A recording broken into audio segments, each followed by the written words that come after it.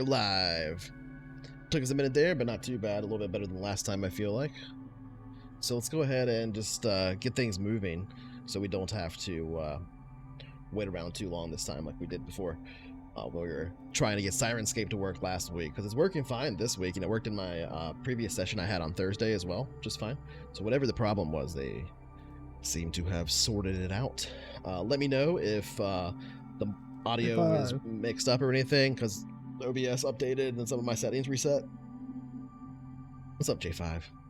It's good to see you, man. I appreciate you coming out again. Yeah, dude. It's like when you used to play with us. I mean, you can't play. I was just about to say at least you get to watch. It's so it's cool. Neat. Yeah, really like it's that. like you're hanging out with us in the session, dude. It's so awesome. Oh my god, I love playing with Johnny, man. J5 was such a fun awesome. player. Oh, thanks for the sub there, Matt Cal. Oh, appreciate that. 3 months in a row, killing it.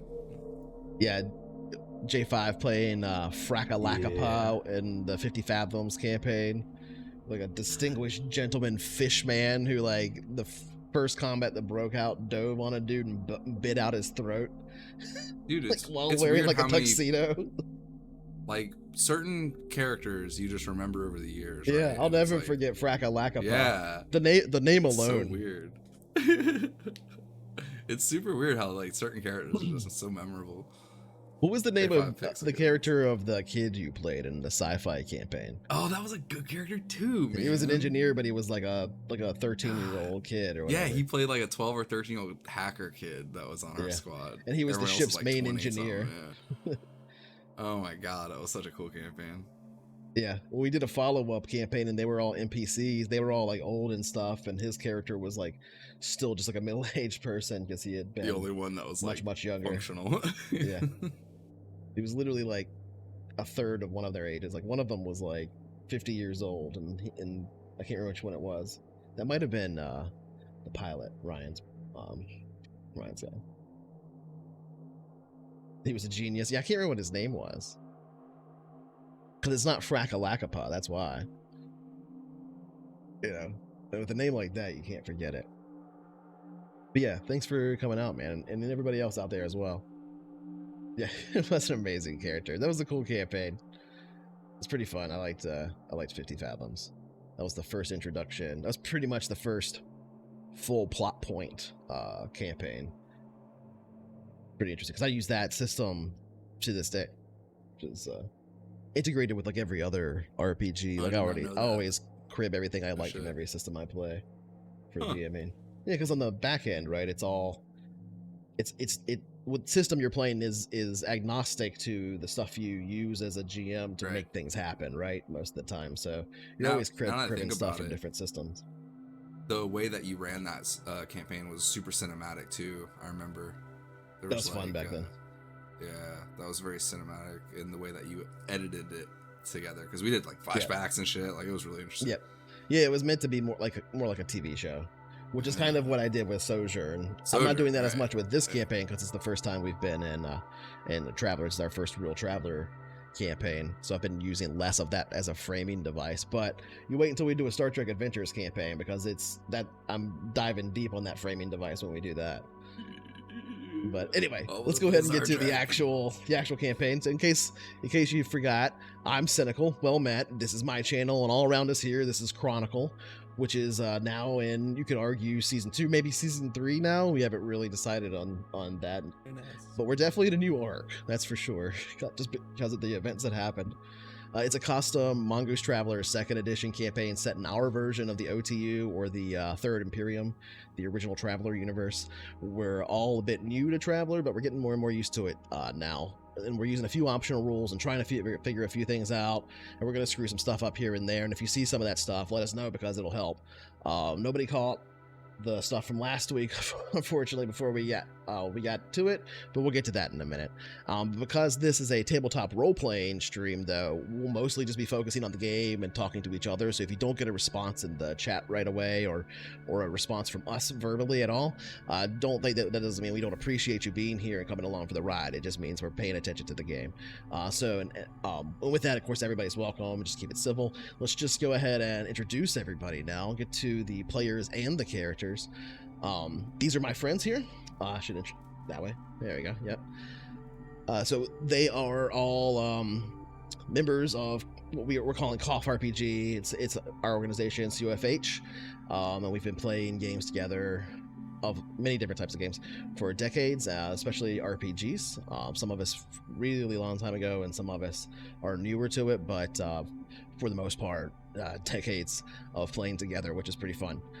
So let's just go ahead and introduce all of them, and of course their characters along with them. So just when you thought it was safe to roll the dice, steps in my longtime pal and proficiently prismatic player, Lord Venom 1.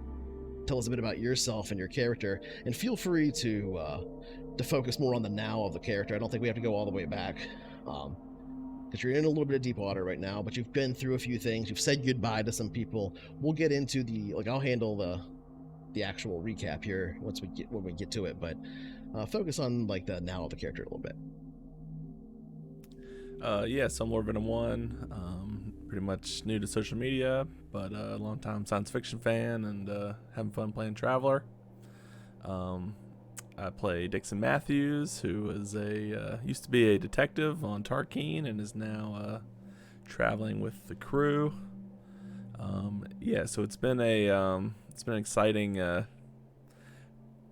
It's exciting having our own ship. That first week was pretty intense. Certainly for Dixon, in some ways, the kind of legs of the crew during that crazy period of time where there's dead bodies on the ship. There's our alien artifacts are coming and going. Crates are being moved and manipulated, and we've got 6-ish people upstairs who need to be fed and calmed down on a regular basis. So it was a wild ride. I think Dixon was no stranger to hard work and long hours. But it was certainly a lot. And then over time, he certainly made a connection with our friend, whatever he ultimately was. And it was certainly sad to see him go. But now we have a new problem, which is that we're in this gas giant trying to survive. So I think in this moment, certainly he is panicking because he is not a long-time airman like some of these other people. Compounded, I guess, by the distance from any world I would assume. Yeah, that hasn't necessarily. He's still maybe in shock about that. It hasn't really hit him too much, but certainly there's that pit in his stomach that has not gone away since that moment of coming out in a strange new sector. I'm sure that will, as time goes on, maybe he'll start missing home. He didn't leave a lot behind, so other than the shock that, of course, would be a shock to anybody, he was here to travel, and we're certainly doing that now. That's definitely true. So following that, it's my good friend and fellow member of Screen Room, and of course a streamer in his own right, MadCow234. Go ahead and tell us a bit about yourself and your character, and about the now of the character, just like we heard about Dixon just now. I'm MadCow234. We do Screen Room on Sundays and Wednesdays, watch Star Trek on Sundays, and do movie nights on Wednesdays. It's a lot of fun. Can join us there with Society and Cynical and myself, and I also stream on my channel from writer's perspective. If you kind of want to watch that, streaming right now. But yeah, Ryder is a kind of former Army, former Navy, who is kind of in a little predicament right now, let's say. Was going through a gas giant, trying to scoop up a little bit of fuel, save some money, and I guess his hand slipped on the on the controls or something, and rolled a bunch of ones, as they say. Well, you probably never done we're it before, kind of right? The refueling process, and it's a turbulent gas giant, so yeah. And I was in the Navy, but I was a gunner, not a pilot. Right. But I flew a little bit training. Yeah. Right. Kind of flying shuttles around, and I've like taken the training, but I never like was flying real spacecraft. But there's you know, like when serving on the in the turrets and stuff, not on the bridge, so you probably didn't even right. get a lot of the experience being in like the CIC or anything like that. Exactly, yeah. But you know, when Dixon calls and wants to go traveling, and I know piloting, we're going, because I know I can do it. There's no problem with that. But you know, this damn ship, it's causing some troubles right now. But I think I think we're gonna be, we're gonna be okay. And I think there's not going to be any real issues here. And I think, steady hand from now on, get a nice control, sit up straight, grab the controls real well. This isn't like, sitting back and slacking, just flying around anymore. You only bounced off the atmosphere twice. Third time's the charm, right? Is mutiny That's illegal in this universe? Asking for a friend. Yes. Everywhere. All right, with that, Yeah. we'll move on. Next up, my Nakama from another mama. It's Society Streams, also a fellow member of Screen Room and independent streamer. Go ahead and tell us a bit about yourself and what's going on with Roman right now. Yeah, what's up, everyone? You can catch me with these fools on Sundays and Wednesday. Artist and designer in my spare time. Lover of sci-fi, as like Venom said. I started DMing my own game of Dungeons and Dragons recently. That's been really I'm so proud. eye-opening experience. Yeah, I have a personal goal to one day have you in one of my games. Yeah, I that'll be think fun. But yeah, other than that, in this campaign, I'm playing Roman Boar, who there's a lot going on right now. There's so much happening that Roman's like for so long, Roman has had to like distract himself with things. Sure. And like the way that life works, of course, it just throws everything at once at you. So there's a lot happening. Ryder was just recently super hurt, which, Ryder's positivity in his injuries in Roman's previous experience is one of the reasons that brought Roman back to Ryder, besides the request. So, I got to see a little bit more of that this time, which was really cool. Yeah. Ryder's positivity throughout, and like, that was kind of like a reconnecting experience for Roman, but it was a really close call, and no one really likes to acknowledge close calls, I think, a lot of time. But we're in another one right now, and like on top of discovering like a new form of life in the universe that I had no previous knowledge of before, there's a lot going on in Roman's head right now. Well, we should point out Roman is a xenobiologist, or at least a scientist who has skills in xenobiology. Biology also a very skilled physician, right? Yeah. So really interesting. A lot of shit going on. I'm laughing at Venom rolling his eyes. I mean, let's talk about ourselves if we survive the next 2 hours. That's fair. Not that, last but not least, lurking Damn it, in the I'm shadows, a physician, not a pilot. ready to strike. We have Psycho Cough, one of my oldest Better get friends. ready to heal us all when we explode. That's true. And a moderator not You're only such in a my good community doctor. here, but in general, for all of us, I think just about now, the Screen Room community, and I think as well as the other two guys over here. So basically, he's a moderator for all the Twitch associated with this channel now. But beyond that, he's one of my oldest friends and a player here. So go ahead and talk a bit about yourself and tell us what's going on with State Rulia right now. Well, hi, I'm Psycho. I'm a gamer,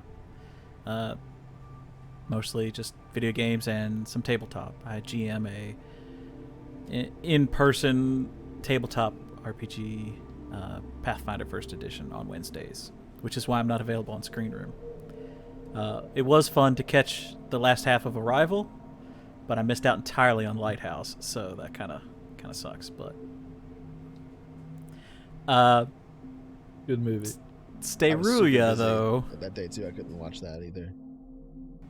she is an Aslan, an alien cat lady kind of person. And she is kind of freaking out right now because she's the ship's main engineer and somebody's breaking it. So she's really stressed at the moment, worrying about surviving this ordeal. Makes a lot of sense. Yeah, she's one of the ones that would have the most context for like how damaged stuff is and what it'll take to She's get the through glue that. when it comes to the ship. For a lot of that Literally stuff, tens of thousands of credits worth of damage every second we're in here. and the fact that she's also kind of your ship's broker also compounds with that, right? Yeah. Your trade broker. She's essentially going to be like, oh my god, we're going to have to do so many things to make this money back, which is hilarious from a GM perspective. But I think with that, let's go ahead and get into the intro, and then I'll do the recap when we get back from that. So we'll see you in a second. Writer's just creating content. Just creating content. Hey, man. Content creator of the future. It's all on the dice. To the intro.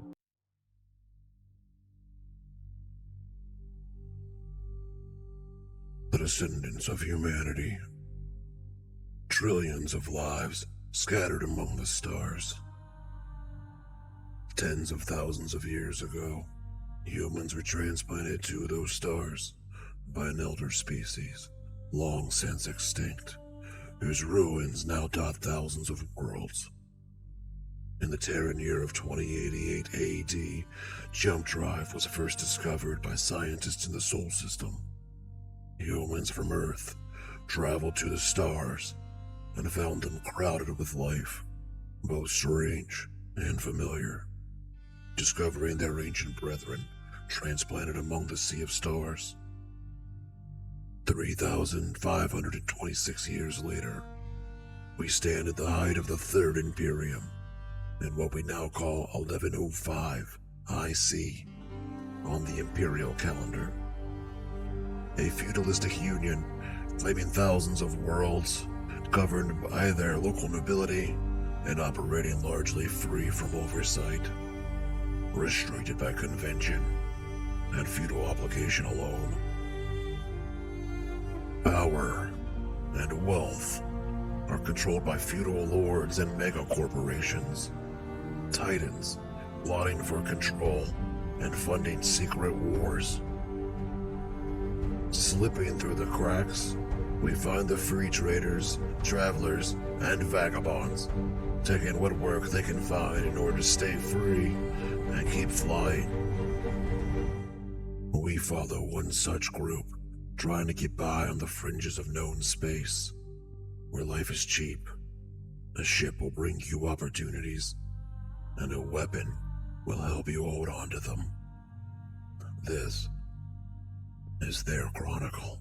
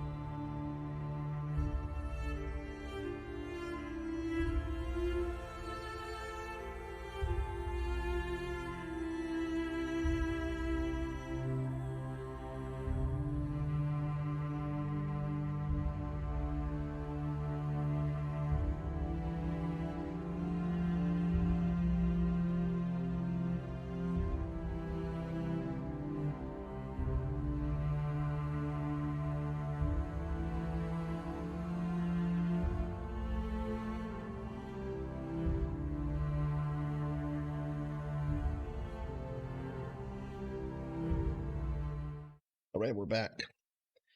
So, now that we've moved on from the intro and as well as the discussion about everybody's character, where they come from, where more specifically where their heads are at right now, let's go ahead and move into the game proper.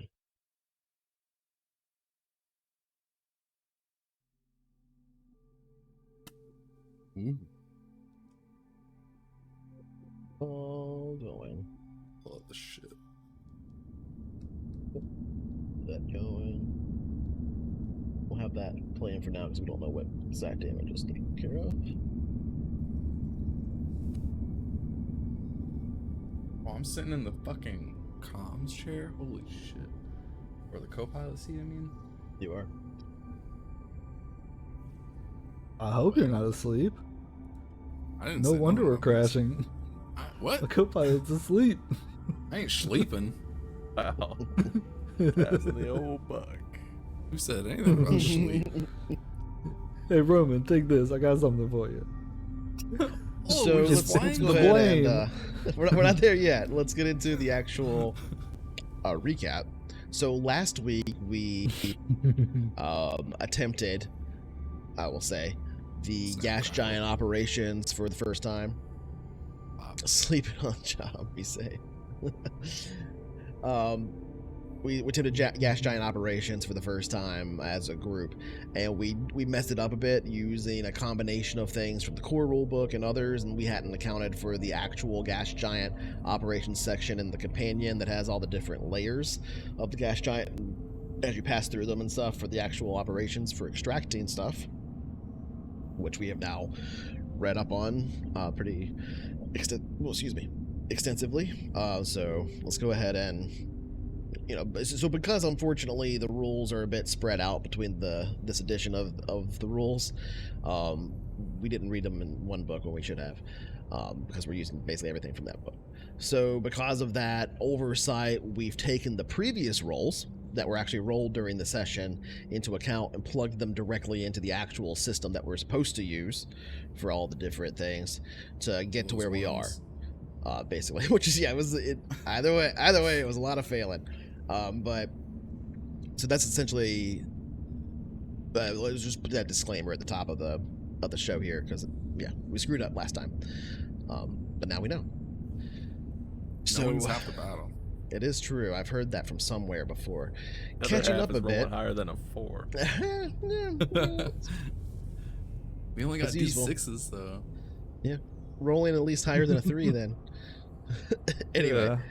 Catching up on Higher than a 4 is a hard. bit on your rest, and finally coming to terms with the impending exit of the strange passenger who had in a week somehow become like an old friend, Joseph Wells.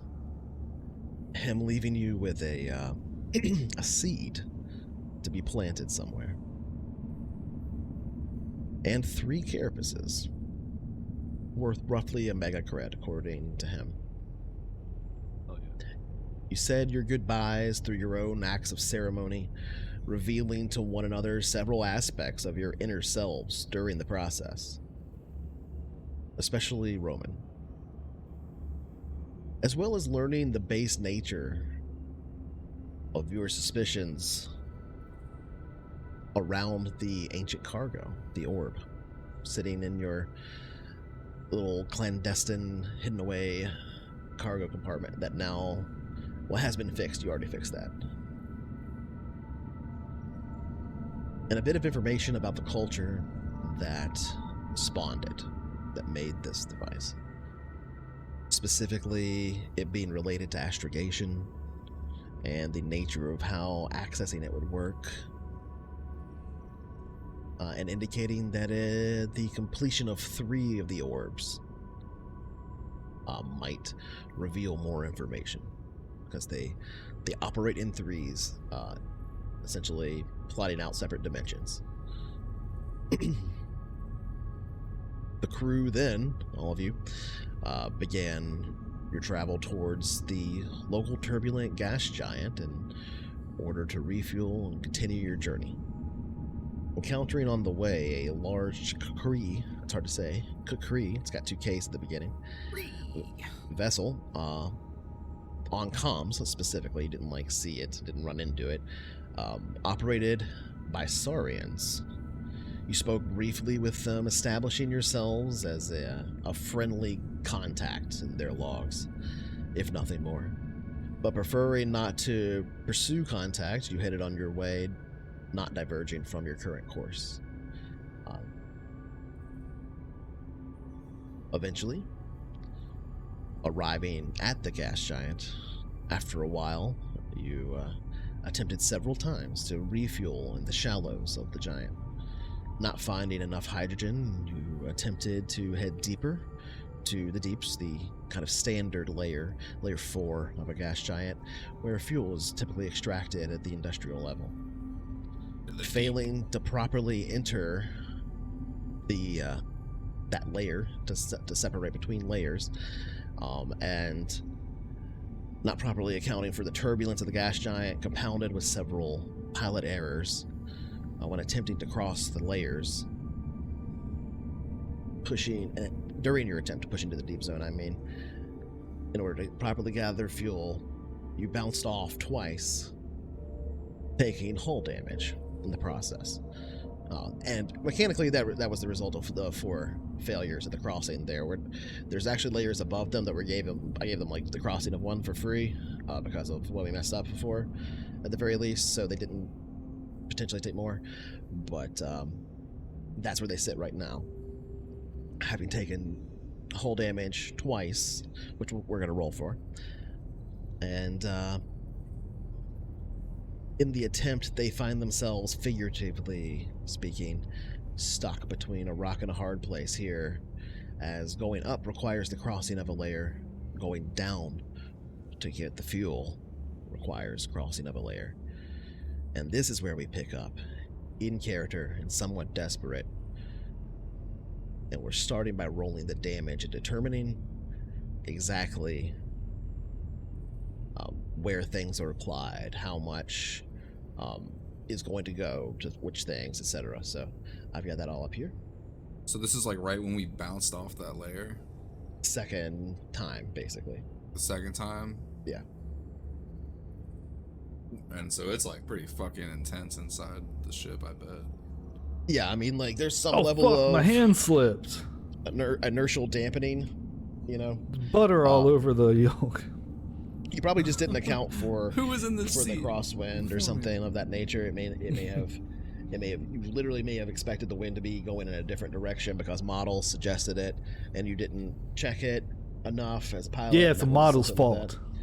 But at either rate, crossing into the crossing, the model didn't tell me because I didn't check it. Yeah. but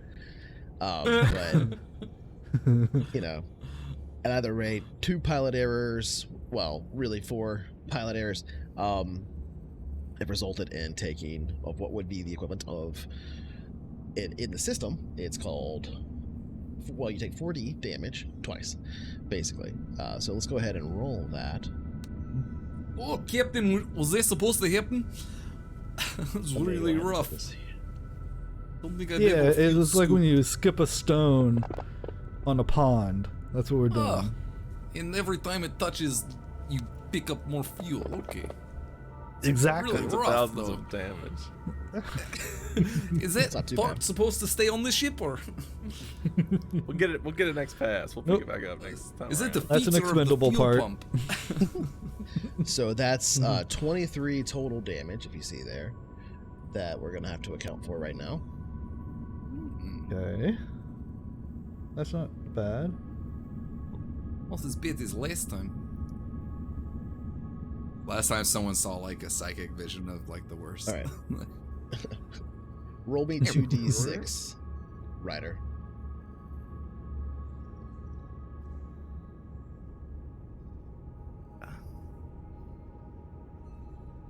Was that? Still rolling low.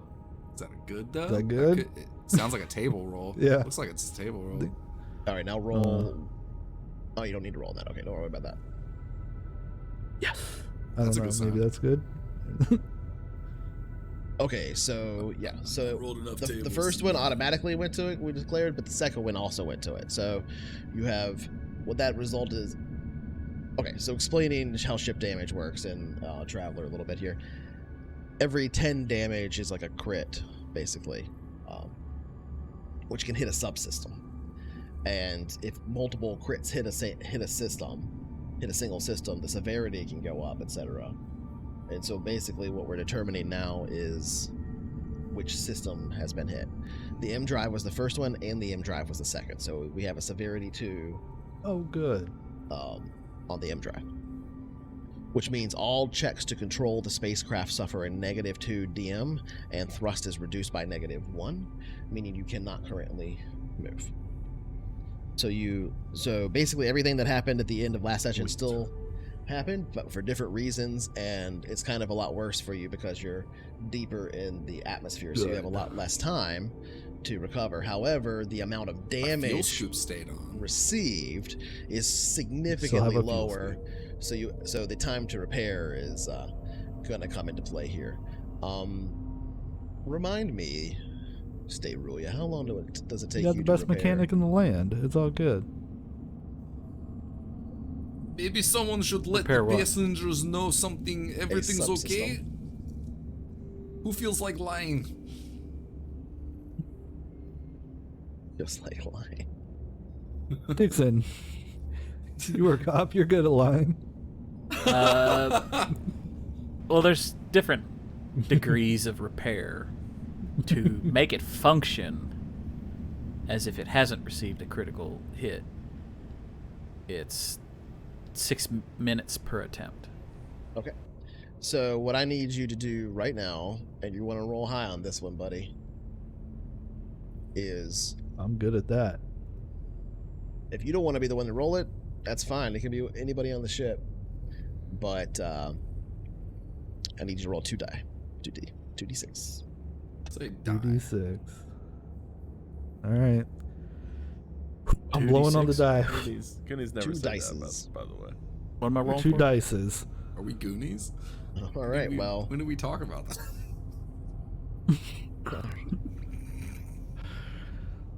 You're not These Dixon. rolls. so specifically what One that of those means is a Is the calendar accurate? is the calendar accurate? Oh, I need to check that. Hold on. What that means is it will take 2d hours, so 4 hours. Basically, orbital decay will occur within that period of time, so within 4 hours. 4 hours or 5 hours? What do you roll? 5, sorry, 5 hours. Okay. I was like, do ones drop? Nice try. I was confused. Yeah. Why didn't okay. ones drop before? Yep. Ryder, why are all these things beeping at me?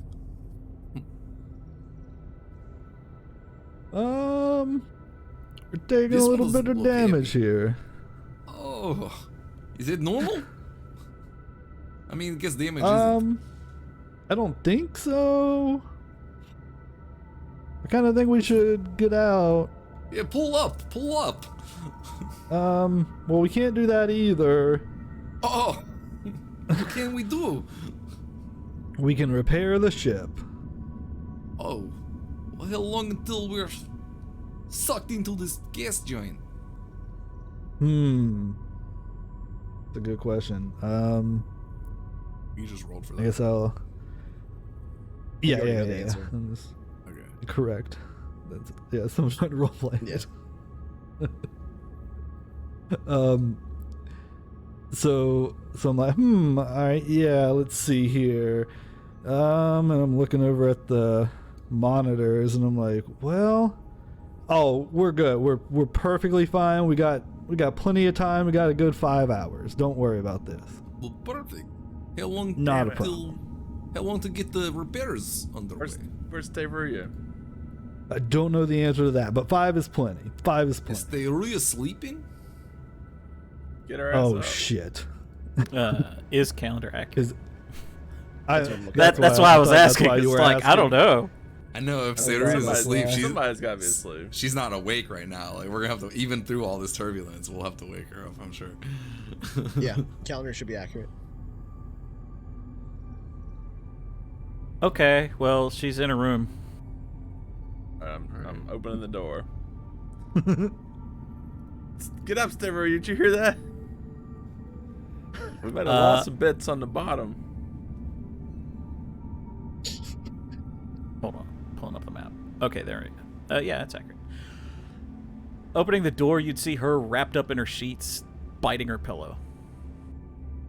Just like trying to go to sleep. Stiver, you up? You up? And probably grunting angrily. What the hell? What's going on? The engines was sucked up some bad gas or something. They're Dreaming. they need some help. I think she's pissed for being woken up. Where are you? You breaking my ship already?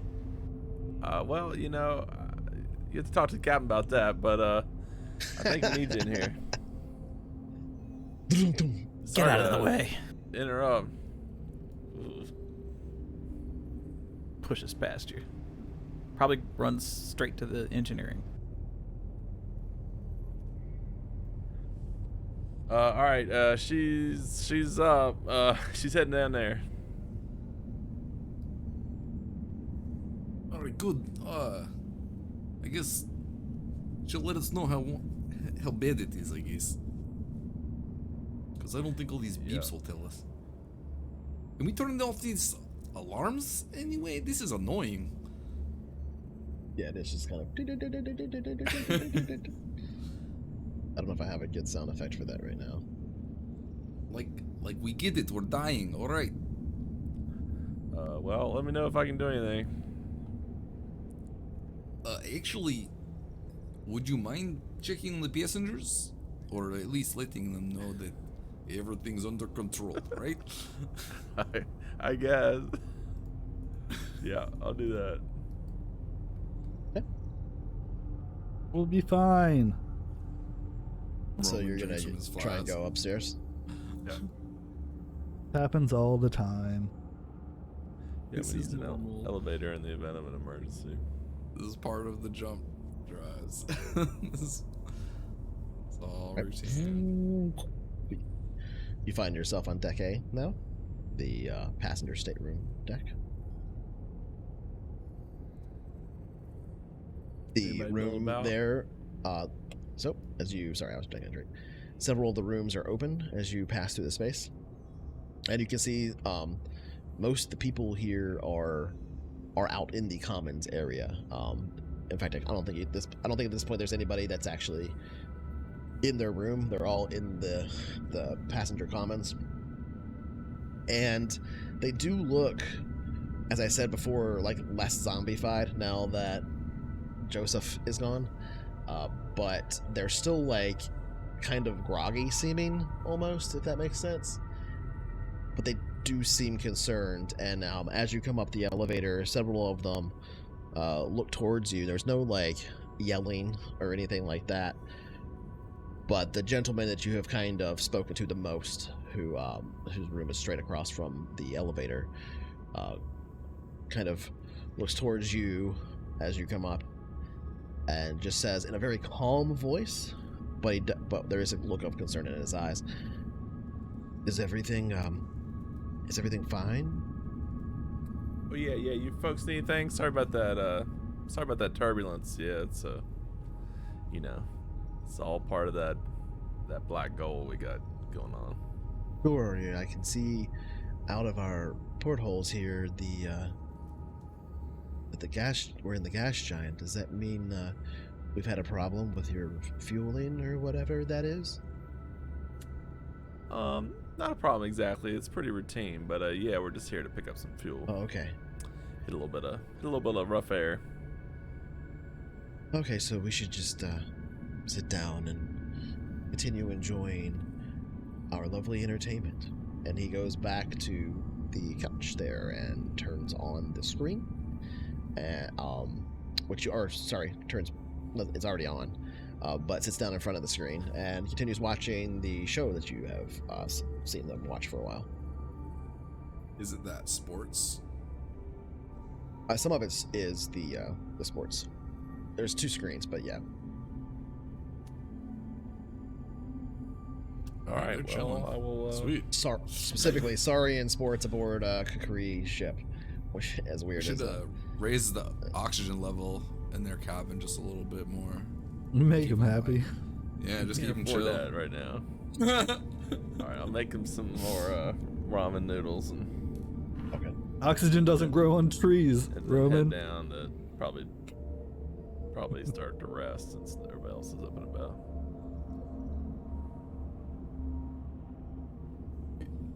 Yeah, ship is at 70% out of 100 all right now, total. All right, so you don't need to roll anything to just prepare like the basic, like ready meal stuff. It's not going to impress anybody, but it gets the job done.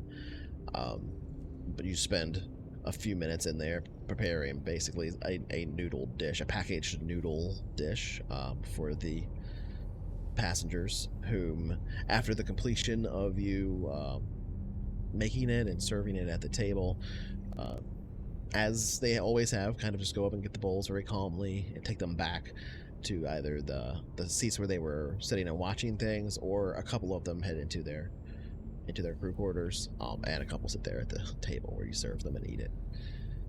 They seem unconcerned, for now anyway. They don't seem like overly freaking out. There's no alarms going off up here or anything like that to denote that there's like a big problem going on.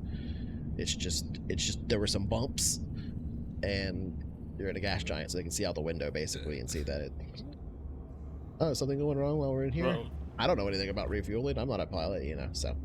The crushing of the neither does hull. the pilot, but Oh yeah, there were probably some noises that were pretty loud, and that's probably what they were somewhat concerned about. But so far, they're not freaking out. all right. Well, if you guys need They're anything, also still I'll, seemed, and if I did do that across, they still seem somewhat supernaturally calm. Drugged, yeah. yeah, give us a page if you need anything, and I'll kind of do a little knowing nod to Wells' room, knowing that he is obviously the reason that they're so chill about this, and I'll head back to my room, I guess, and chill out. He in our ship now? Do I? What? Wells, he disappeared when he was in the All right, so elevator. He absorbed into our engineering ship. to and our fix ship has the a drive? consciousness. You were both talking at the same time. I couldn't hear you. What was that? Alright. Engineering to fix the drive. Okay. Let's go to Sterulia. All right, Sterulia.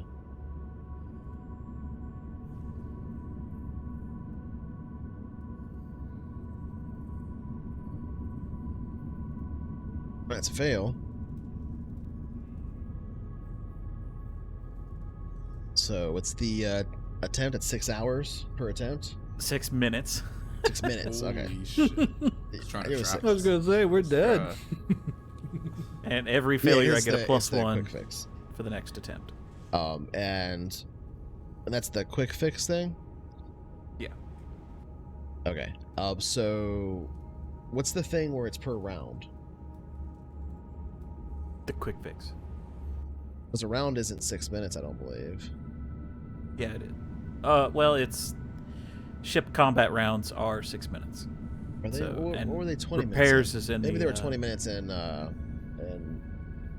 Starts with that number. starts that number, yeah. Yeah, and this personal combat is 6 seconds. 6 Ship seconds, combat is 6 minutes. And these quick repairs are done in ship combat rounds. So Right. each attempt is 6 minutes. And I don't get it on the first. No, you don't get it on the first. But I believe. Yeah. All right. Go ahead and make me another one.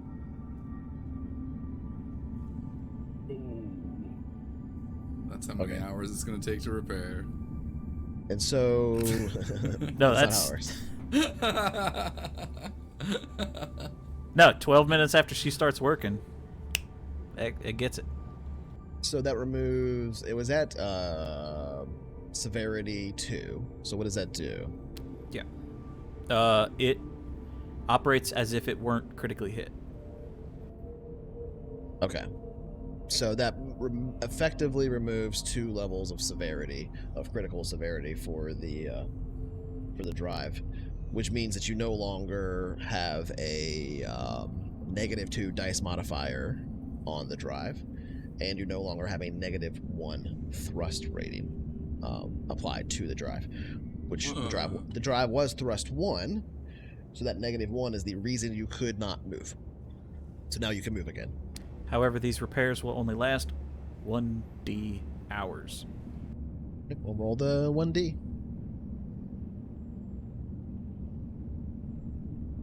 4 hours. Duct tape. Don't leave port without it. So you Space tape. you start to your orbit begins to decay in 5 Hold hours, space together. and your repairs last for 4 hours. So you're gonna want to get the hell out Leave. of this Well, situation to some degree. They wouldn't decay for the next 4 hours because it decayed, due to not having thrust. That's true. That's a good point. It wouldn't begin decaying again until then, and then so that's a fair point. What's the Gotcha. how long does it take to do like a permanent repair? 1, I can't. So, not right now. We need like a dock and stuff, don't we? Infinity. Mostly No. you need spare parts. We could be in space and do it, but we need spare parts to do repairs. You just don't Or have to open parts. up these crates. We don't have any. Like, none. Yeah, you don't think you have any. Those are just Oops. general goods. Okay. Those aren't They are Would you like 100 grand per ton. toasters and So this is a t-shirts. 200 grand repair for him to do. basically. But yeah. Oh, okay. All right. You think Steruya has a fix Right. yet? Well, plus the whole damage, so it's like a $400,000 dent. Yep. Hey, lunatic, what's up? So they're not dead, at least. But they have a lot of debt, and they still need to get out. so Just end it. that's the situation. So 12 minutes go by. So 12 minutes go by after Steruya runs off and begins working on the engine.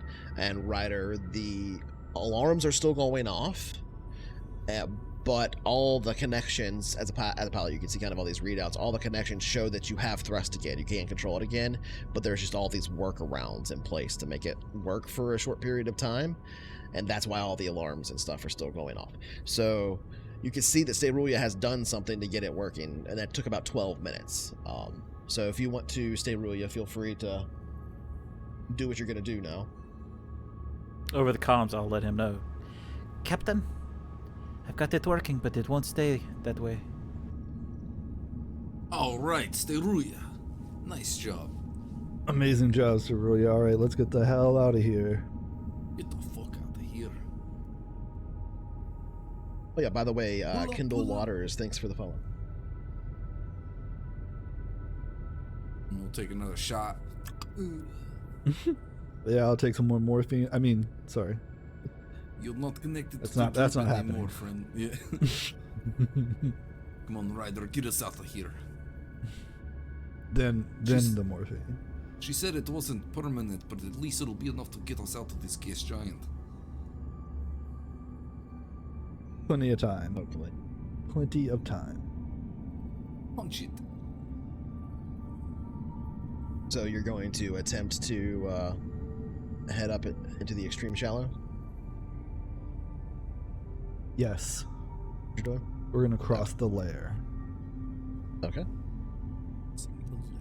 So I need you to make a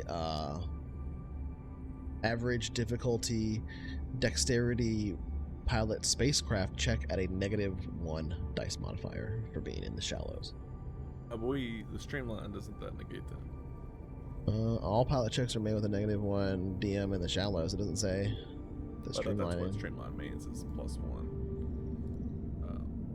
when navigating things. I think you An need even atmosphere. more. In atmosphere.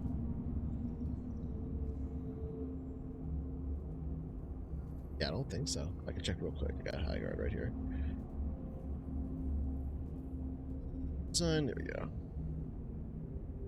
Holes. Streamline.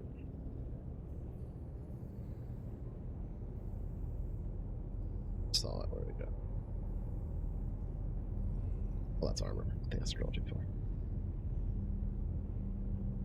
Double buffering. Streamline holes are including. Streamline holes include holes that are needles, wedges, cones, cylinders in shape. They are designed to enter planetary atmospheres and function in a similar fashion to conventional aircraft. Configure ones chosen should the whole configuration will be changed. The configuration certain self-sealing.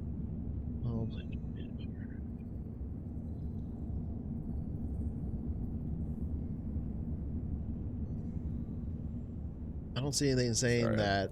I thought I may have made that up. It just lets us fly in atmosphere, basically. Yeah, that's what I was saying. It basically Good lets try, you do though. it without. Good try. If you don't have one, Sounded real. if you don't have one, you can't enter the deep at all. It's like you can only touch the west player. So yeah, you can't fly in Okay. atmosphere, essentially. Your ship Deep. breaks apart. Yeah. It's a big donut. It does say you can no, technically no, I got that, fly but- this player without it, but that's it.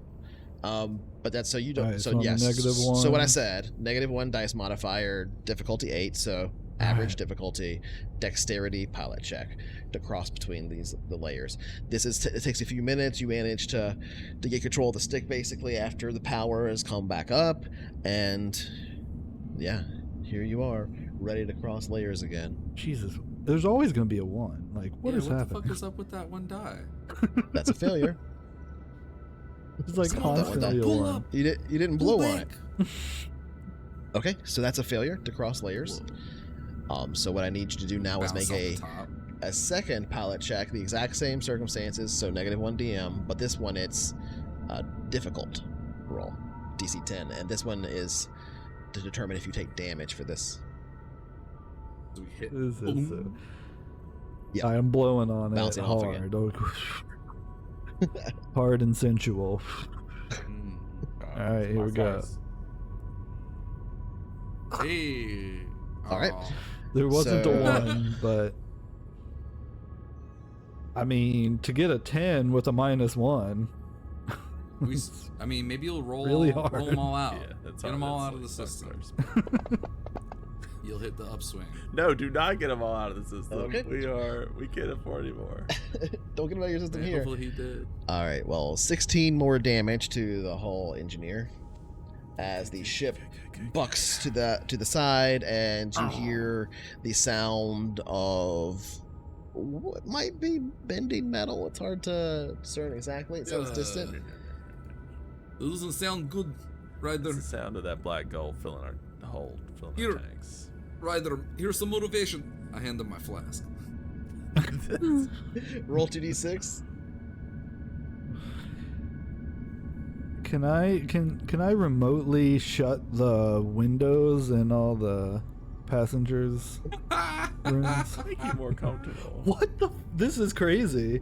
I want to see this algorithm. That's just the system. Show me the algorithm. All right. That's how much damage we I'm took. about to. I'm about to. that's just I'm the about to system. ban No, lunatic. that's just determining which system you're hitting. Okay. What's our yeah. Why Okay, are you laughing? because it's hilarious. That's why. Because the drive. All Our right, bathrooms so start overflowing. you didn't take 20 damage, so you only took 1 crit. So you're just determining where that 1 crit goes. It went to fuel. There's now a leak. You're gonna lose 1d tons of fuel per hour. So roll 1d. There's a leak Yes, there's a liquid hydrogen leak now. on one of our tanks. I better be a fucking 1 this time. I swear to God. What is our? Well, an hour hasn't gone by yet, has it? No. What's No, our not HP even at close. now? 61. Okay. So we're 1 point again from taking another crit. Yep. Did it not go through? I didn't see it roll. Saw it on Hadn't your been an screen. hour, so Well, tell you what it was, but I'll roll it again. It was a 6. Doesn't look like you rolled it in the chat or something then. Definitely did, but here we go again. That one showed up. All right, 4. Yeah, I see that one. So, yeah. It leaks 4. I mean, it's better for you than a 6 anyway. 4 tons. That's why I wanted to tell you that it was a 6, because I didn't want to, like, be shitty and re-roll. Yeah. You know? I mean, I would generally go with whatever roll we can make visible on stream anyway in those circumstances. Right. But yeah, you have a leak and you're losing 4 tons of fuel per hour. Cool. So can I point out that I rolled a 6 on a low? No. Yeah. Is No. it Just every wanna hour point you that roll a out. d6, or is it I assume it's a constant. Right? 4 This is per it? hour? This is it for Okay. I don't want to roll every fucking hour, so we're gonna go with 4. Ryder, Okay. there's something per else. hour. A new beep is happening? a new beep. Yeah. It looks like... I mean, I can recognize that. It looks like something about our fuel. Oh, it's the probably fuel not light on? good. Yeah, we might need some... might need to pull down into this gas giant a little bit. Looks like we should when probably you scoop some it fuel. looks like when you bounced off of that upper layer, you breached one of the tanks very slightly as it buckled in, and yeah, now you have a liquid hydrogen leak. Oh. It's leaking to the Light it. outside, so it can be repaired, but it can't be repaired from the inside. All right, Steroid, you get out there. Just kidding. And you'll definitely need to get out of a gas giant before you do an EVA. All right, let's. I'll get But on the we're still comms, moving, so let's go. and That I'll be wasn't like, the engine. Get the fuck Stereo, out of here. we have a new problem. I don't think you'll be able to handle it from in here, but I just want to let you know that we are now leaking fuel. About 4 tons I'm about to get an a ship to hour. a good place to The irony park is it not so you lost can, on the flight crew. Thank you. you can repair it. Okay, let's see another pilot check. Difficulty 8, so average difficulty, and at -1 dice mod. Now with the fuel Over tanks empty, comms. we must be more maneuverable, right? Yeah, that's how it works. Right. Over comms from her, you'd probably hear some growling, and then I know. I see the fuel light too. All right, All right. cool. We're all on the same page. All right. It's like choking down her anger. All right. All right, this is good. We're doing good. We're good. Well, We're lunatic, good, you might guys. see a This is no TBK problem. anyway. No, But stop. it's gonna be a Everyone real stop. slow one. Here Stop we go. entertaining that fantasy. Nope. Roman wants to live. All right, let's go ahead and see the pilot roll. If we get too low, he's getting banned. So, all right, here we go. Next boon is going to Ryder. Yeah, that's a good idea. Speaking of which, don't forget you have one still, Dixon. Oh yeah. Man, it didn't go on the through glass. I again. needed to pilot the air car when he fucks this up. You're gonna have to get better at shooting these hoops, man. I mean, I don't know what to tell ya. Go right there. He thrown Uh-huh. and go. I swear to God, if that was a 6 and a 4. We'll try and roll it again. See if it's lower. We made the call last time that we would go with what's visible on I would stream. just, yeah. Oh, We nice. still succeeded. Yes. Oh, best piloting system. Bit of anticipation. Best pilot. I mean, maybe. Bit of anticipation as you approach the extreme shallow here now. The turbulence, a bit more than you would expect on most gas giants, but not insane. And you're able to cross over. So you're pretty sure you're in another layer now of the gas giant. You only need to transition from the extreme shallow to the wisp layer now. And now we're fully refueled. Nice. All right, let's go. Let's Now, go. now you are now that you're here. Power loss is a different situation. It's measured more in it's measured in 80 hours in terms of how long it takes you to decay up here. So Gotcha. You're in a better situation either way, but you're still too low for EVAs and stuff. So you're gonna have to once again make a pilot check to move between layers at a difficulty 8. This time with no negatives, just straight normal. All right, Ryder, get us out of this thing. All right, guys. I think this is smooth sailing now.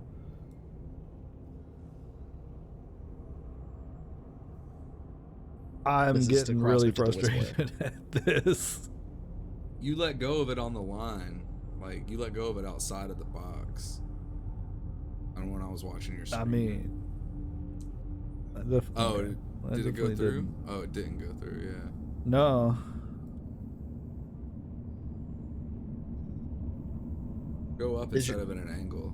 Are your stay dice inside in your of the cursor That's what I was in doing separate before. places or something That's on what I your was doing screen? before. What? Are your dice in your cursor in separate places on your screen when you pick up your dice or something like that? It's like an out of sync. No. Just curious about that. All right. Well, anyway. Oh, nice. You rolled a It 10. could possibly be scale, Oh, maybe. I don't know. I've never had an issue with it. So, like this.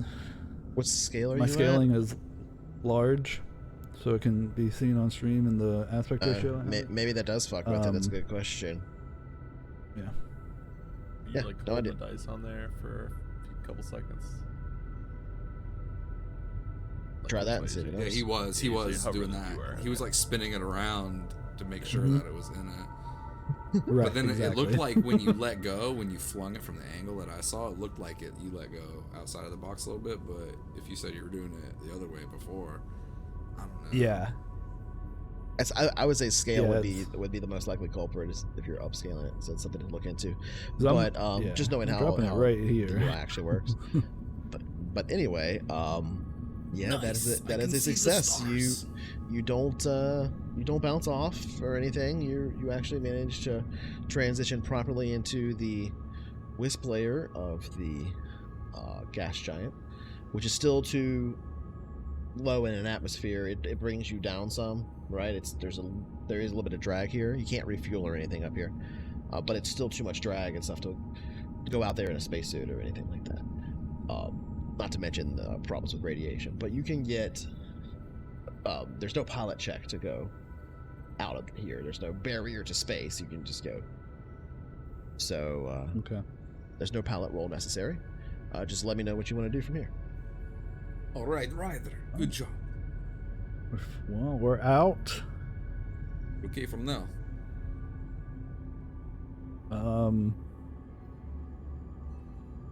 How much fuel we got left? We gonna make it somewhere, or how much have we lost? That didn't take an hour. It hasn't been an hour yet. I don't know. Can we get to the planet in system? What's the name? It took 13, 14, 15. So it's been about 40 minutes. So you haven't quite lost 4 tons yet. So say like 3 tons or something is gone. We only got like 20 something tons. Right. Yeah. Yeah, and how far away is the... Oh, and we have to go down to the planet too. There's no high port. All right. Yeah. So I think we have to stop. I think Atmospheric we have flight to stop. uses more fuel. And We have to go to Gabriel. Looks like it's the closest one. Don't think we can make it anywhere else. They sell fuel. Yes, but There's we a have downport. we have to stop and repair first, or we're gonna lose too much fuel. Oh, that's right. We have to repair before we can even get there, huh? Stop. Yes. You can go now that we're out of the atmosphere. You can. We can't repair from inside the ship, though. We have to go outside to repair the We have fuel. to an go EV in outside. space. I mean, the movement doesn't really affect you, right? Well, We can't you do don't it wanna- you don't want to be on. You don't want to do an EVA if you're under thrust. You want to do an EVA if you're ballistic. That's Right, about it. Fair enough. Fair enough. Might as well fix it now. Yeah, we'll just pull out of the well. The wisp layer. So you can get above Yeah. that now. Pull out of the wisp. All right, so you're above that, and you give yourself enough clearance to get out of the radiation belt of the gas giant. which is going to take. It does take time, but it's not a lot of time. Where's the travel times thing? Hold on. I think that's back here. Here it is. All right. So distance. Do we have vac suits on our ship? Yeah, in your emergency equipment locker. I got one. They're not Good. like good ones. Well, he might have a better one. I don't know. But all right.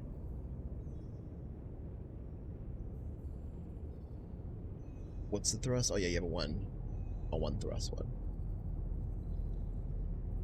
Okay, so that's the fuck is that? All right, in order to get out of the radiation belt far enough away where it's safe for an EVA here at this gas giant, it is going to take 105 minutes. Which is not a long time, but you're going to lose some fuel in the process. Yeah, that's 2 hours of fuel. Yeah, That is a long so time. plus 3. So we're now. Can't we just be in like a orbit, geosynchronous? Oh, it's not about being Yeah. geosynchronous. It's about being far enough away from a gas giant not to be eaten alive by the radiation belt.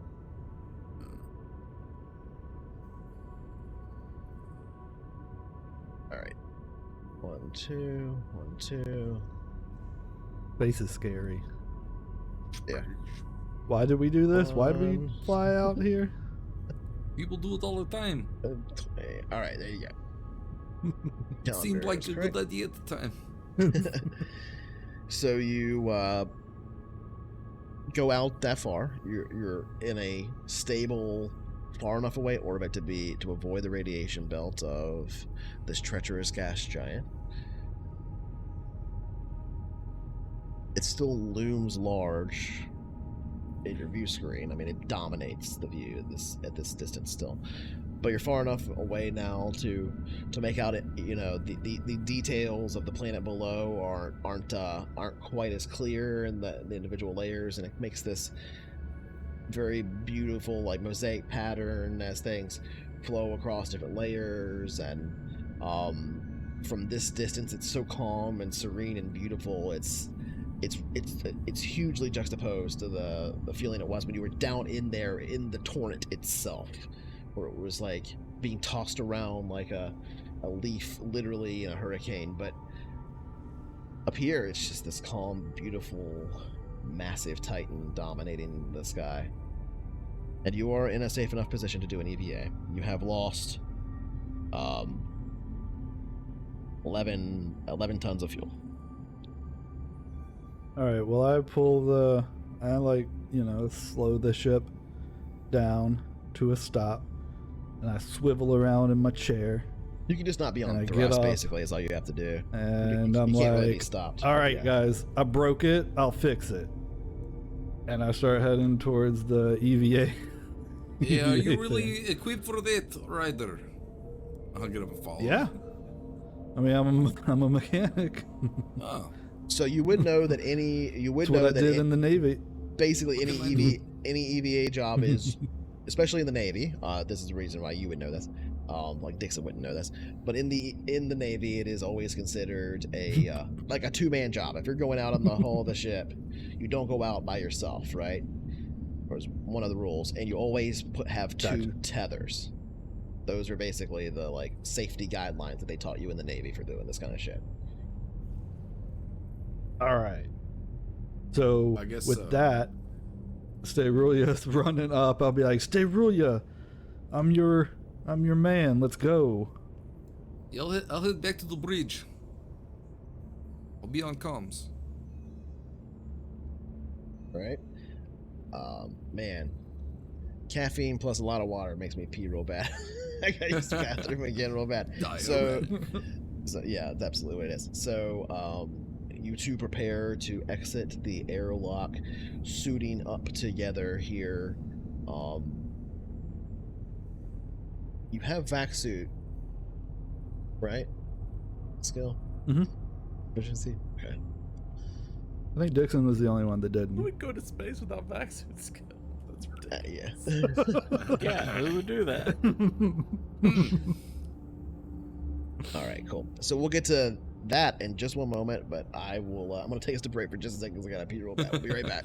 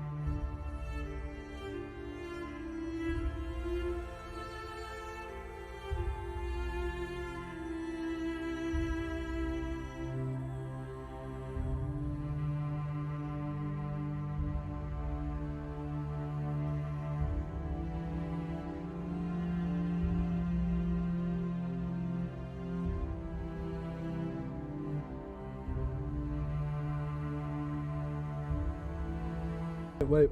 Already back.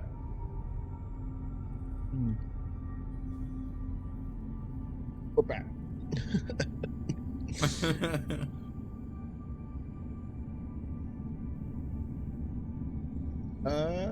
Let's see.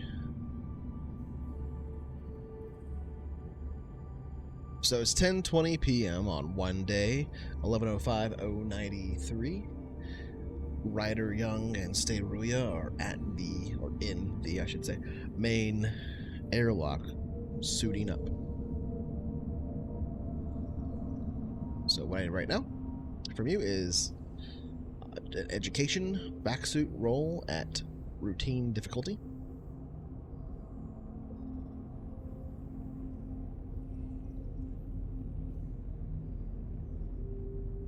I assume both of us. Yeah, both of you.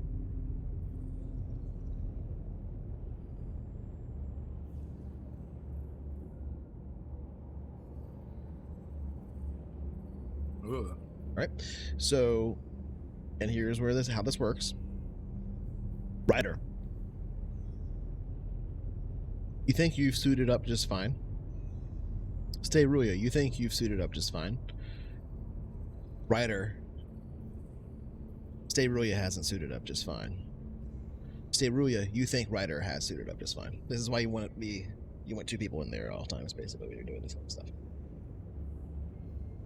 Oh shit, Steruya, I think you got a little opening back here. Hold on, let me see if I can help you out and close this up. Go ahead, fix it. Can I roll to help? What do we do now? Yeah, it's the same roll. Just roll it again. Boone? She rolls or I roll to help? You can roll or she can roll again. Either one, it doesn't really matter. It's basically like giving you advantage if you want to think about it, or Well, not you're really. helping. You roll. Yeah, okay. That makes sense to me. Okay. Yep. Nice. Seems sealed up fine. I pull out the stapler and put it away. I think we're good. Right. Helmets on. Visors down. You're ready to cycle. All right. I closed the door to the ship. Right. All right, stay real, yeah. Yeah, it'd be a real dick got move it. if I I was got it. like, oh, you left the door open, you killed everybody on the ship. I got it. Good luck, you two. I'll say over comms. All right. You could probably, to some degree, see them on the outside of the hull with like external cameras that look on your hull and stuff to check for things, which is probably how you notice things like, oh, there's a breach over there anyway. Mhm. But yeah, if you're not like going out there with them, obviously, but you might be able to keep an eye on them. Is my All right, cool. my point by doing sensor operation. Ryder already shut the windows to the passenger thing. You don't have control of that from down Damn it. below, but I Really? tried. yeah, it's not like there's a button to shut all the windows. When do you Really? get that installed? Yeah, the windows are Yeah. like armored little things. You could, if you want to go ahead and do that, you can definitely buy some stuff and install it. But anyway, moving on. You step out. Feel free to do so. All right. Whoa. The beauty of space. The damage is essentially on the. Yeah, I'll put the beauty of space music up. How's that? The damage is essentially on the aft section of the current tank that you come out next to.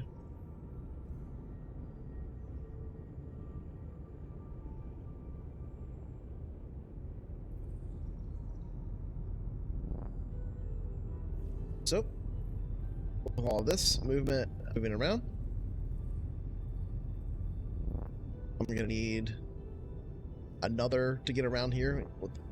another vac suit roll from both of you for connecting your tethers and moving along the exterior of the ship. Vac suit is basically your like 0G skill, or EVA skill. Doing stuff in vac suit. Okay. And yes, this would be a routine roll. Nice.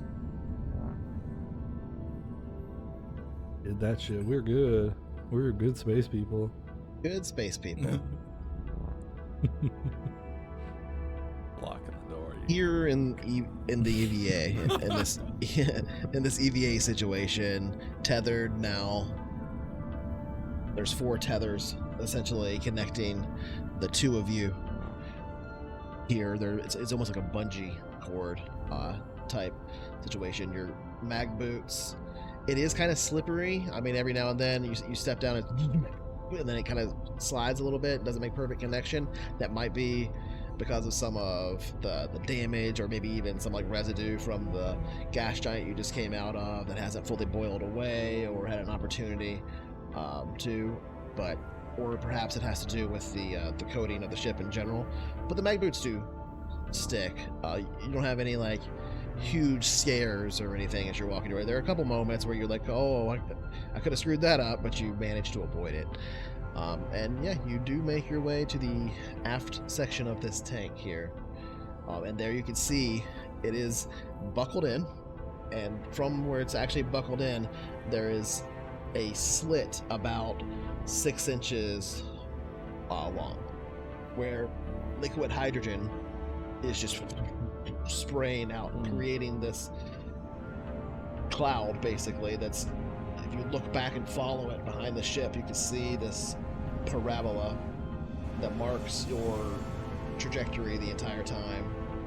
But even so far as it catches some of the light from the sun, so you can even see. So we can scoop that back up. If you fly back into the gas giant with it, you might be able to. Yeah. I got them difficult, pulled up maybe.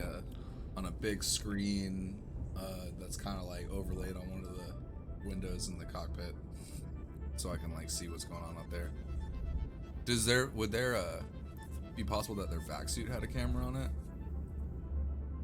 If they buy the vac suit itself wouldn't, but there are things like that you can buy. Yeah, we did, because I was watching through the window with the camera, the comm dot. That was yours. It was one of the comm things. I would imagine I would have with it you. back. Yeah, I would have put it on my We suit. did just leave it so on you could that watch. door, the door that you just went out of. So if you saw it, you could have grabbed it. So if he does have it, I'll have his feet. I mean, it's been time since then anyway. You'd had the opportunity to. I think it would make Take sense. I'll have that feed pulled up then, and I'm watching y'all from like first person perspective, kind of. Well, let's get this Alright. fixed. It's a good thing I brought this stapler. All right, so Get it closed. make me sensor operator. Make me an education sensors, electronic sensors. Yeah, and I give moral support. Oh, can I give leadership? Wait, what does that do? Hold on. I'll not That's do only that. during combat? It's only during combat. Damn. Can I persuade you to fix it better? There's no way for me to Roman? help. Oh, you want it from me? Yeah, sensor operator. What am I trying to do with this? Roll sensors, education, computer sensors, electronic sensors. Yeah, what is the? I don't know why I'm doing this. Because you're the sensor operator. You're looking over the What whole am I feed the whole time.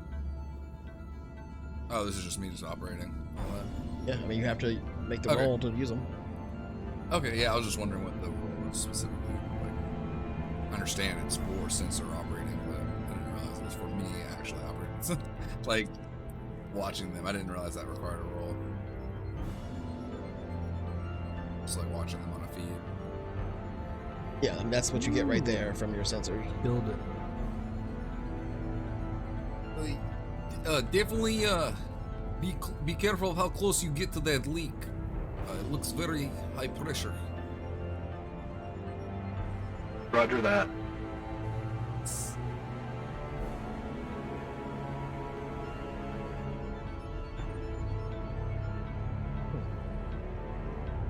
That boy look nasty.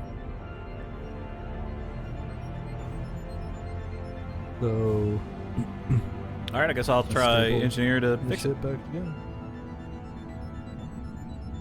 Okay, that's the basic flow of the spray right there, just so you have a visual on it. I'm gonna cheer, clap. Go stay rule ya. It hits the black here. Drawing black on black, basically.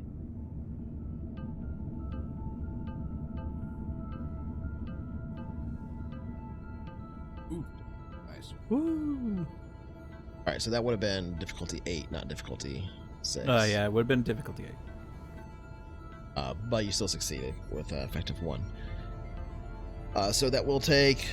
I mean, the walking out here takes a little bit of time and everything. And the working in EVA makes everything a little bit more difficult. So I need you to make a vac suit check as well, and I'll allow both of us? you. I'll allow both of you to make the check.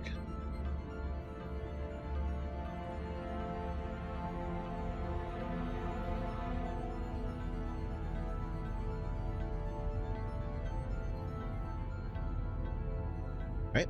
Whoa, What? that That's was weird as crazy. hell. Working in EVA isn't always the easiest, and there are a few moments where it tries your patience, even for the both of you. But thanks to your collective teamwork and the experience that Ryder has in EVA from the Navy, as well as Steruya's extensive experience as an engineer and experience doing things like this as well, it's all business out here, right? You guys know what you're doing with the tethers, and you're not joking around with it. You're very serious and know what you're doing, and are able to act like experts essentially in the situation. Very professional, and have managed to stop the leak with only really about 20 minutes of work to get out there and do the repairs. Now I just need rolls for you to Hell come yeah. back.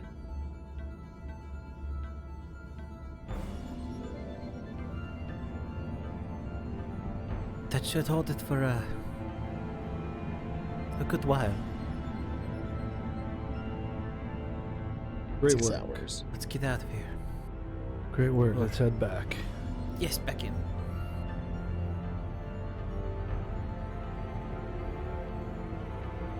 All right. Head back up. Alright, so make me a roll. You gotta make the roll before you get in there. Oh, I got sucked back out. I tried. Hold on. Whew. This is Give me almost I need the vac suit roll. Holy And I would shit. say this would probably be. Well, that's fine. You still take the 12. I'll say this would be vac suit dexterity. Probably would be the actual roll for moving around on the exterior of the hull like this. Oh, I was rolling endurance. I mean, I think it's the same roll for you either way. It's the same either way. Yeah, I don't have a So bonus just- to so dex. it doesn't matter. Yeah. Oh no. I saw that one All right. teeter so Ryder, long. you do fail to on your way back in, and your mag boots come loose as you're moving just a little bit too fast. One of them doesn't quite make the connection, and you pull the other one off to take a step, and you just start pulling away, but you're still tethered twice. And due to how well Steruya roll with a +6 effect, she manages to catch. Oh, it wouldn't be a +6. Oh yeah, it would be a +6. Due to the +6 effect, she manages to catch the problem and grabs the tether and just lightly pulls it back down. Not a difficult roll, just a little bit of pressure that makes you bounce off the tether and back. When both mag boots collect down just before Ooh, good catch. you step in front of the airlock door. Ooh, we make a great team out here. Nicely done, both of you. Indeed. Let's go. All right, let's get in.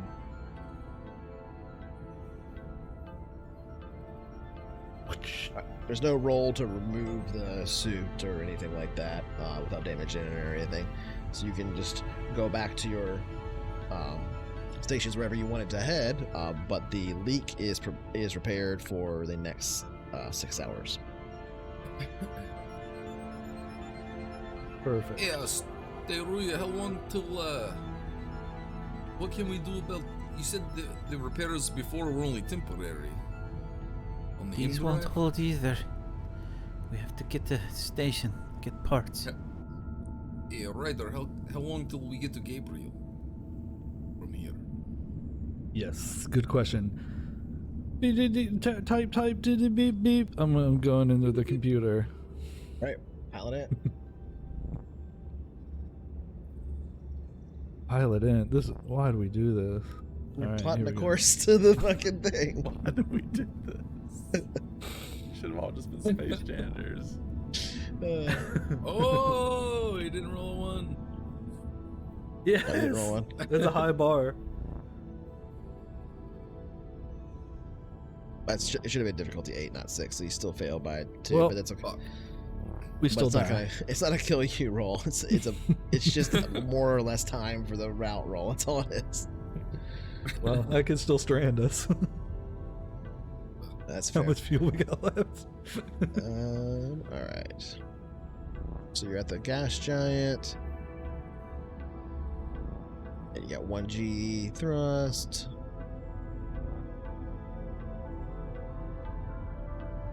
So yeah, it's 136 hours. Okay. Or I'm sorry, 138 hours. All right. Well, 138 hours. All right. Get a good nap in.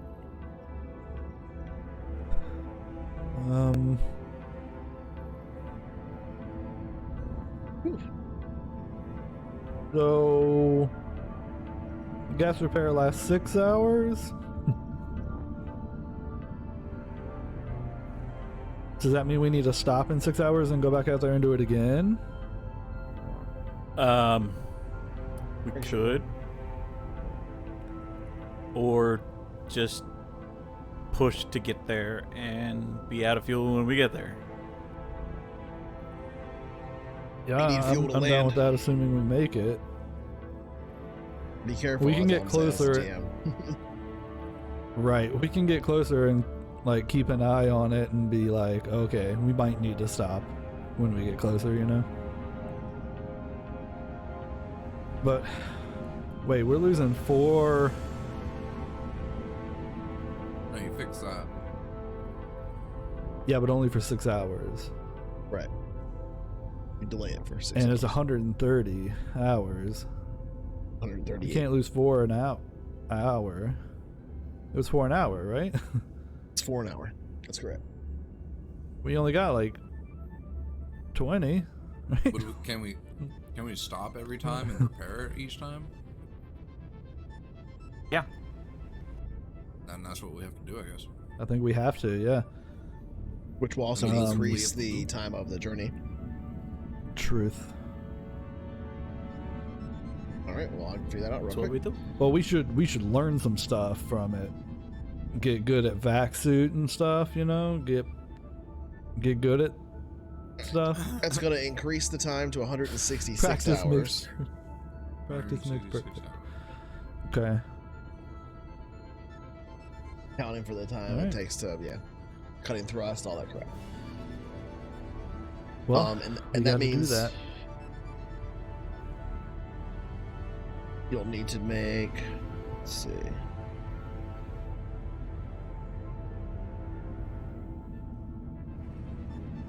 Just go with $1 that. million a month. Six. No problem. um, Best traders in all the land.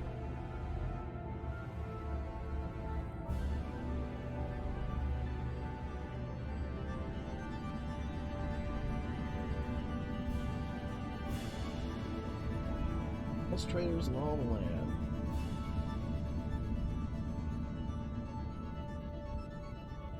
Yeah, so it depends on how much fuel you're willing to lose.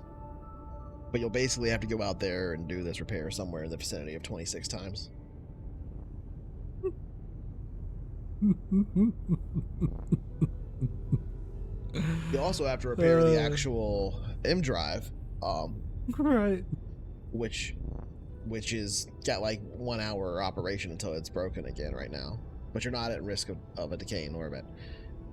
So if you want to repair that, if we assume somewhere around the same, you're gonna have to repair it somewhere around 26 times as well on your journey. Well, if we get going ballistic, we only need the M drive to work when we want to stop.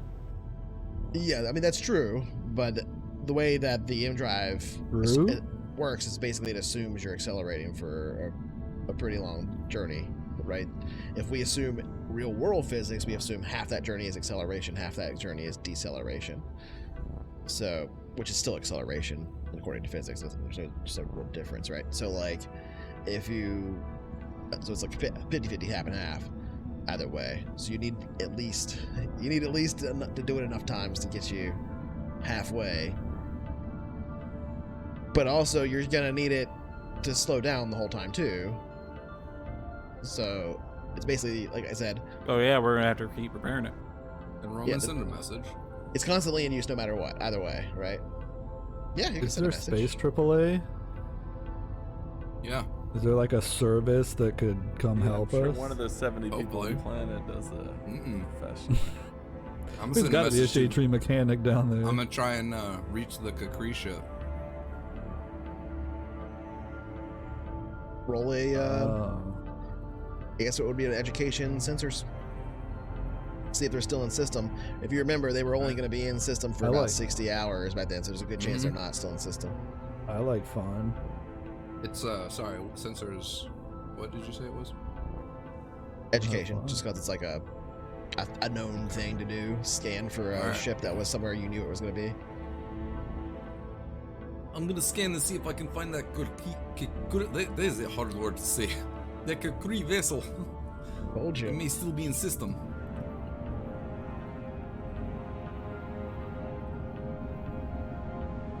All right, so make me a luck roll. All right.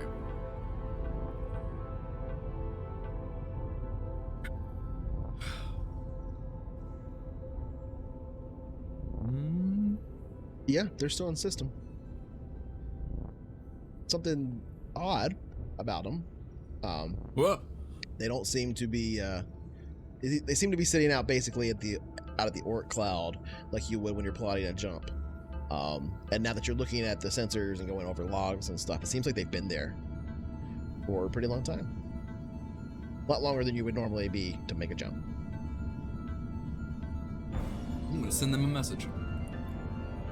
Okay, so where you're at right now to where they're at is probably about 4 minutes delay between you. Alright.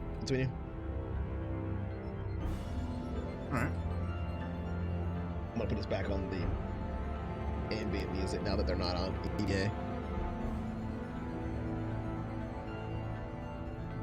Yeah. This is the vagabond getting in contact with the. Oh shit. Oh wait, no, don't tell me. I actually wrote this down. I remember too. It was the free.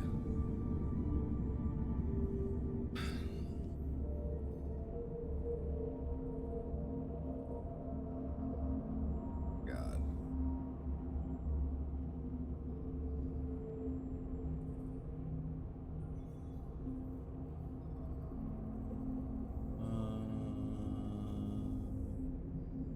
Yeah, sorry guys. The free ship Taurus Rex. This is the vagabond to the free ship Taurus Rex. Our new friends. Do you copy? And then I wait 4 minutes. Okay.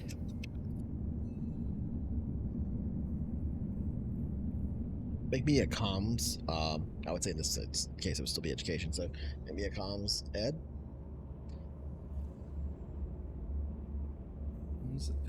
Education. Boom. Oh, that one is gross.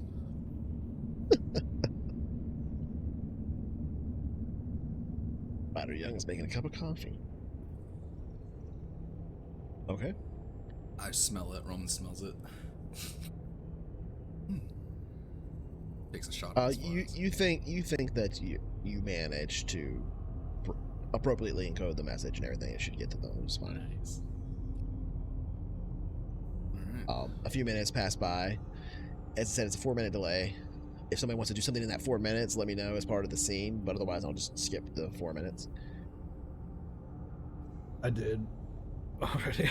You made coffee in that 4 minutes, I guess. Mm-hmm. That's true. That's a good point. Coffee. Back in my chair and wait for a response. Yeah, I sip my coffee. trying to make it happen. Oh, gosh. Let's be up here. No worries.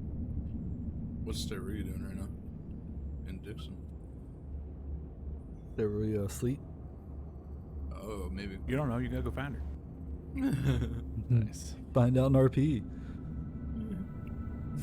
Tell me now. I mean, I assume we are like strained, obviously, with you guys doing constant EVAs, so we're probably mostly just trying to fly this thing. Oh, okay. Sure. And it's only been 4 minutes now. We do friendship. Statement. Question. Changed mine for gambling? I like fun.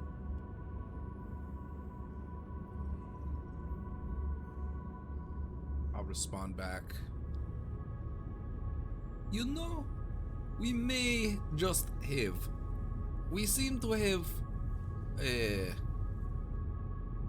damaged our vessel just a little bit, and we were wondering if you were available for some assistance to us. Over? And we'll gamble. Yeah, I like a little sweet in the pot. Concerned response. Question. Mayday? Oh, yeah. And 4 minutes later, I'll be like, oh, yeah! A little bit of that. We could use some repairs. And we're leaking fuel. And we're kind of in the middle of nowhere. Over. Make a persuade. Okay. Say it. Hmm.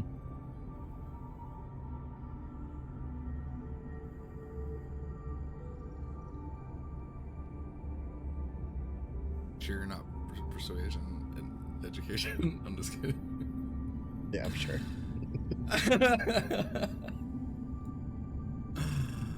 Oh.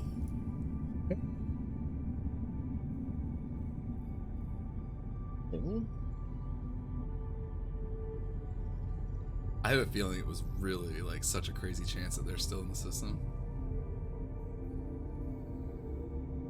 What were they doing? They weren't jumping? Maybe they need repairs. Maybe we could trade skills for supplies. Joyous response. Damage to our vessel as well. Incapable of jumping. Could perhaps use more repairs. Work together. Perhaps. Journey 88 hours to current location for you. Nice. Do that shit. Question, you come to us or we come to you? Tell them to come to us. Yeah, Ryder, you think we could have them come to us? Might be better, huh? Yeah. It's a good Alright. system to chill in and fix stuff. Yeah, I feel Nice like quiet system. Yeah, alright, I'll send a message back then. It would be pretty helpful if you came to us, and I'm absolutely sure that we can work together and find a solution that would work out for the both of us, friend. Over.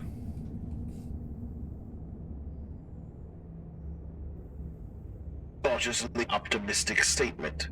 Fuel costs credits. Do you have credits? We could trade some. maybe we could trade something. We have things that are valuable. Maybe one of these carapaces would be worth the supplies to fix our ship plus the cost of fuel.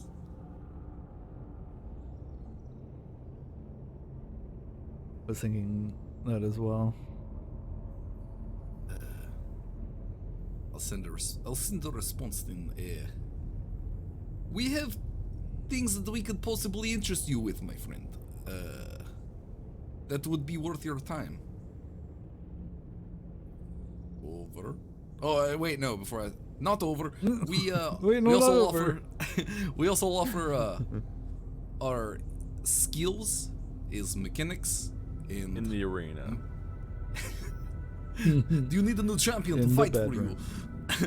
And my skills as a physician as well. I have some experience with all different species, so anything we And can my offer. skills as a lover. And if you heard that, yes. Over. Roll another persuade it. Alright.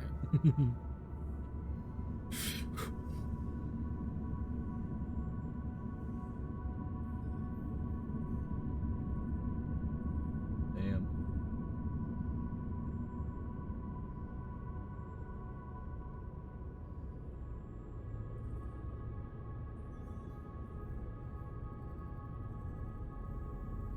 Optimistic statement. If repairs are completed, then fuel costs may be waived for the initial travel. We will come to you. Cautiously optimistic statement. Do not move.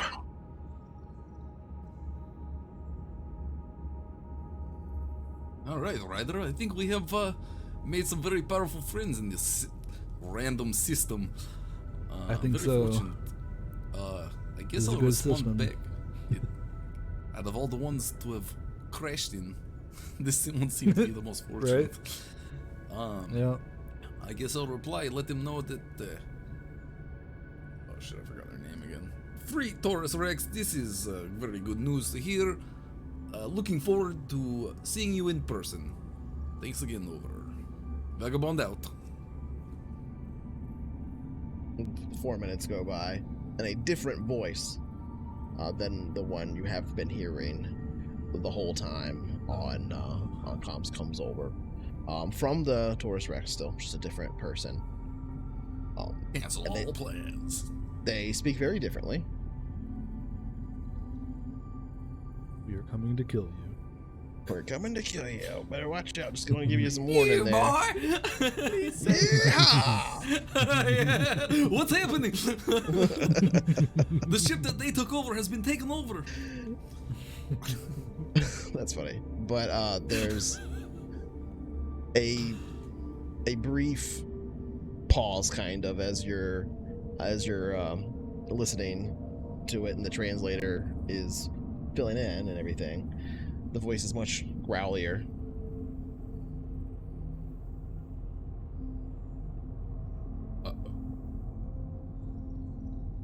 Taurus Rex out.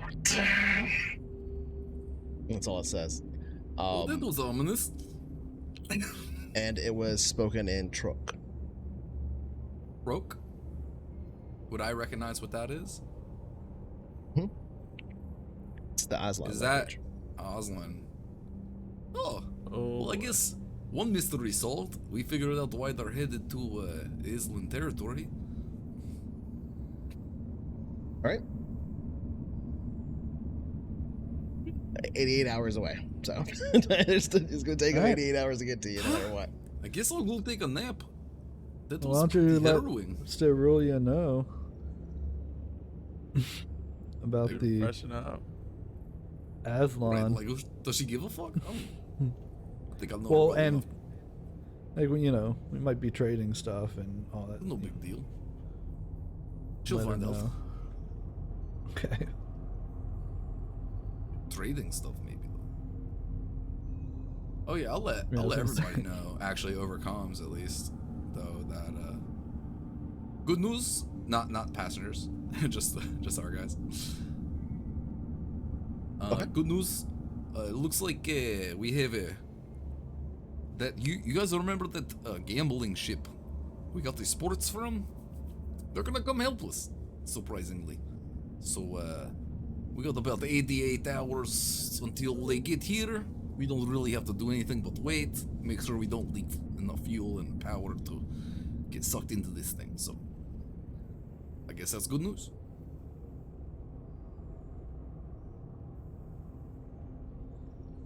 Anybody else, feel free to respond to him.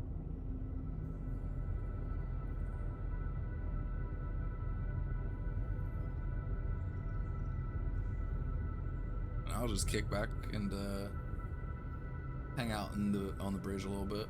Okay. So yeah, I basically gave you a 20% chance of them still being in the system, but if they were going to be in the system, they were going to have a damaged J drive. So. Oh, that's cool. That's fucking dope. Shit, we can avoid this planet. Yeah, as I said, it's gonna take 88 hours, so we could skip ahead 88 hours if you want, or you guys can do whatever the hell you want to for the next 88 hours. Like 3.5 days. Yeah, it's a little bit of time sitting there. So if you want to hold on to your fuel, you'll need to occasionally go out there and do repairs, because if you don't have any fuel, then you end up not having power at all. But I want Sterulia to make a education engineering M drive or jump drive, whichever you prefer.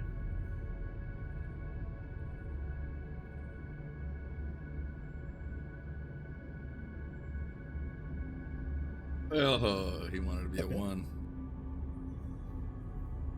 All right, let's do this.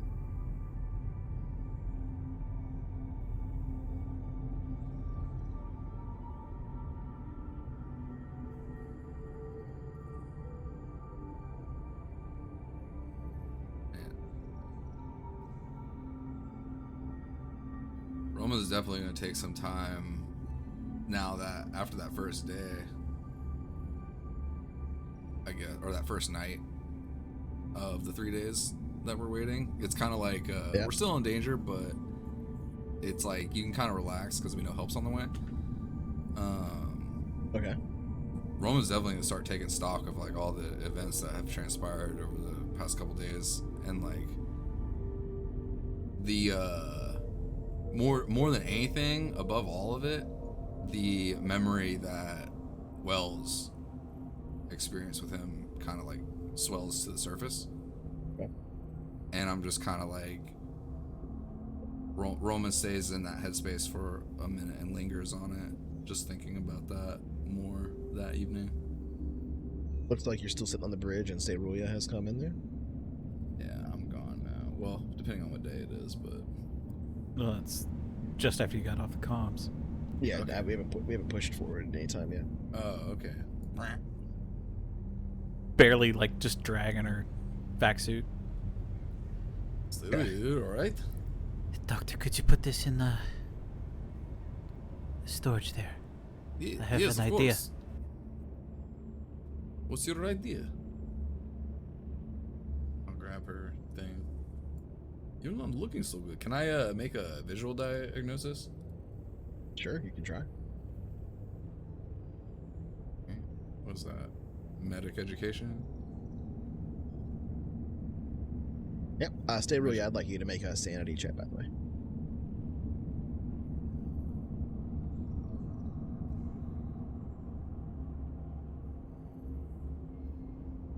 You're fine. No effect. She's tough. Jesus fucking Christ, a 17.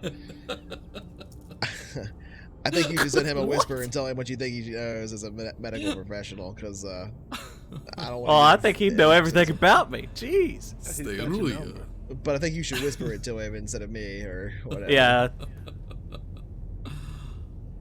Oh man, I'll walk over to the console she's working on. It's like, what's your idea? As I'm like kind of like giving her like a medical examination, like low key. Breaking her with You don't take a blood sample. She wouldn't notice. Oh, you pinched me.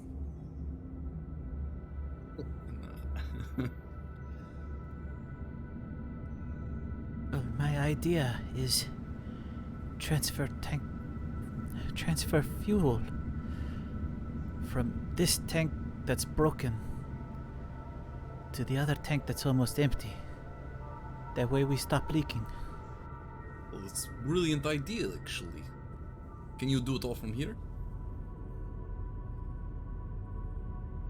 Yes, I should be able to. You have to do it physically, like basically with equipment in between. Like you have to go into the cargo bay to do it. That's Yeah, the whole process takes like and an use hoses. hour. It's 1D hours, I think, to transport. Right. Would I know any kind of temporary relief for Steria? Like, is there anything I can? Nope. No. Okay. There's nothing that can be all right. done. Oh wow. Okay. I'll say. Hold on a second. There's a second part of that. Okay. I'll kind of like not really address it on the forefront, right? But I'll just like. This is a great idea. Do you know how long it might take to get something like this done? If it can all be done from here, that's good.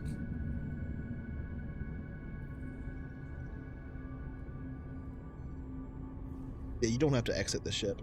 You can do it all from inside the ship. Shit. Would I? So I didn't.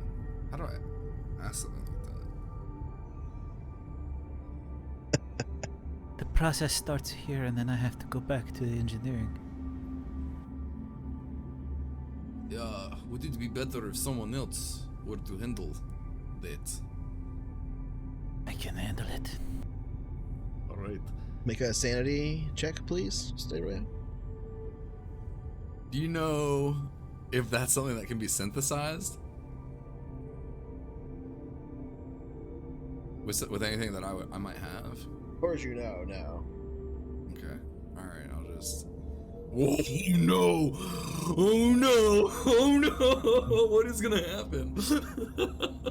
I need you to make an attack roll on Roman.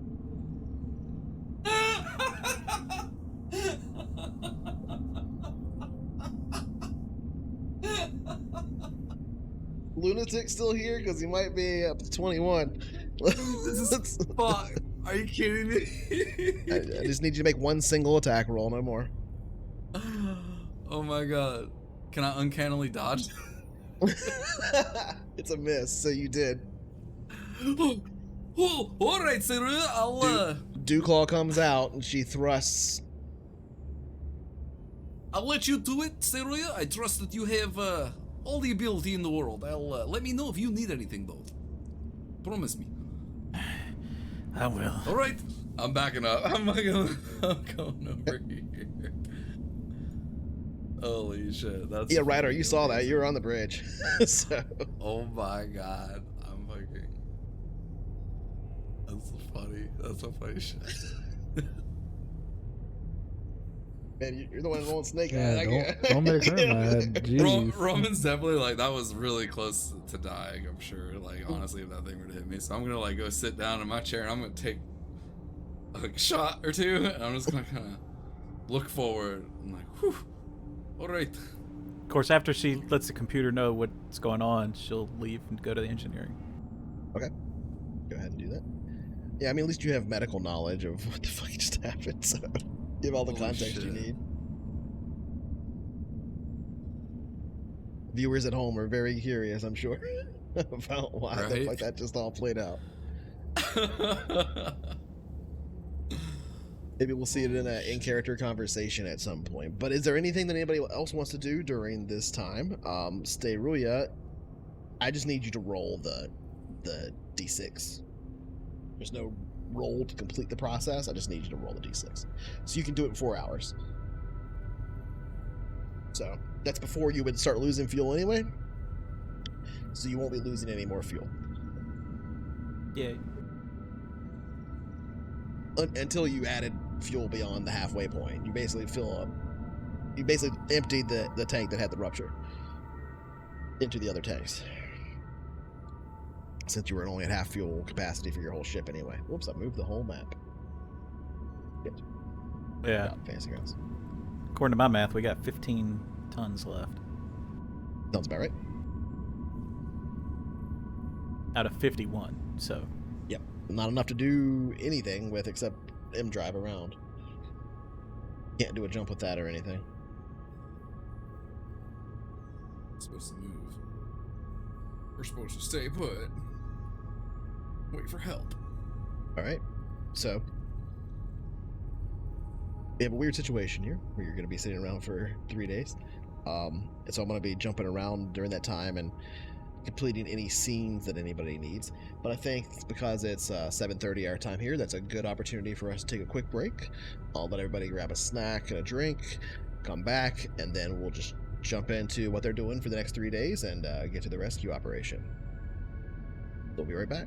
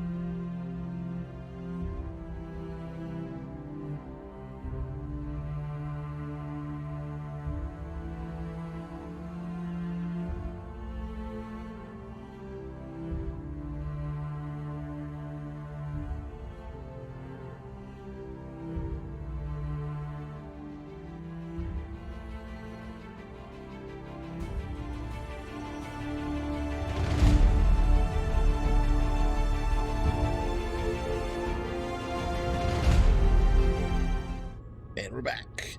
Thanks for the follow, Dr. Dro Texas, Dr. Dro TX, Dr. Dro. Oh shit, Dr. Dro. Appreciate the follow, in the bud. building. That was a few minutes ago. Nice. All right, so when we, hey, how's it going, man? Appreciate the follow. So as we were leaving off there, you were basically just deciding what you were going to do for the next 3 days, as you have to wait 88 hours now for this rescue from the Taurus Rex. So, yeah. It's up to you guys. What are you, for whatever scenes you want to have here or anything. So for the next 3 days, what are you doing? I'll just go down the line here and ask. We can have any scenes that we need to, and I'll start with Dixon. So Dixon, over the next 3 days, what are you doing? And currently, since I probably need to post this there so you can see it in the chat. There we go. Currently, it is Wande 11:05:093 at 10:50 p.m.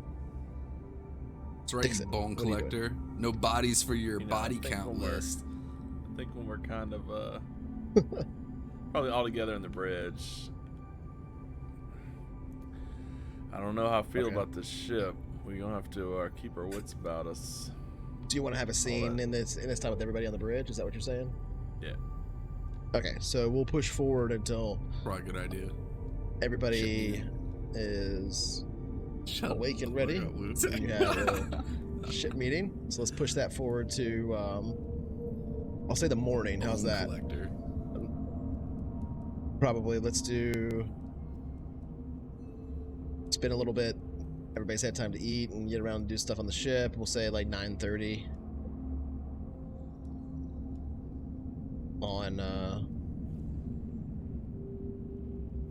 094, so let me get that to the right time. There he goes. Right, so we'll go ahead and skip forward to today, 094 at 9:30 a.m. Day. A That's level like 5. Tuesday. That's exactly what it's like. They're all like that. Except for 3-day. No one knows why they made the 7th day of the week 3-day. So everybody on the bridge then?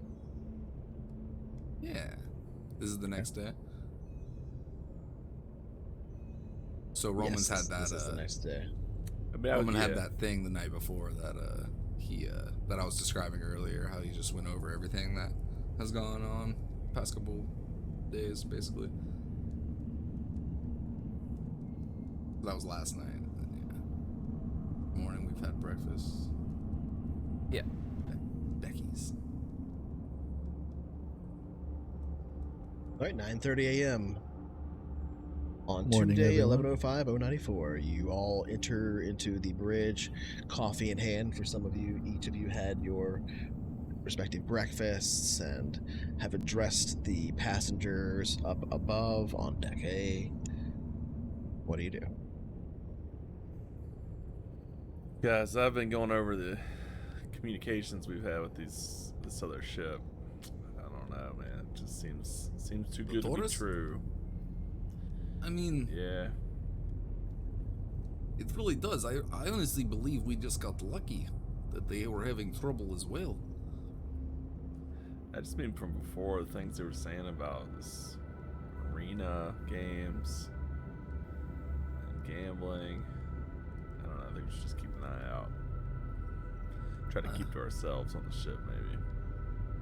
That'll probably be the wisest course of action. I did promise a little bit of our assistance, though. Or like Yeah, trade. I think keeping, keeping them in our good graces. I think that's tit for tat. I think that's all right. But I don't know. I'm just nervous. There's another shoe gonna drop here. Their communications are so pristine. It's just like it's a little too good to be true. Pristine. Just how clearly they communicate everything, just based on their, almost like a computer, where they're just saying exactly what we want to hear from us. You know I what mean? believe Exactly what this they're is- feeling, what they're thinking. I don't know. It just seems odd. I don't know. I could definitely see why you would be suspicious, but they seem very straightforward, if you ask me. That's what I'm saying. Maybe a little too much. So I just don't want to end us all up, as gladiators in some sort of sport arena. You think they're trying to collect people to compete in some games? They attacked Based the on ship. They took it over, and yet for They were us, slaves on that vessel. they're our best friends. They were slaves on that boat. It was an uprising. Yeah. I guess we'll see. And besides, don't we know. would Just be win careful. any gladiator tournament they put us in anyway. Well, that's the right attitude, I guess. No big I deal. don't know about that for me so much, but I don't know. Maybe I'm just being a little small town, But I guess we'll know soon enough. I mean, I understand actually. It does seem a little convenient, right? They just have everything we need. Well, and they're willing to offer. It's one thing to have it, but a ship like It's that's true. gotta have places to be, right? There was something else when I was communicating with him yesterday. The last message I received, appeared to be an Aslan. So, it would explain their direction, I guess. Her ears would perk up. It might be wise to, like you said, limit our exposure on this vessel. For other reasons. Just a thought. Well, maybe that's probably a good sign, though. At least we know Steyruya might be able to talk to him in the same culture, I think we should be easy on Steyruya for the next couple of days. But Well, what's up? You feeling all right? You have seemed a little off. she will be fine. Won't you, Steyruya? She's just experiencing I'm fine, yes. Ponfar. Yeah. Oh. It's not quite our word for it. Yeah, whatever. Whatever. It's a small ship. We'll have whatever privacy we need to pretend to have, I guess. It's all good. It's alright, I just worry about I'm not familiar with that word. How's that? Yes. Privacy is not much in their culture so much. But Well, being on a ship, it's probably a good thing. it's true. It does work out, I would assume. But my main concern is for the Aslan aboard, the other Aslan aboard. Honestly, I don't know if it might interrupt anything. How did they sound? Is a friend of yours? They sounded grisly.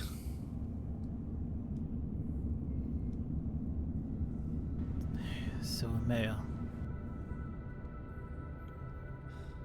If I were to guess, yes.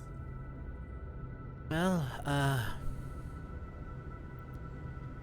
in all honesty, no decent male would be able to fix their drives, so that's explanatory. It is another mystery solved. We're knocking them out, aren't we? At this point, you're about 60 hours away from your rendezvous.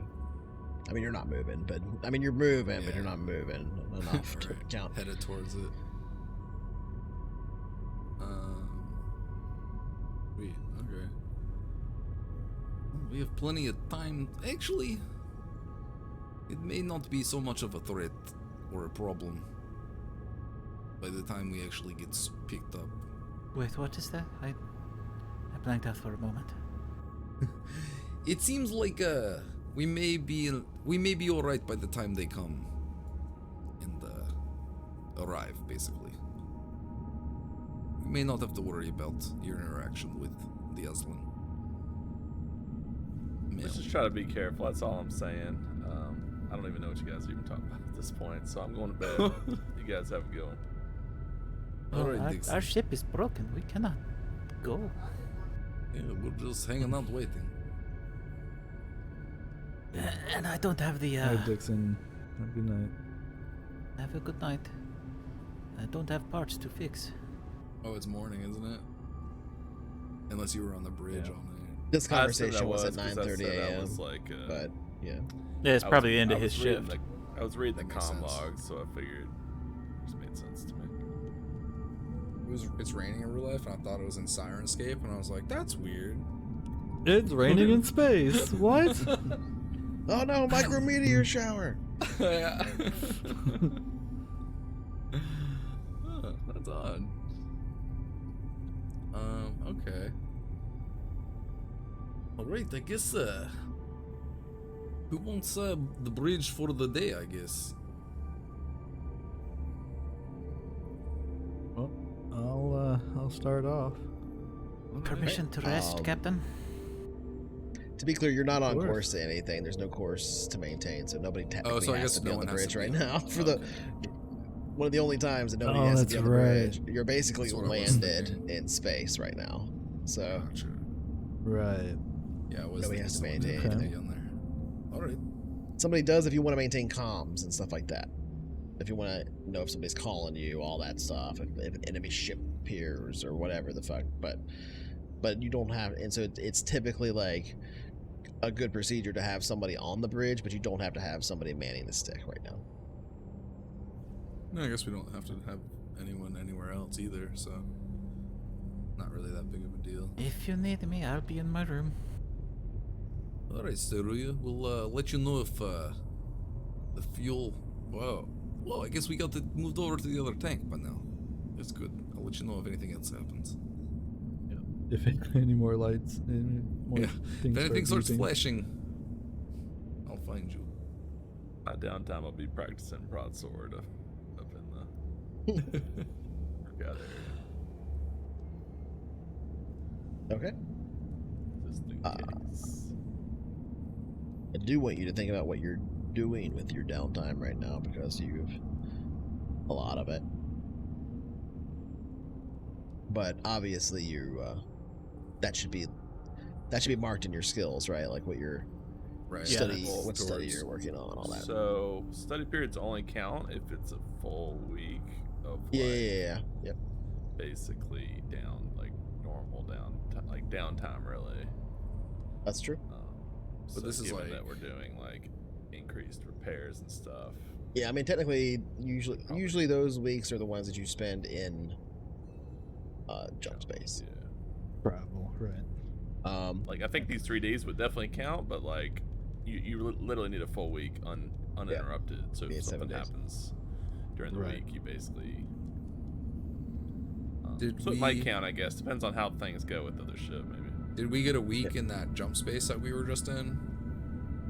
Yeah, but it wasn't downtime because you were fighting aliens and doing all the other crazy shit when you were in jump. Oh, that's right. So would this add on to like whatever days You we still were got to able roll to- though because of your experience that week anyway, if you remember. So No, it's not like it literally accumulates the It smallest. just has to be a unit- solid week. The smallest unit is Yeah. one solid week. Yeah. Oh, for the so then- regular education stuff, not for like what we did for that role where you get like an XP and you can then spend that's it in not the what moment. we're doing, I guess. But I mean, technically, between just in-system travel to the gas giant and waiting on these guys, that would be 1 week. That is true. Getting to the gas giant took 160 or 136 hours, and then getting and them getting to you is another 88 hours. Right. So Yeah. I'm also training pilot spacecraft. I think I've learned a lot about piloting a spacecraft. I hope so. Certainly learned many things not to do. but yeah, that's technically 10 days that So we spent could roll for to it. get into the system, get to here, start doing the fueling operation or whatever. Well, the fuel operation wouldn't count, but to get to the gas giant, your dinner with And then Wells, all wait. that stuff, and then to come. Well, just to wait. The time spent in and out of the gas giant is not counting towards that, but It's 10 So we had a days. week. I'm wondering if like that period of time where we were failing to scoop fuel is like That would interrupt it. emergency to like interrupt it. That's your call. Any like if you fail the roll, it's probably because of interruptions like that. Yeah. Is how it That makes explains it. sense. Yeah. So that's it's really just like you weren't able to retain the knowledge and have to keep studying. Yeah, so you probably by this point would get another education. All right, so I'll add on a roll week. check. You have to roll education before you can add a week, though, right, Sarah? No, so you add a week. No, No, you that's add a the week. end of the When you get to session, 8 right? weeks, Yeah. you can roll to keep the knowledge. Yeah. On week 6. So we're adding how many weeks? 2? 1. 1, I think. 1. Well, actually, you have to complete a certain amount of study periods based on what level of skill you're trying to get to. Right, but yeah, that can be. Yeah, so it's not always study the same. period is 8 Yeah. weeks. Like But you're you on roll like each, 6 you out of roll 8 each right study now. period, which is 8 weeks. Do you roll You each have, study if period? you have no skill. Yeah, you lock in each study period. So if it's not like if you're trying to get +4, you don't go like That's right. Oh, okay. whatever, however many weeks, 64 weeks, and then roll But if you and fail, you- and lose it all. No, you lock in each Yep. study period, each 8 weeks. Okay. With get a with a plus roll. 1 on the next one if you fail. Is that right? +1 on Yeah. the next one? That's correct. Okay. You also get a +1 from your library. So you have a library. Is it option. 1 or 2? I believe it's 1. Oh, okay. We can look That's real quick. I've got the book right here. Cook-Off must have some great internet to be streaming from outer space. Yep. Satellite internet. Oh. Yeah. Because he's orbiting. Get it? Yeah. Jokes are always better when you explain them. Alright, where the hell But is he's it? also using a High satellite. guard. I don't think you guys get it. I High can go deeper. High guard, page 46. It's only a +1. High guard. Alright, so yeah. So that's if you failed it last time, that's +2, and then if you didn't fail, it's +1. Go ahead and make your roll to see if you get them. If you I'm not are at the end of ready. your If study. you've hit period. 8, which I don't If think you I'm at. if you have. Serious. I'm at 4 out of 8. Oh, you then never failed the mind. I last thought you were closer. I'm at a 6, which I'm at 6 as well. Yeah. Yeah. Oh, okay. Oh, okay. So nobody's Cerulean, close enough for it to matter. Because I spend time like broker trying to do trade Right. deals and things like that, so I get a little bit Yeah. behind. Yep. Yep. Makes sense. Ooh, Okay. Works 2 for more me. weeks. So we got like 2 more days. Yep. So any other scenes that anybody wants to have on the next day? Well, I'm going to sleep in on the next day until 6 a.m. Okay. We'll get an extra hour of sleep.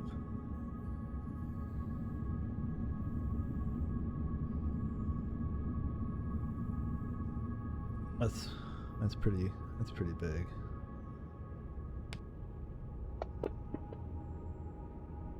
I'm gonna struggle in silence.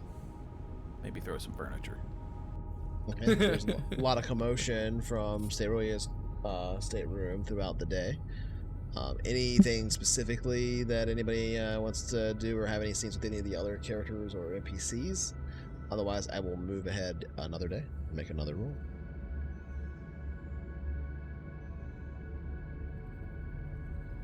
I think I'll wait for the 3rd day. Well, I hope you saw what I put Yeah. in chat about them. Getting here on the set. Yeah, 7. 97. 3 p.m. is 88 hours. Yeah, from- I know when they're arriving. Well, it's just I know you know. You're the referee. That's for them. Where the thing you go? Oh, there it is. Lost Ship's to die. investigator. Of course I know. All right. Nice. All right, so we'll skip ahead another one. Just made the year scroll. That would have been bad.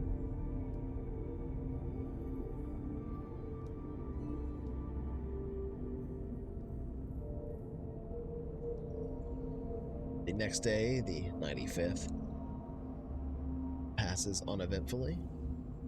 You all have a day of quiet contemplation and study aboard ship. The passengers seem pretty calm.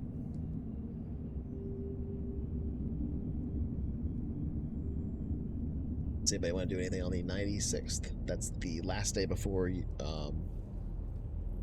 rendezvous. Yeah, I'll find Ryder at some point in the evening, unless anyone wanted to do anything before that. Can be hanging out here in the common area. All right. Makes sense. Could sit at the table. All right, Step everybody out of my set quarters. everybody set their position. Oh, dude. Boarding action. Here we go.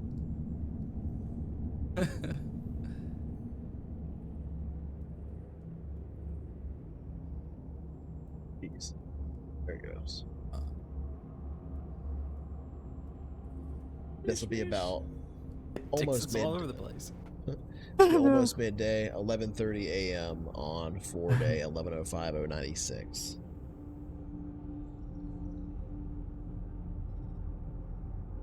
I'll step out of my quarters. What time is it? You said it's midday. Come Yeah. out with. I'll sit down pretty heavily, and I'll put a. what's up? What's happening right there? And I'll put a glass down for myself and Ryder, and I'll pour a little bit of alcohol. At Take a 11:30 shot a.m. in each one. Yeah, you know. And I'll slide it Got over. everything to do today. Definitely Yeah, true. just waiting. Oh yeah. Thank you very much. Yeah. Toast. Appreciate you joining me for this drink. What's happened in this past week, huh? Thanks for the follow, God of Death. The truth. This, I haven't really had a lot of time to stop and think about anything, but these past couple days just waiting around for rescue has given me a lot of too much quiet. And I don't know how I should feel about certain things that happened. Despite everything, we're okay. You're okay. I thought you were in real trouble for a minute, Ryder.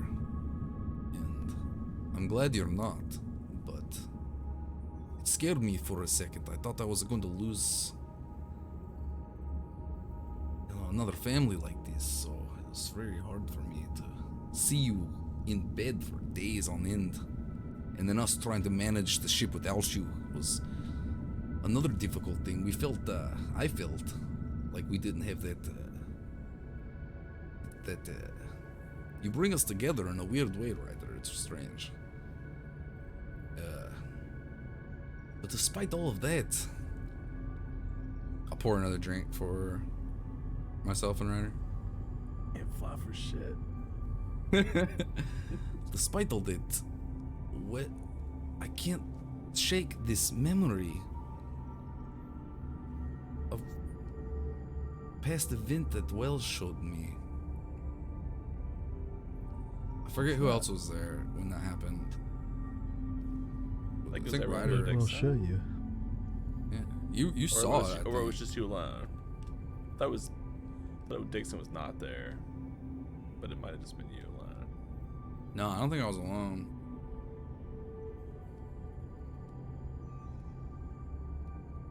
I don't remember who was there. Who? I think it was everyone probably except Dixon. I think Dixon was probably fun.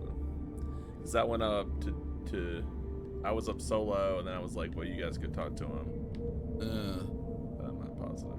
Yeah, because I remember Seruya being there, I feel like. Okay. And then Mishka was there, I think. Ryder was there, I guess. Yeah, I remember, yeah. So, yeah. I think that's right. I remember what you're talking about now. So, like, it's like, you Dixon, were there. Dixon wasn't there for all of them, but Dixon was there for the first one. Dixon had one, yeah. And then he was down piloting while the other two happened. This event from my past at Wells. You lived it. I lived it. I relived it. But you, as far as I know, experienced it as well. And Crazy how he worked, huh? this, he definitely. It changed how I thought about what he was doing, what his intentions were. That's for sure. He definitely was a healer.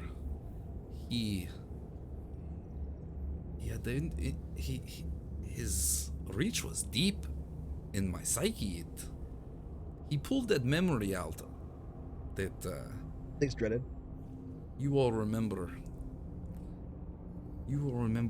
seeing me having to leave. You don't understand the pain that came with I was working for a crew, a corporation that I had to follow what they told me to do, and so when it was time to leave, we left. You all saw we had to leave entire peoples dying and sick. They didn't have to die. I could have helped them. You know how long that is not the only thing that's happened like it. You know how long I live with these things. And for him to just come in and expose this wound, I want to be mad, but he released me from the pain of this memory. I still have it. It was still there. But it doesn't feel like a scar anymore. It's something that happened. And I don't know how to feel about that. So much of my life has been defined by my scars. I don't know what kind of thing you've experienced in your past, but I'll pour another drink. It's almost like he's giving you the ability to, look forwards instead of back at the past. Maybe you can think of it as a, like you said, it's kind of freeing, and maybe you can focus on that and let it kind of guide you to the past instead of continuing to look, or guide you into the future instead of continuing to look back in the past at the event.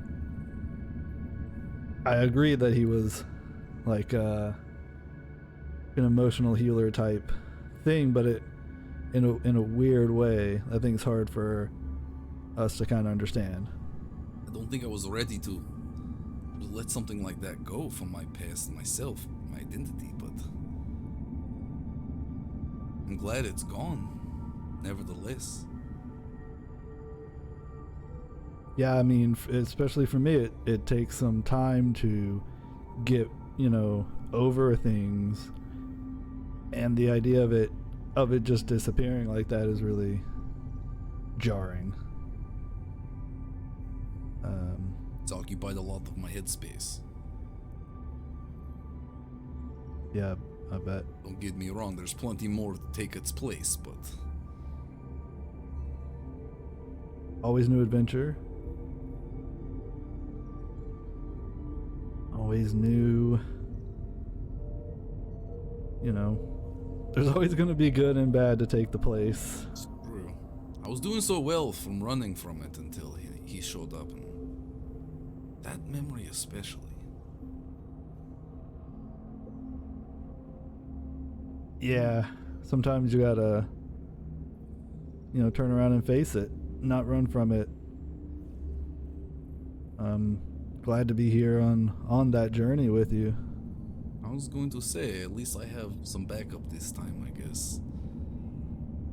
It is a Always little here for you. reassuring. Appreciate that, my friend. I'm here for you as well. And I'll pour more drinks. Yeah, I'm not super sure I would still be here if it weren't for you. So I can definitely say that you're here for me because I'm alive. You'd be surprised to find that I can almost say the same thing, brother. I'll clink his glass. Clink. All right. Our camera will fade away on that moment, and we will head to the next day. Does anybody want to do anything before the 3 p.m. rendezvous with the Taurus Rex on the final day? I think Dixon in general, you would notice as being. I think for the past few days, he was kind of maybe a little bit more active than normal. Yeah. Working out a lot, and now he's sort of maybe just moping around a bit. Just seems to be kind of keeping himself with Mishka. Oh, okay. So I'm going to push time forward to... Yeah, Mishka saw my fucking shit too. Yeah, she did. She was very confused. Let's clear this. Yes, you did. Ryder pats Roman on the back. The end of their scene. And it is now 1:30 p.m. on Friday. 11:05, 097. 1:30 p.m. You don't have long left. Just a small period of time before the rendezvous should happen. So if anybody, I want to ask who's going to be who's going to the bridge and checking on sensors and seeing who's on the progress of them arriving and all that stuff. I'll definitely be heading up there. Okay. Just trying to get everybody's position, so I know where everybody's at on the ship. Where are you at, Dixon? What are you doing? Spent a lot of time in the library. I kind of carved out my little spot in there. Okay. Stay Roya, what are you doing at this point? That's dope. Nice character is actually named Rendezvous. I think she probably would have planned it out so that she's waking up just before they get here. So she's probably in her room getting ready. So we'll go ahead and push forward then to... Can you give me a time limit as well, Stereo? For... Has it been the amount of time? Oh yeah, it's part of your DMs. Okay. So yeah. Come and gone. Yeah, okay, cool. I thought so, I just wanted to be certain. Yeah. Alright, so we'll just push forward then if there's no scenes or anything that anybody wants to have right before to 2:45 p.m. on the same day, 11:05, 097 on Friday. Go ahead and feet kicked up on the console. Well, you're in sensors, so just go ahead and make me a education sensors. All right. Sensors. Ooh. Wow, you What broke is the that? sensors. I've never done that. So that's a huge failure. So you don't see them I'm on singing scopes a at all. sea shanty. basically. Target lock. I'm singing That's the wrong button. So you basically are like looking for them to see like, okay, they should be here any minute now. Basically, where are they? I don't see them. Looking for these guys. And you do a full sweep and you don't see anything at all. You think sensors But could they're Like sitting they're not right even in in front the of us. system. You just launched a missile. Oops. At us, at ourselves. at this like warp 6 Taurus, which is probably worse. The only guys here to help us, yeah.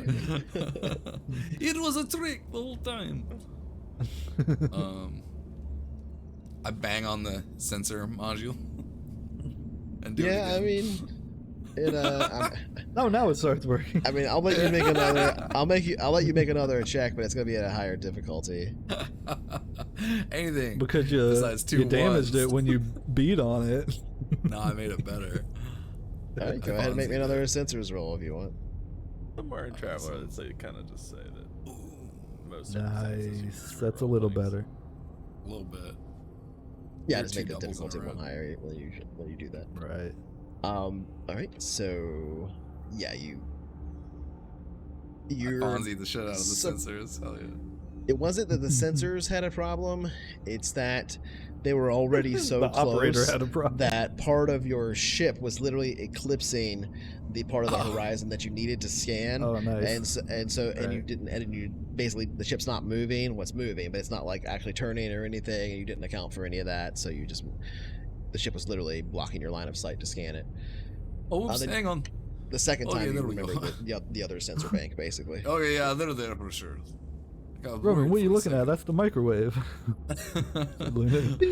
Beep, beep, beep. Oh, jeez, I thought it was an alarm.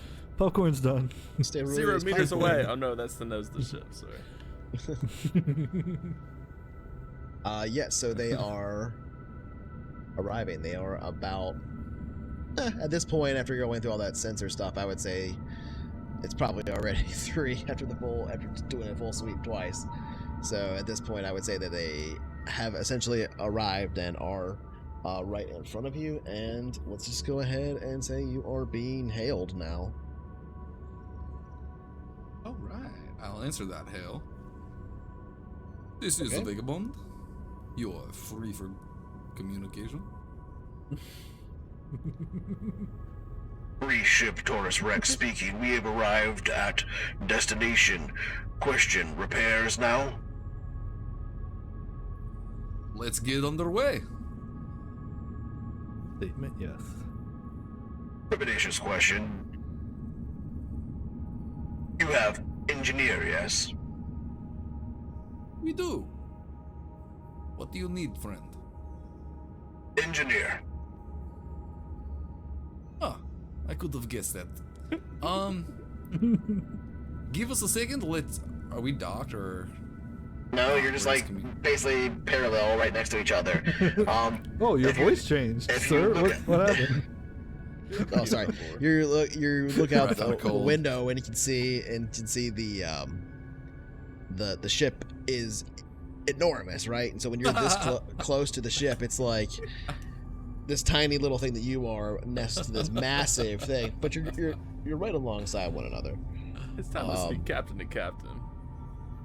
It is. That's equals. I don't think you It's want to get equals, in yeah. a battle with us. Why don't you calm down your attitude there, buddy? You can Big see ship all like that, along so easy to the hit. back half of the Cannot hit ship. what you cannot see. Along the top, where they have these 3 long slits that each kind of lightly glow blue that have now dimmed, that makes up their M drive. That's cool. They go along that back part of this torus shape, but all along the top of the back part of the torus shape are large hangar doors on the very top that are much larger than your ship. That you could definitely park your ship in one of those. So likely you wouldn't be docking. You would probably be parking in a hangar. Nice. Likely would if you can make those rolls. Yeah, look, Yeah, we'll see. I just guess let we'll us- see. Not a lot of luck Just in let that us department so know far. which hangar to dock in, and we will get our engineer helping you stat. We docking you? Are you docking us? Or how's Yeah, just swallow us. Yeah, which way? Yeah. You want to come inside? Yeah, you guys dock on us. Delighted statement. Please park yourselves within hangar 14. You look on the back, and there are 14 hangars, and it's the one on the basically from your position. If you're up here like this, and it's here, Of course, it's the right. last one. Yeah, a ship like ours should have That's the some first, bullshit.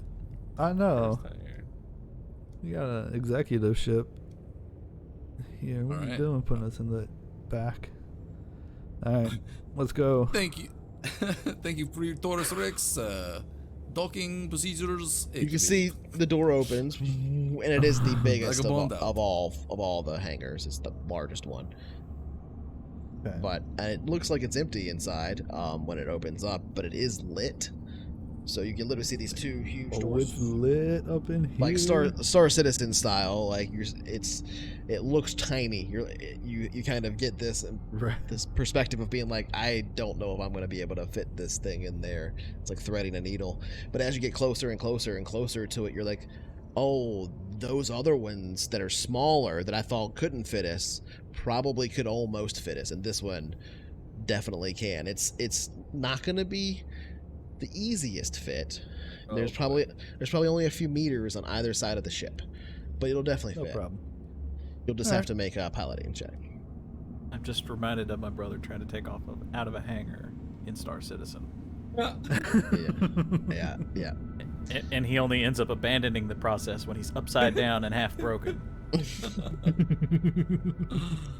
Hopefully Ryder's better. Let's see. See how much damage gets done to the ship this time. All right, so space nerds, keep it together. let's get a dexterity pilot from you. There's no dice modifiers It or should no be easy. negatives or anything like that. Just a regular, average Run of the mill. dexterity pilot. No big deal. Pilot spacecraft. that Easy, is. smooth landing. And yeah, nice and smooth. Don't even feel the contact as you enter into the hangar bay. The doors close above you mere meters after you have lowered it, and they close much faster than you would have expected, and there is a strange sound that begins after you feel this slight change in gravity as the interior gravity of the ship takes over for what you've been feeling, and it is at a higher gravity than you are used to, 10 G's. and you all Sucks die. to be right. We're all crushed and Sucks to be die. right. No, it's Sucks about 1.5 gravity, so it does feel a little bit heavier. Okay. You're having a bit harder time moving around. It'll only mean that if you do like super strenuous activities inside, that we'll have to start making endurance checks and stuff. Like being trapped in an arena. For example. For example.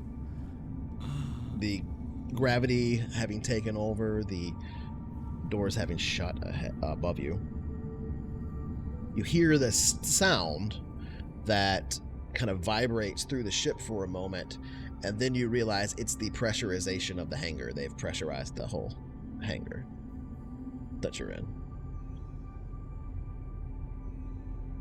All right. The So comms- See how that extra comms week of light up. training came in handy right there? Yeah, that Apparently. worked out. Landed that no problem.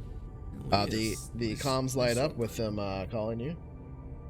Well, I'll answer those. Yeah. From your statement, please make your way to level 3, and we can begin discussion about repairs with your engineer. Thank you for an excellent and safe landing. Thank you, and we'll see you shortly. Vagabond out. And I'll Right. go, oh, Steria, welcome. They were just, talking about you. I hope you're ready for, doing some repairs. Yes, I hope I'm not the only one repairing, but Oh no, I'll help you out as well. Or Ryder even. Ryder is, I will help you as Maybe well. a young gentleman.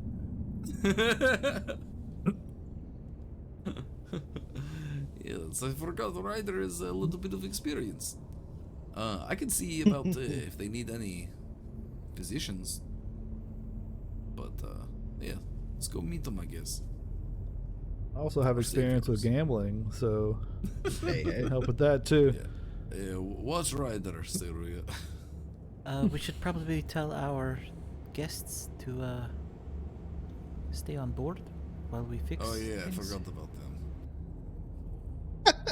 I remotely shut their Somebody doors feed 'em in and the past few locked them. They know where the kitchen is. They'll be fine. I forgot about our passengers in low berth. They didn't have their memories altered, did they? All right. I'm gonna intercom up to the deck. They don't with even the know where they're at. passengers. They haven't been pulled out of it. Yeah. I'm just gonna They got woken up. I'm gonna intercom up to them. Alright, passengers, we are stopped for repairs and refuel. Just mosey about, get some food, and we'll be taking off in a little bit. Thanks for your patience. Okay. They're probably like, hairs. I mean, you always need repairs. It's just routine when you're flying in space. Just routine maintenance. Repairs a little always bit of happen, routine yeah. maintenance. A little bit of routine gashes in the. Does that seem to be the case Fuel on tanks. the ships you've been on, or? It's like all the Pretty ships much always I've been have to- on, yeah. It's really after Fix the any landing kickoff gear or and- landing, like. Repaint sections Yeah, of the hull. Every ship I've piloted has needed repairs after flight. That's normal. This one, It's just a normal. It's normal, right? this is the one. So who's disembarking? Roman board will disembark. The vessel. Ryder will disembark. Ryder Young, at your service. Look, I'll course, just, I'm I'll going. just stay here, guys, and take an eye on the ship. Alright, this sounds like a good idea. Perfect. Make sure they don't steal our Thank broken you. vessel. Yeah, sure they don't steal our carapaces. Oh yeah, watch those. And All our right, so you artifacts. step onto the. Well, how are you headed out? Just let me know which way you're headed out of the ship. We Tech- go I want to here. use the cargo elevator. Okay, so Yeah. you're gonna go all the way to the bottom. Exactly what I was thinking. Okay. Whoa, what happened? I brought you to the cargo elevator Boom. because you can't get there easily. So you All right. enter into the cargo bay, walk your way to the top deck cargo elevator, take your way down to the lower cargo hold, and then one more level. Which actually, I don't think you've done this yet until you you did it the first time you boarded the ship, and that's it. This is your first ascent, so the cargo elevator lowers, and the ramp extends down. The last about Do we look cool? meter or so. You do look pretty cool. You look pretty Oh, yeah, ready. we do. The hangar itself is kind of filled with this very, very light mist, and a little bit of condensation on the sides, just from where the atmosphere had just been cycled. So everything is a little bit kind of damp feeling in there as you step out into Roman it. like does laser this thing, lights. runs his fingers through his hair real quick, Yeah, but like in slow dude. motion almost. Like my hair's His other- blowing in the exhaust of the ship. Oh man, this is And so you metal. three step off the ship. Into blackness. What Oh happened? god! Whoa! What happened? Where'd I go? I'm not on the vagabond anymore. Oh god! The whole fucking Ah. shit disappeared. Campaign over. We died. It was a trick. They just wanted us for our energy. All right. You've Just been your energy. absorbed. And they utterly disappear. So before, so To as enjoy you're it. stepping into the hangar, you realize the space around you is pretty immense. It's large enough to fit this whole ship, which is a 250-ton vessel. The ceiling is quite large here. It extends. It's like a square shape, right, or a cube in the interior shape. So it's there's more room on your sides than there are in front and behind the ship. That's where it's the closest, because the ship has sort of an oblong, proportionality, I guess you would say. But so the sides of it are somewhat have more room to spare, but that gives the impression of the space being even larger, and each of your footsteps as you step in here, in this slightly heavier gravity, your light bit of clomping that you're doing through here, echoes with this kind of wet smacking sound as the lightly damp ground beneath your feet creates this little bit of tension as each foot rises out, and you have to kind of like notice it, right? Because you're not used to these gravities. It doesn't. By the time you've taken 10, 12 steps in the hangar, you've kind of been like, okay, all right, I'm not gonna baby deer this and fall over on my ass. This is fine. A few steps later, walking into this corridor, the ground beneath your feet slightly descending, like a light hill, a very slight ramp. And it descends to an area of the floor that is all graded, basically. It's light grates that you walk over. The sensation here feels a little bit different as you're stepping over it, and you can hear this light trickle as some of the moisture from the floor finds its way into this grate and drains beyond. You take a few more steps beyond and find yourselves in front of what looks to be an elevator of some sorts, though it is circular in shape and not like a box like you might expect. The circle shape is quite tall and quite wide. It could be used as like a cargo elevator by humans, or maybe it's just because the Kakri are quadrupedal and large that these elevators are naturally much larger. You don't really know. But upon approach, the doors open automatically, and you hear a voice speaking perfect Kagenglik.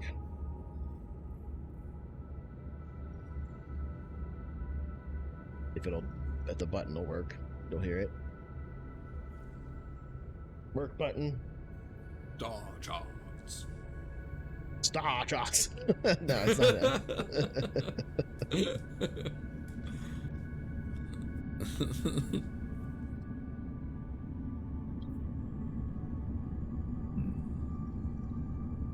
Greetings, esteemed guests. Please make your way. The doors open right as it says that, and the interior of the space it's over comms that I'm is hearing. visible. And it's filled with steam. Yes, yeah. I guess we'll step onto this thing. All right, let's go. You each heavily step your way into this elevator. The doors curl around you on their circular shape. It's a crazy atmosphere. Their G's are definitely more than what we're used to. Atmosphere has been programmed to match your specifications. Oxygen, nitrogen. Consistency equivalent to internal readings of your vessel. Accommodating. And you feel the gravity lessen very slightly. Oh, my spine. Oh. That's better. Thank you, honored guests. We have arrived at your deck. And then the doors open, and before you, what you see is kind of crazy. If you thought the interior of the hangar was big, this is like stepping outside. It's literally the feeling you get. It's literally like stepping outside. The ceiling is enormous, and where you see forward, you must have traveled at least somewhat forward. It must not just be an elevator. It must go up at a slight angle. But where you're at and what you see is basically a sky above you. There's even a little bit of like cloud formation at the top and a light drizzle that you see a ways ahead of you. And you realize that's more than a kilometer away that you're looking in the interior of this enormous space station-sized capital ship of the Kakri, where there is literally grass planted beneath your feet as you step out, and the elevator pops back down beneath a perfect floor, revealing nothing but grass atop it as the shaft closes. A set of lights beneath the grass that you couldn't even tell were there light up and light a path heading off into the distance. Please, honored guests, this way. We will take you to Jump Drive Operations. You can see in the distance several Saurians. They kind of like look your way. They're at this point probably 200 meters away. And you can see some of them like pointing at you, and a few of them like go down on all fours and start running towards you on all fours like a pack of wild dogs, and they stop about 150 meters away and just kind of like look at you like this, and a couple of them point and stuff, but they don't get any closer than that. And the lights continue past. Please, this way. Incredible. I feel like we need to bring Dixon down here. I think he might like this. Yeah, I think so. Guess we follow these lights. He would love it. You follow the lights for what feels like a pretty long time. You walk past a few, what you could best describe as nice circular cabins that are literally just built here on the grass. There's even a small creek, and you can see several Saurians sitting along it fishing. As you walk past one area, you can even see this pretty large circular pit that goes down about 15, I would say maybe 10 meters towards the bottom, and you can see that there are two Saurians in it that are fighting, and other Saurians are sitting around it, and they're throwing what look to be like bean bags at them and cheering and stuff.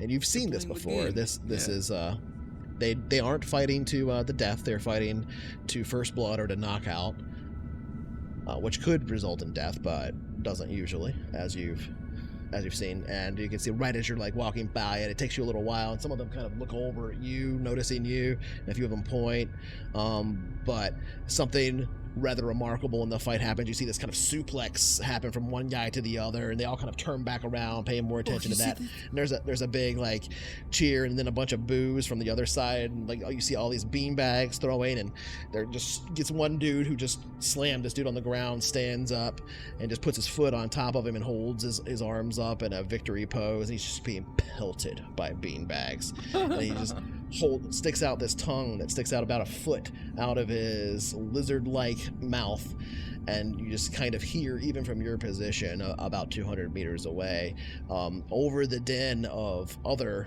yells and cheers, this like shrill kind of war cry. It sounds much higher pitched than you expected, and it's almost this honking kind of sound. Imagine the raptors from Jurassic Park that like it probably won't pick it up because of NVIDIA, a little bit. But that kind of a sound that it echoes for a bit, and then as that echoes out, you start to hear it more in the crowd all around him doing it, and before long it's all you hear, and it's so loud. It's so much louder than when they're like basically using their vocal cords to like yell. Even from your position, it's just this thunderous sound. You move past it and it dies down a bit, and you can see that they start to disperse, and yeah, that's really all you get from that as you continue to walk past. About a kilometer later, walking underneath a little rain shower that seems strange because the clouds don't seem to be moving. They seem to be being dispersed. The water is clean. It is regular H2O, but it's not like mineralized or anything like that until it hits the ground. But you walk for about a kilometer here in the interior of this space before you hear a whirring sound approaching, sort of getting closer, closer and closer and closer, till you look behind you down the path that you had been walking, and coming at great speed, you see what looks to be almost a solid sheet of aluminum with curled up edges and a single little beam in the middle that's perfectly balanced on the ground here. You don't see how it's moving. As it gets closer and closer, you can see that there's a gap of just a few centimeters between the bottom of this like central pillar and the floor, and it stands about a foot high. As it gets to you, We hadn't realized the speed at which you would travel across ground. Please, step upon our cargo transport. They think we're really Thanks. fast. I'll step on it. Okay. You saw the Saurians going down on all fours and running way faster than you can. Oh They yeah. give a shit. Oh, they actually sent the car. Okay, I get in the car. So it's not a I car; get it's on all literally a fours flat and piece of start aluminum, running. but with like a single pillar in the middle that makes it float. Magic carpet. Static X's trash can lid. So Static Shock as soon and as Static all X. three of you are on it, it takes off, and it doesn't accelerate very quickly, but it accelerates enough to where each of you is kind of like whoa, but not enough to have to like fall down.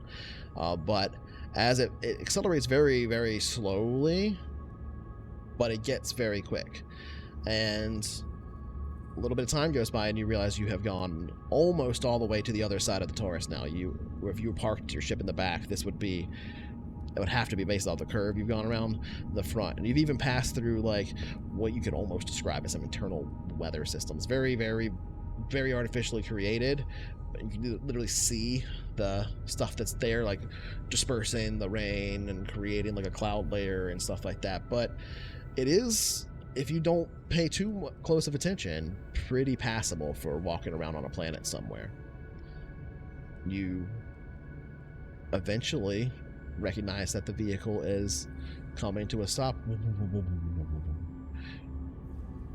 We have arrived, esteemed guests. Please, this way. And 15 meters of more of illuminated path leads you to a bit of round earth that rises up for a moment. You can kind of see this dirt rise around it and kind of spill off a little bit, and then an elevator, circular in shape, identical to the one you had been on, opens up. Ship is fucking crazy. Yeah. Well, we're definitely not getting out without their help. Let's take it. Definitely not make enemies while we're inside of the belly. It'd be easy to steal this ship. Across Let's the other go. side of the do it. Taurus, you see Dixon with the shotty. It is underwear. Just splatter one of the lizard guys. Fuck yeah. I guess I'll step into their little elevator. Yep.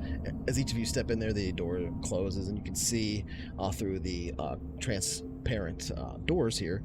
As the elevator goes down, you go down into the dirt for a moment, and then it passes into a clean layer that looks like made of like aircraft grade brushed aluminum.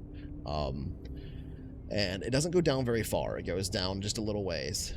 It's probably 15-20 meters or so. Maybe you pass 2 decks. It goes pretty quickly at first, but you may have passed 2 decks. It might have been 3. It's hard to say based off of how quickly it went. But when you get there, the doors slide open once again. This is Jump Drive Operations. Please. I will introduce you to our lead engineer. The path follows you in a little ways, and you can see this is a really big jump drive. Sterolia, you would definitely know what you're looking at. This is a Kakri jump drive. It is jump 6, and it's enormous, like absolutely enormous. We put it in our ship? The jump drive itself is literally larger than your ship. So no. We'll put our ship on top of it. An outboard motor. Right. Exactly. Then we'll have jump 7. It combines Definitely with how that ours. works. Yes. Definitely how that works. You walk into the chamber a bit, the door closing behind you, and you can see the elevator heading back up somewhere, and you do see that indeed it does head off kind of laterally somewhat. Ryder at the helm. This sounds like a great idea. Driving a giant Taurus. Fuck it. Yeah, this ship doesn't exactly have the streamlined hole. You won't have to worry about hitting shit because you'll just run everything over with It can these. take a lot more hull damage. Yeah. Fly straight through that gas What was giant. that? It's fine. But as you crushed as you head Russian into the ship? space and walk kind of in awe underneath this enormous jump drive, which I'll go ahead. Here's some awe music for you. But looking around at this enormous space, you hear the voice come back once again. This too. You ever seen anything like this before in your life?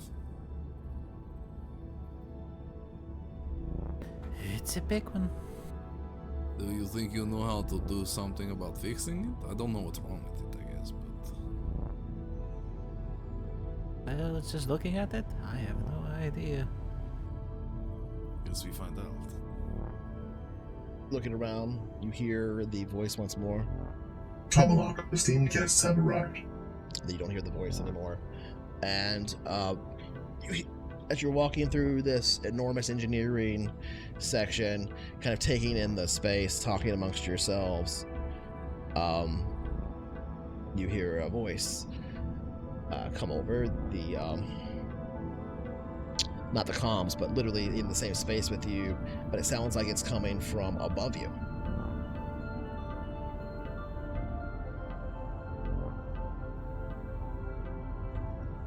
Annoyed statement. Not so sure I can fix it either. And then you hear a as basically doing a superhero landing right next to you is this 7-foot tall Saurian who has got a bandolier across his chest just filled with tools. Tomalak. And he gives a slight bow, never coming lower than your head level.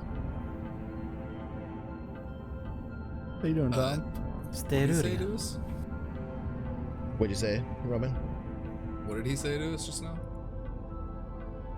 Tomalak? Tomalak? Tomalak Saying he doesn't to know how you. to fix it. Yeah, Like before Tomalak that he was said agreeing. anything fix you. I think that's his name. Oh. He's We getting are shot. pleased to meet you, friend. Pleased greeting to you as well. This is Steruya, the best mechanic I have ever met. Perhaps if you let her know what you know, we could get things operational. He kind of nods in a gesture that's almost like half of like a wave, not necessarily like an actual like our kind of a human nod shape, and says, "Hopeful statement. No knowledge of jump drive. M drive okay. Plenty of parts. Try to fix for long time. J drive not working. If you fix, we do good trade though."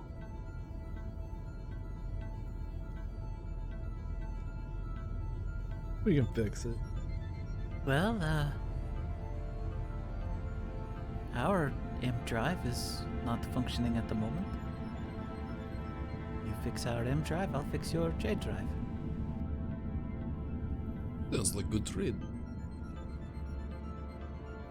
Please statement, my captain has given me permission to conduct basic negotiations with you before we head back to Aslan space. We have time to work, but not much. Apologetic statement. Well, there's also a hole in our fuel tank. If you have time to Plenty fix of work that. to do.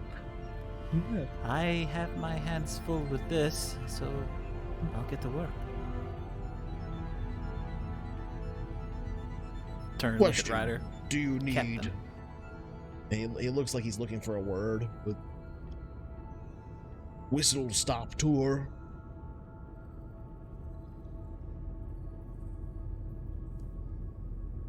Sure. And he'll take you around engineering and just kind of show you all the different stations, all the different pieces of the J drive itself and like where the M drive and stuff is and how fuel containment and things work. They don't use liquid hydrogen.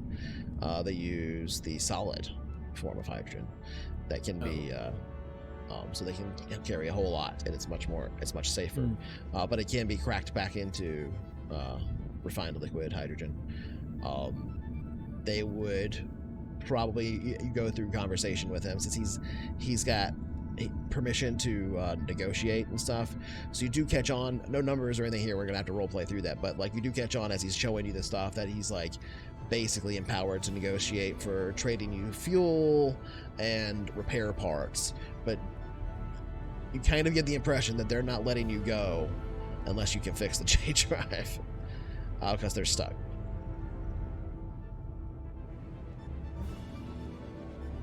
What are they gonna do? Stop Yeah, us? we're gonna be stuck with my broadsword if they keep this up. Yeah, they're just gonna take this ship if they try to stop.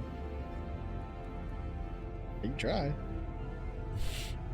I wonder how you do against 1,000 Zarians, but we'll see. They obviously did pretty well themselves. One at a time, bro. Easy, one at a time. Yep. Kiri probably Did he say that we're gonna meet his captain? No. No. Rude. Yeah. Told you, not all is well in paradise. Well, let's fix the J drive. Yeah, tell me for more. out of combat repairs, you can use engineering or mechanic. So you guys can help if you have mechanic. Nice. And if you get really good success, you can fix critical hits at less than a ton of spare parts. What did I say?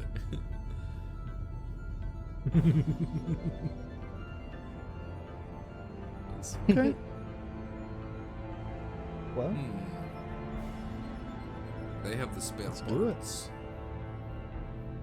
they got lots of parts. So yeah, as long as they got spare parts, we can fix this thing. Hopefully. Tomulak, is your captain Aslan?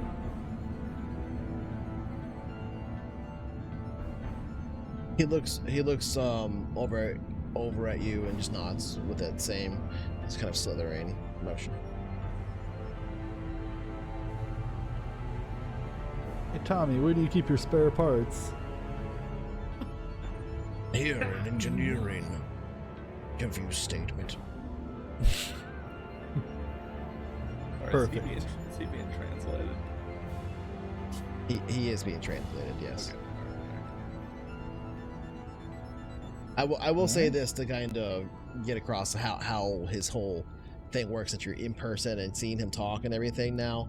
You hear his words, but like at the same time and slightly louder, you hear what I'm saying to you when he speaks in a voice close to his own as the translator works. But his language seems to consist of a lot of guttural sounds, a few clicks, some sounds that just sound like almost like English, just like normal speaking, and then a lot of subtlety of body language.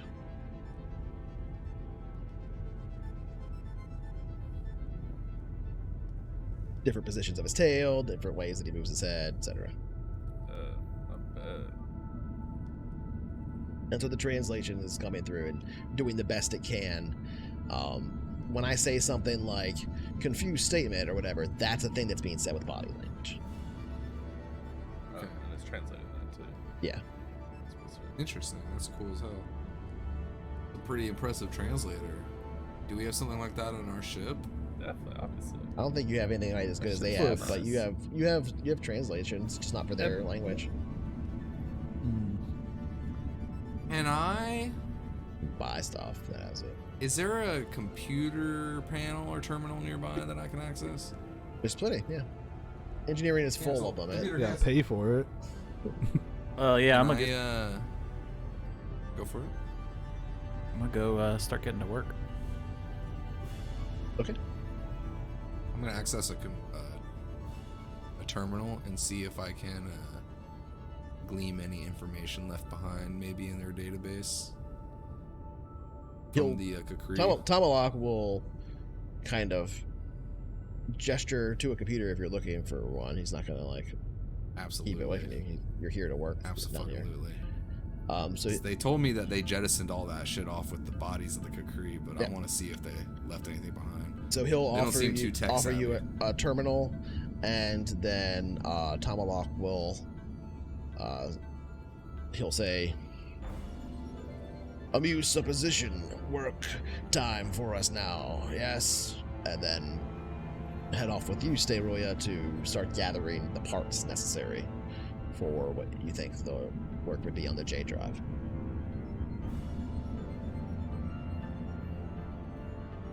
Well, I'll say this while you're starting to like look at what's going on, and like he's kind of starting to stack some things that he thinks will be useful or whatever, and get as much information he can to you. He'll say, "Amuse statement, perhaps if we get our J drive working, you could travel with us to Aslan space. You want to go? Question?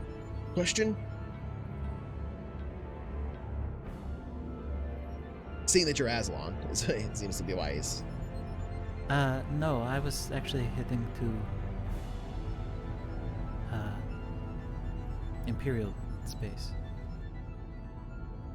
He'll just do the kind of slither nod again. Oh man. You can gather this dude, he has a very rudimentary M drive engineering knowledge. He's not bad at it, but he's got some M drive engineering and mechanic, but he's got absolutely no J drive. He has no fucking clue what he's talking about when he talks about the J drive at all. Literally not at all.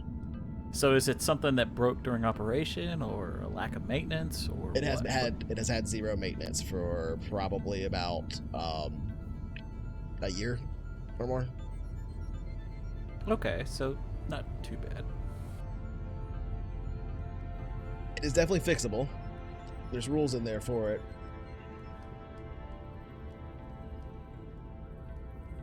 As far as parts go, let's see, at this point it just counts as being disabled. So it would be crit severity 2 would be the actual damage level for the jump drive.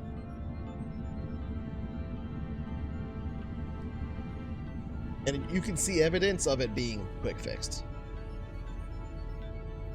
He's like got it working for short periods of time, but not long enough to keep it going, and now they're just stuck. All right, well, I'll gather up the needed parts. I'm You a haven't guess updated the windows on your ship recently. at least 2 tons of parts. So Yeah. So I'll say, since you can look through it all and you're kind of doing inventory of that, you can see that they have literally like about 200 tons of parts. They're pretty well equipped. But it is a ship the size of a city, so what do you want to do?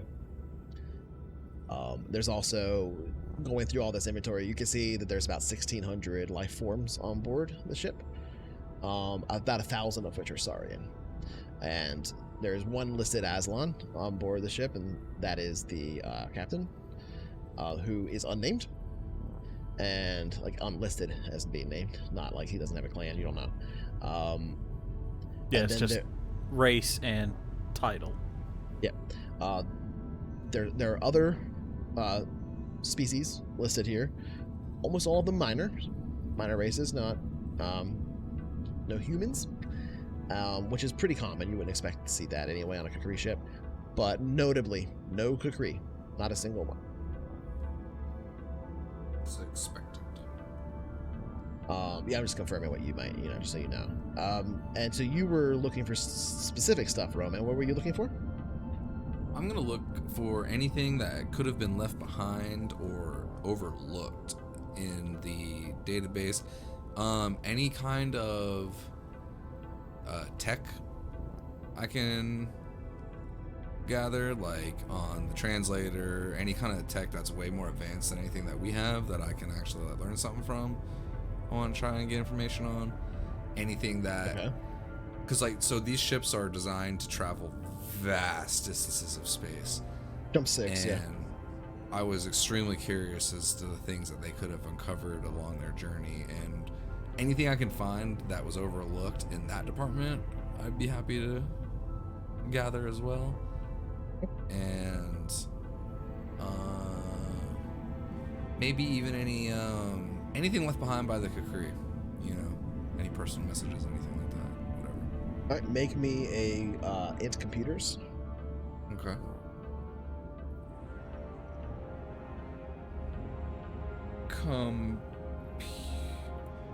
Computers. I don't have that. Electronic Electronics. computers. Oh, You would it's just just be based on electronics. electronics. That if you don't have computers, Okay. Whew. And you said int. All right. yeah, it's like comms or sensors. Computers is an electronics. Man. Oh yeah. Right.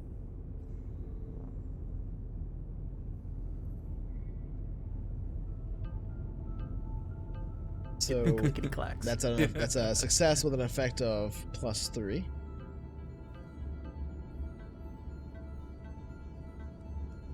So it does look like they have purged almost all of the data that was even remotely related to the Kukri. You can see records of there having been Kukri officers. The ship did have what looked to probably be about 400 to 500 Kukri on board the ship. And then about Really stacked the odds against themselves, didn't they? and about 1,000 slaves, or more than 1,000, about 1,600 slaves. Sorry, but they want a lot of space, right? The Kukris, that's kind of how they operate things, which is why they wouldn't have a lot of them on board. They certainly seem to have misrepresented their capability to defend themselves against these Saurians that they took as slaves. But from what you can tell, all of the personal data of the Kukri has been wiped clean. There's nothing there at all. There were, as far as you can tell, not a lot of records of any kind of like scientific research or study.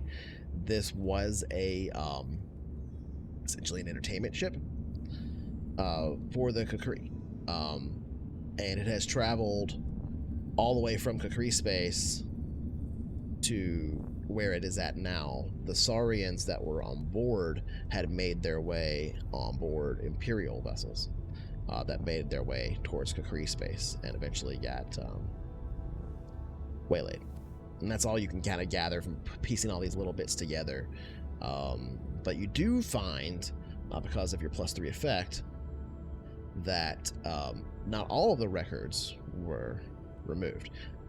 The engineering logs are all still present that the Kukri kept, which have almost nothing to do with any like things. There's no encounters or anything like that you would recognize as being like with the weird black goo aliens or anything like that stands out.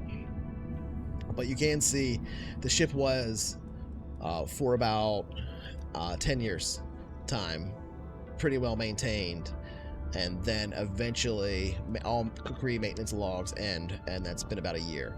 So it looks like these guys were probably slaves aboard the ship for at least 10 years before they took it over and spent about a year crossing known space to get to here, if not a bit more.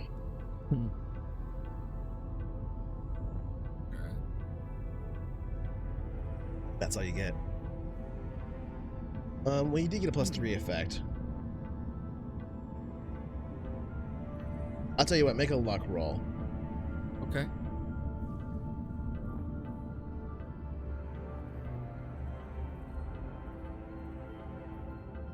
Okay, there is one engineering log that stands out amongst all of the old ones, these 10 years of Kukri engineering logs, where they had encountered a problem with a jump drive bubble, and it was kind of miraculously reinstated, and they ended up going off course by a ways and it's exactly what happened to you. It didn't go 25 parsecs, but the exact same thing happened, and they have no fucking clue why. That's all you get. with that bit of information, can I And it was that would have been about 8 years ago.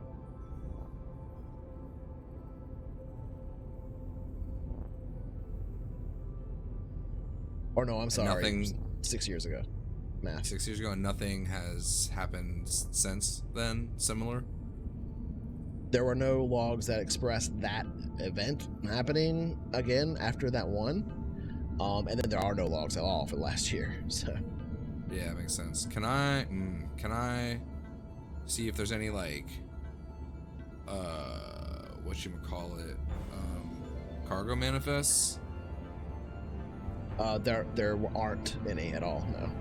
All that was Kokiri data that was shoved aside. That's the kind of first stuff that they got rid of because they were cargo.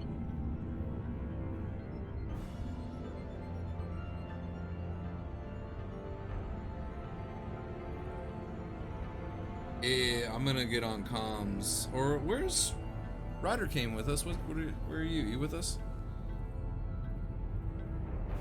Yeah, he's in here with you.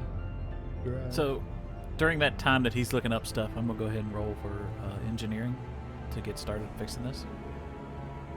Okay. While you're doing that, what are you doing, Ryder? Getting on the drive. All right, so you're gonna assist Sterulia in this role. Mm-hmm. All right. So since he's assisting you, Ryder, make a you can make a mechanics roll if you want to, and we'll just determine if you're gonna make it harder or easier for Sterulia. Mechanic, what? I'd say int. Yeah, by the book, it's int or education, whichever. All right. So that'll give you a +1 DM. Then on your roll.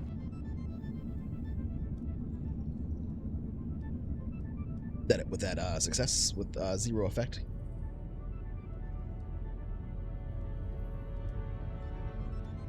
Okay.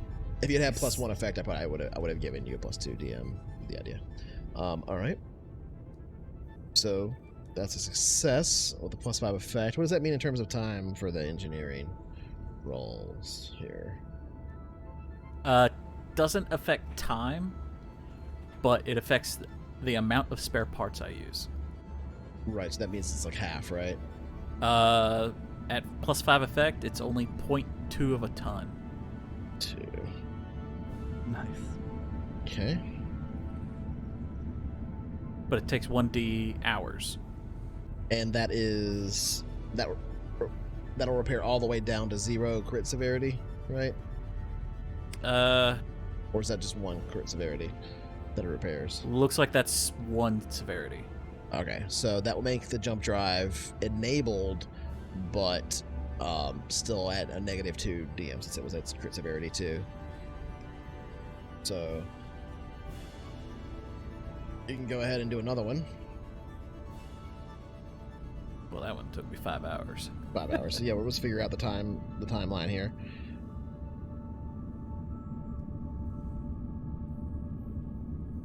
All right. You can just do Ryder that all helping. again. You can just do that all again. Yeah, same exact situation. Ryder rolls, then you roll, then etc. All right. Yep. So +2 effect. Then on that, go ahead and give yourself a +2.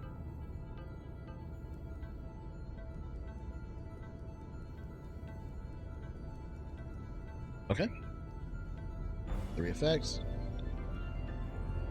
That's 1 more crit to Elm. Go ahead and roll the D6. 4 hours. All right, so it's 9 hours total. And how many tons of stuff was it? Or less total? Than 0.8. 0.8. All right. So I didn't even use a whole ton of parts. Okay, but it takes 9 hours, so we're going to see what everybody else is doing during this 9-hour period of time. I'm going to say, Roman, that it probably is going to take you to look through all this data about probably half that. Like 4.5 hours, 4 hours or so, palling through all this. So who I want to talk to now really is Dixon, back on the ship. What is Dixon doing in this first 4 hours or so of all your time spent here? I'm sort of worried at the console, so I'm just like, just kind of staring at the comms button, or like, I don't know if I'm doing some kind of scan. Okay.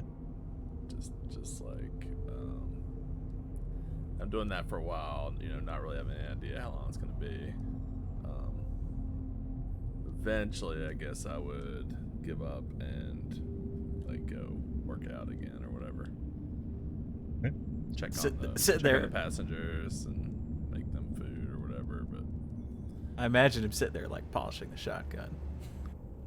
no, he's not quite Put that a spiked guy. collar on It's Mishka. like, it's more like just like worried, like this is definitely an alien. Like in a invasion, rocking like- chair on the cargo elevator, just like, come at me, bro. That's not him yet. He's gonna probably get there for this campaign if he makes it, but he's more just like worried, like, goddamn, where are they? Like, they haven't checked in, like, not really knowing, like, not really assuming you can or have a good way, but like, Sure. just It is being usually a good idea when what you're can I like do? splitting Like, the can I party up help? to have like a we should rendezvous back here at this time, or like if you don't hear from me in this long, you come check or stuff like that. It's a good idea to do a lot of times. But you didn't do it. So, I assume we can contact each other on comms, but I'm just like, and maybe Yeah, I Ryder am has comms checking in over there. every 20 minutes. Like, how's it going? Everything okay? So that's probably more realistic. okay. I would say that the like comms would probably be relayed, though. Like, it is kind of like staticky and stuff at first, but you probably make a few attempts to connect and like end up in a very brief conversation with one of the Saurian comm officers aboard the ship, who's like kind of confused about what you're trying to do, and just sort of relays your comms, and eventually you manage to get in touch with them after like maybe like a good like 30-40 minutes of trying your first time, and you're kind of, are they giving me the runaround even a couple times during it? But before too long, you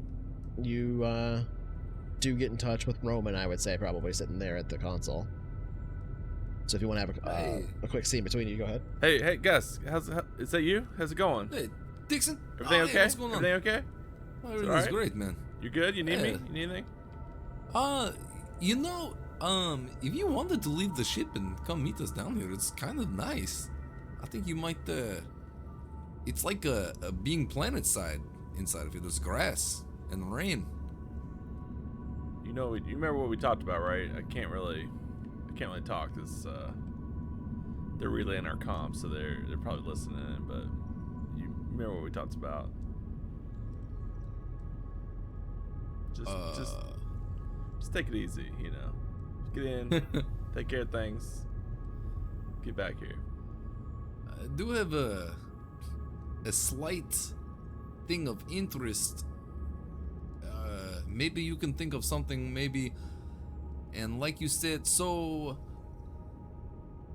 I was looking through their systems, and apparently they have experienced about 6 years ago the same thing that experienced with our ship recently. So it made me do a lot of connecting the dots, and I've basically been wondering what they have here.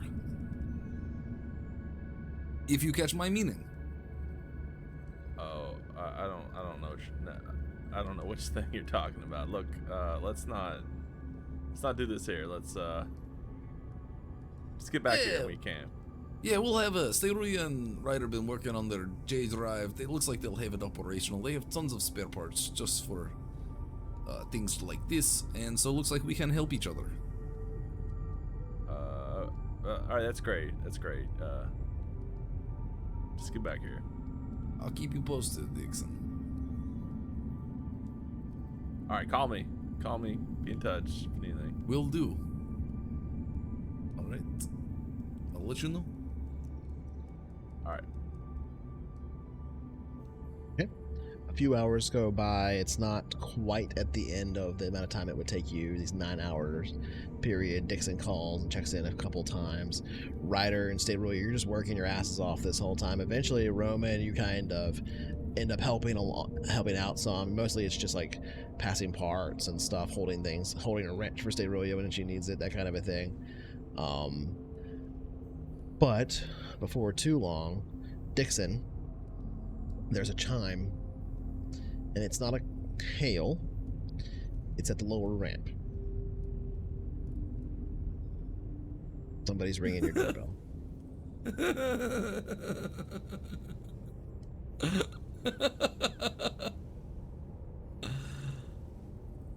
We got any, in terms of electronics, I assume we don't have a ring on the front door.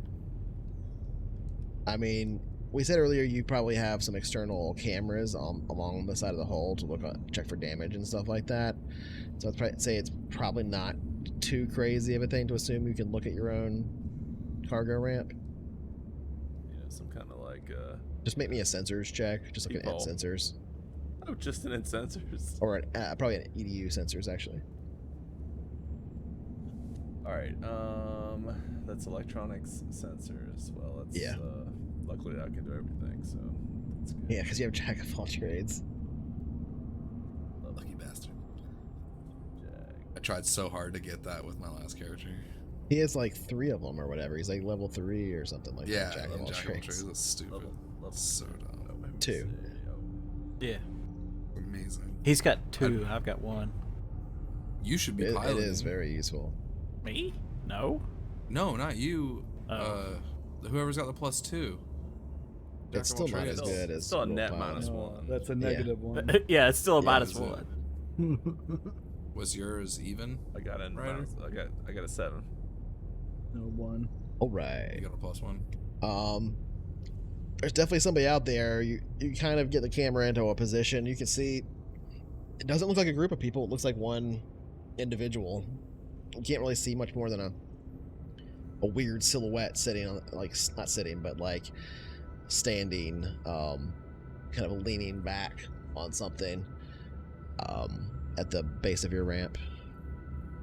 All right. Well, I would have already had my armor on, so I go answer the door with my laser carbine in hand. Okay. Get off my lawn. Not a pistol, but the whole rifle. Yeah, You come lowering the ramp now. A bit of light and mist spilling from within for this brief moment as our camera looks back, revealing Dixon sitting here like that moment from Aliens. And what you see before you, Dixon, is a what you thought was an individual is not. It is in fact 2 individuals. One is just so much larger than the other that they eclipse them. It's a 7 foot tall, roughly speaking, Aslan. It will be Saurian. And and then a much smaller looking, as far as you can tell, human. I thought the manifests. It does. It doesn't say there's any. It says there's no humans on board on the manifest. This is why we don't fuck with aliens. Yeah, can I help you? Greetings. Sorry, It what? is my pleasure to make your acquaintance. You are captain of this vagabond.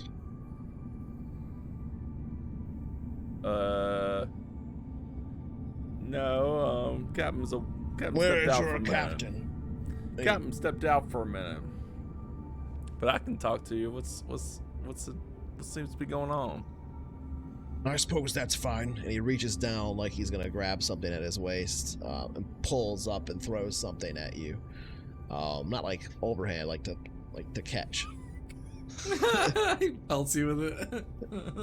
He's underhand throwing you. It's a pie. He throws a pie. What's my read on his body language when this is happening? Make a which roll would that be? Biology. It's like a recon or like a. Yeah, recon might be it. I would also say Streetwise. maybe streetwise.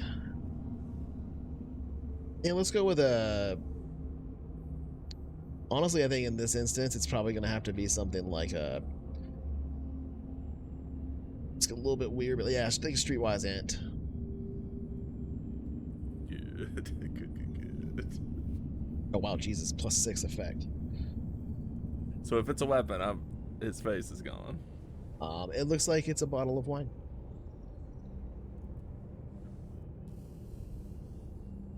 All right, so I'm gonna, based on my intuition, I won't overreact, and I will recognize it and catch it.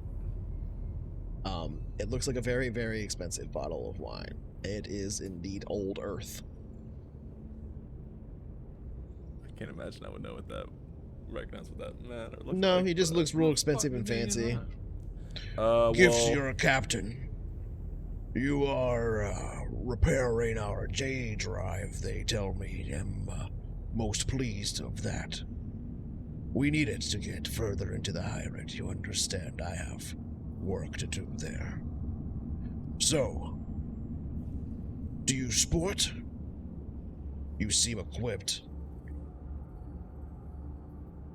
About that time, the human figure kind of I perks was gonna up. say, that whole time I've been obviously glancing at this human. He's dressed in what you could best describe as like a G-Man outfit. Like, essentially a really nice suit. Not modern to us. It's contemporary to you, so it's not like anachronistic or something like that. There's no tie. It's straight down the lapels kind of popped up a little bit, so it has kind of an interesting design through here. It's all gray and black. He doesn't have sunglasses or anything like that on. He's got slicked back for the most part, black hair. He appears to be human as far as you can tell. One second. It's another queen. And he reaches his hand out to shake your hand as he steps a few steps towards you after you have the bottle in one hand. Knowledge transfer. And gets a pretty big smile on his face when he does so. Terrius Terrain, or Tizane, it's nice to meet you. Very, very strange circumstances we find ourselves in here, it would seem. Nice ship. Yeah, I guess you could say that. My thank you. esteemed, he looks over to the Aslan, who just has his arms kind of crossed and is looking down on him. Not in anger, just kind of in like one raised eyebrow, more in amusement than anything. My esteemed host assures me that you are on the level when it comes to your dealings here. Says that you have been made a friend of theirs. He kind of looks like he's confused about why that would even be the case. Looks back at him, and the Aslan just kind of nods.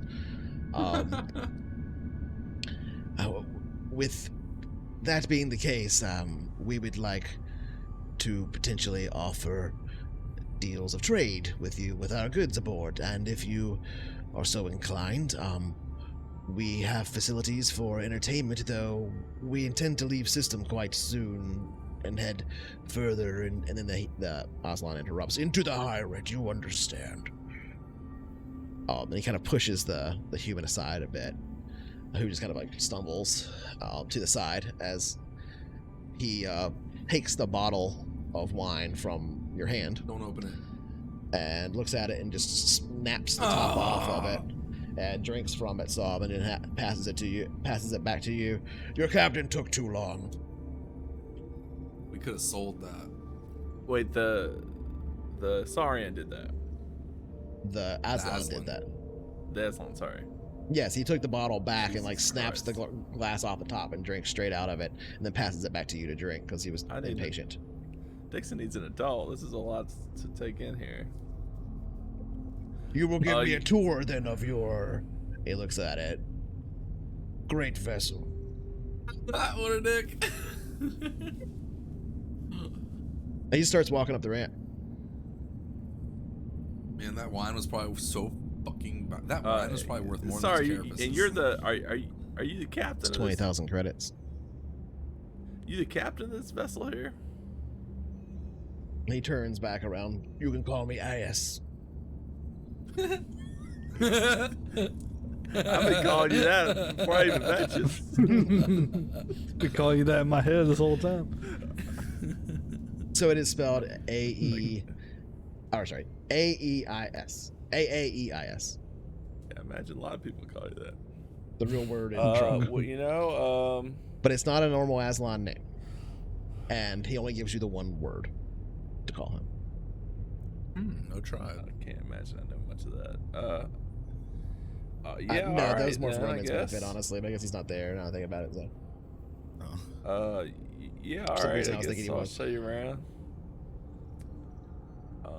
Excellent. And he'll just kind of pass you the wine to drink from, and then if you drink from it, he'll waits for you to do so, and if you don't, he waits a bit and takes it back and takes a drink and passes it back. And he'll follow you around pretty silently the whole time and like pay attention to every single thing you say, whatever you're talking about. He's just like, oh. Yeah, if I get a good read on them, yeah, I'll show them around the ship. You know. The human follows along about 10 steps behind him. I want you to make a recon. Turbo. He's a good listener. Yeah, like, so I'm Make an int recon. I'm trying to like split my attention on both of them, and still just trying to like read the situation. Like, is he? The human is not paying attention to the tour you're giving at all. It's almost like he's looking for something. All right, and so I'm on to him in a sense, right? So I'm like, I know he's. So what's your story there, son? Are you with them, or you're their business partner, or what? And he'll turn towards you. Just a recent guest, I guess. The captain will speak up.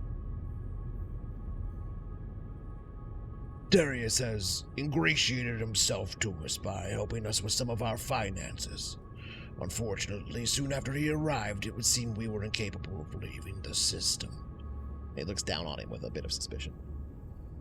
Fuck me. Fuck. Where do you do your battles aboard ship? Show me your weapons. I don't know where I've been doing kind of gym type stuff. That was the old ship. I assume it's down here. Probably in in the cargo bay. Yeah. Yeah. We just kind of we get a little exercise in around the in the aisles here. I see. And do you battle with blades?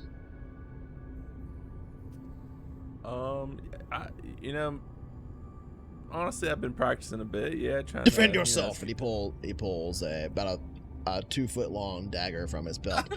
And then he stops for a second. He goes, I'm kidding. Oh my god. And puts it away. Humans.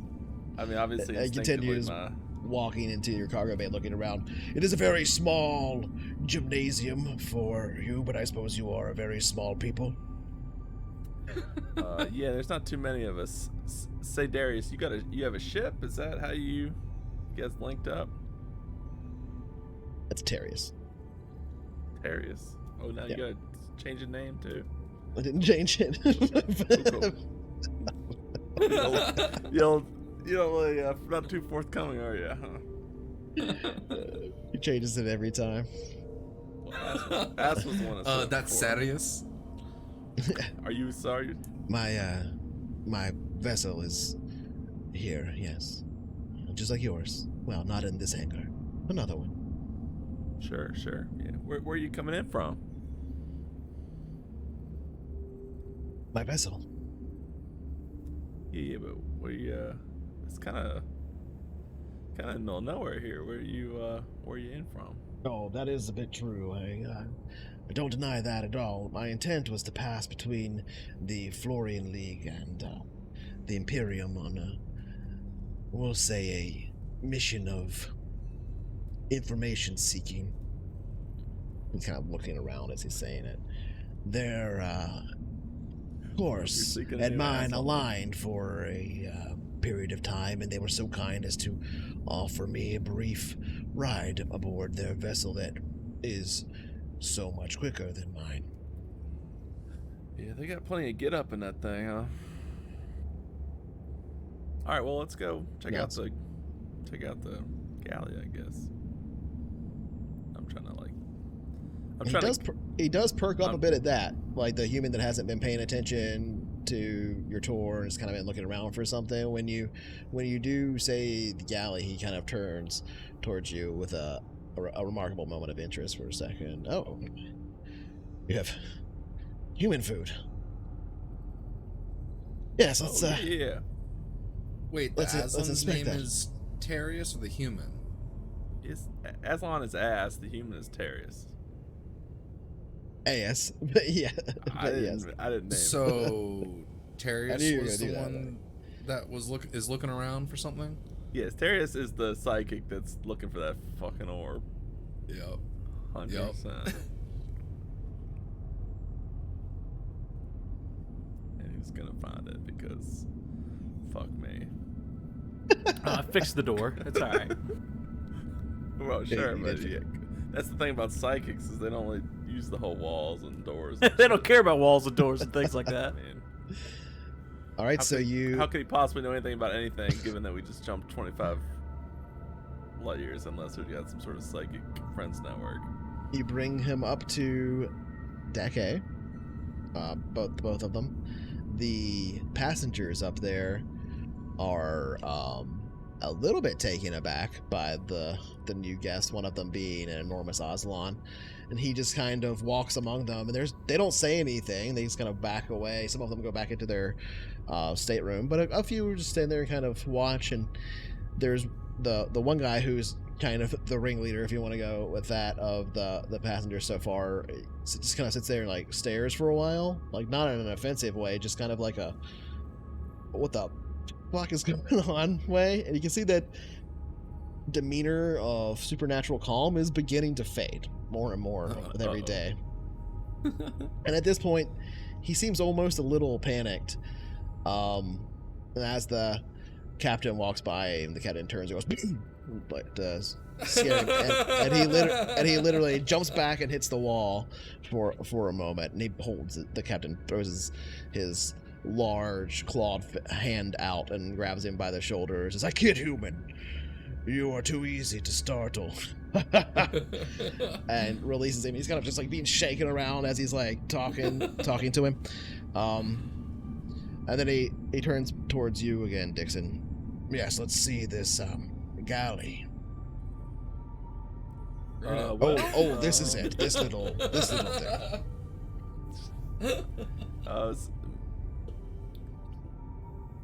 Do I know something that might be reasure for an Aslan to eat? Probably That because it's can St. cook. Ruya. I would say that Right, you would have right. some clue. Like, I'm sure at some point I would have prepared meals. St. Ruya her. probably has meals that are, almost ready to go anyway for herself. Meat. Yeah, it's basically just meat. So yeah, I would do my best to make a meal. When offered, he will grab it raw and eat it. The human, on the other hand, is really interested in like instant macaroni and cheese and that kind of thing. Just like really simple, very cheap garbage kind of dishes that you would think of. But he seems really interested in them. Like, if you make up like some ramen or something for him, he's legitimately excited and sits down and immediately starts eating it. And his whole demeanor kind of changes while he's eating. The captain finishes the meat, kind of like hands you back the bone. It's just like covered in like Aslan slobber and whatever left over chunk of bone marrow's on it. He hands you back to you. "Yes, that was adequate. Thank you for your tour. So you don't have a turret system or anything for ship combat? How do you defend yourselves?" I don't know if we want all good to cram up there, but yeah, we had a couple turrets on top there. "Oh, I didn't see them from the outside. We inspect your vessel as it entered and saw no weapon mounts." Very sneaky. He kind of shakes you a little bit. Do what you gotta do out here. You do have the collapsible turrets. I didn't see them. So, how is it you came to be captain of this Sauron crew? I killed the last 10 officers.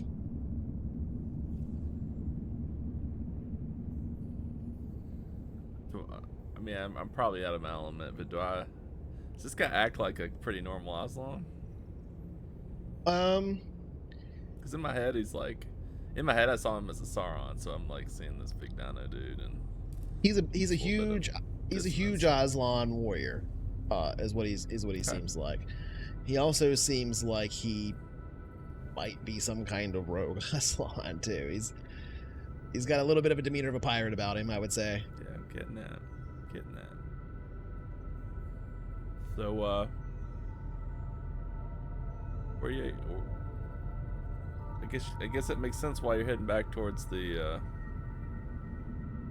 what's the word? Aslan. Hyrate.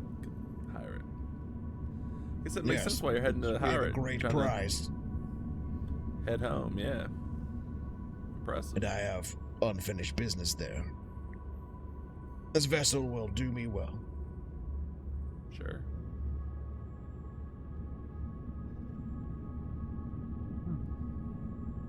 Oh yeah, I didn't describe this. I totally forgot. He is missing his right eye. He has like a scar over it and like a metal eye patch over it. That's like bolted to his skull. My bad. And how about you there, Darius? Terrius? Are you by yourself? Good noodles, huh? Yes, I'm the only one aboard this vessel now. And continues eating the noodles. Is it eating more than a human would? No, pretty normal. Just like looks like he's voraciously. Just voraciously. It looks like he hasn't had anything familiar in terms of eating in quite a long time. Makes sense. It's like craving a cheeseburger because you've been in the desert for 2 years or whatever, to reference Iron Man. Do I get like slave vibes, like he's their prisoner? I'm gonna have to make you make a roll for that. Give me a. I guess that would be streetwise. Streetwise.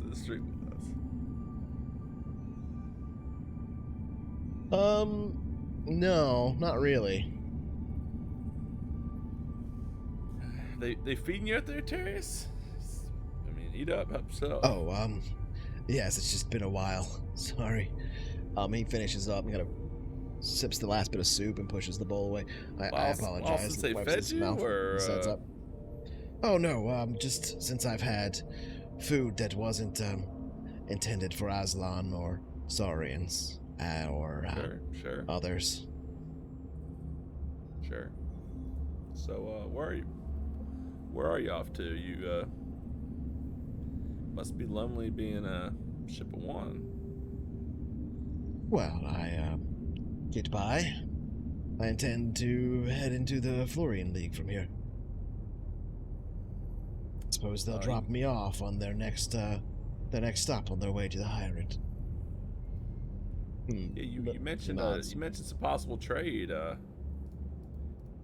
we got a cargo pretty full of what's it? Out here somewhere. What are you saying?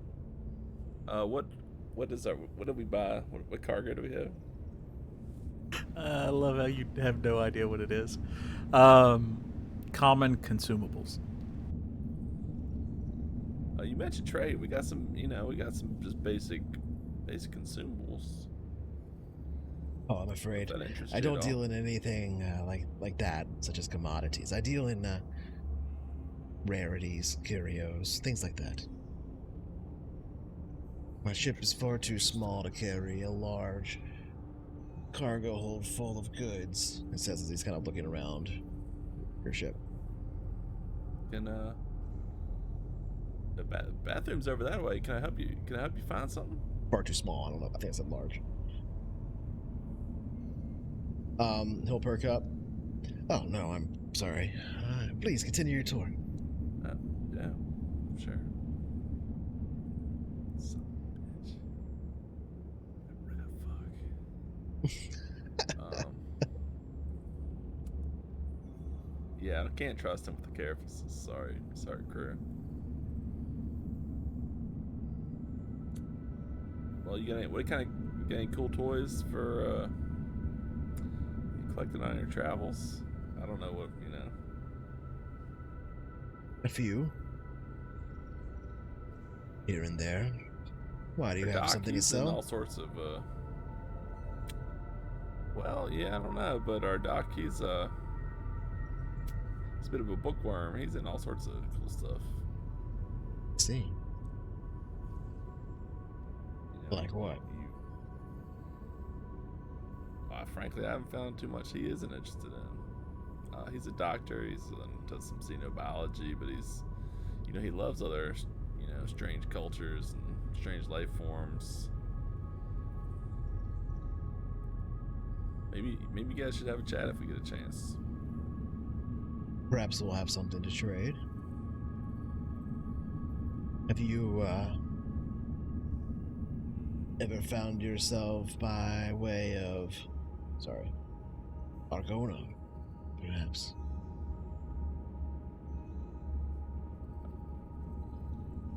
Let me check my star charts. A moment, please. Argona? I assume that has to have it. You have not, no. That's in the Borderland subsector. It's not too far from you now. It's 2 subsectors over. I would have thought And 100% one down. he was about to say, where we just came from. Flammarion.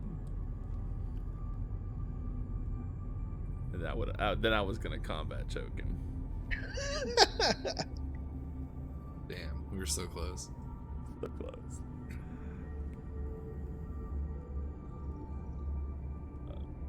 No, don't imagine a dude. They got cool stuff there.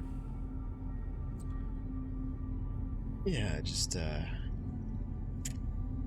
Pretty new to the sector. couple interesting artifacts I've picked up. Stands up and begins to follow you Couple. back through the ship, whereas you give the tour. It's a interesting place. They pay pretty well out there for a few things. Small place, but known for a couple of collectors. Well, it was a pleasure meeting you. Yes. I think that I'll head back to my ship now. I'm tired after the meal. But I'll see you soon. And Ace looks over at him and watches him with suspicion somewhat as he heads out your ship down the ramp and out and up to the elevator and is gone. Ace sticking around for a few moments with you, still walking around this smash-topped bottle of wine, now mostly empty. He takes the last few glugs of it and passes it over to you, and it's got a little bit left in the bottom. The top of the bottle still kind of jagged glass. And he just turns to you and says, plain as day, "Don't trust that one." And kind of got some bad vibes. starts walking Why'd off. you bring him on the ship? Why did he bring him with him? I'm confused. And he had. Hey, hold up there. Any idea what his deal is? He's looking for something. I'm not sure Yeah. what, but when he What is arrived, that? our J drive began malfunctioning. So I don't trust him. But he hasn't But proven last- himself killable yet. We just Though spent the I've last given half him hour every together. opportunity. That's why I brought him here.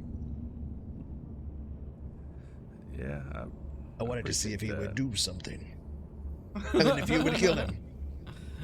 Well, I was gonna get him if you didn't. Yeah, he was certainly on his own agenda here. Just spent the last half hour. He didn't say a damn thing about anything. Yes. Not much of a He's like that. businessman. I don't believe business is what he does. And he stretches a bit, but I don't know much about business. Finishes stretching in this very cat-like way. It's like it really stretches out much more than you would expect. This dude is fucking massive.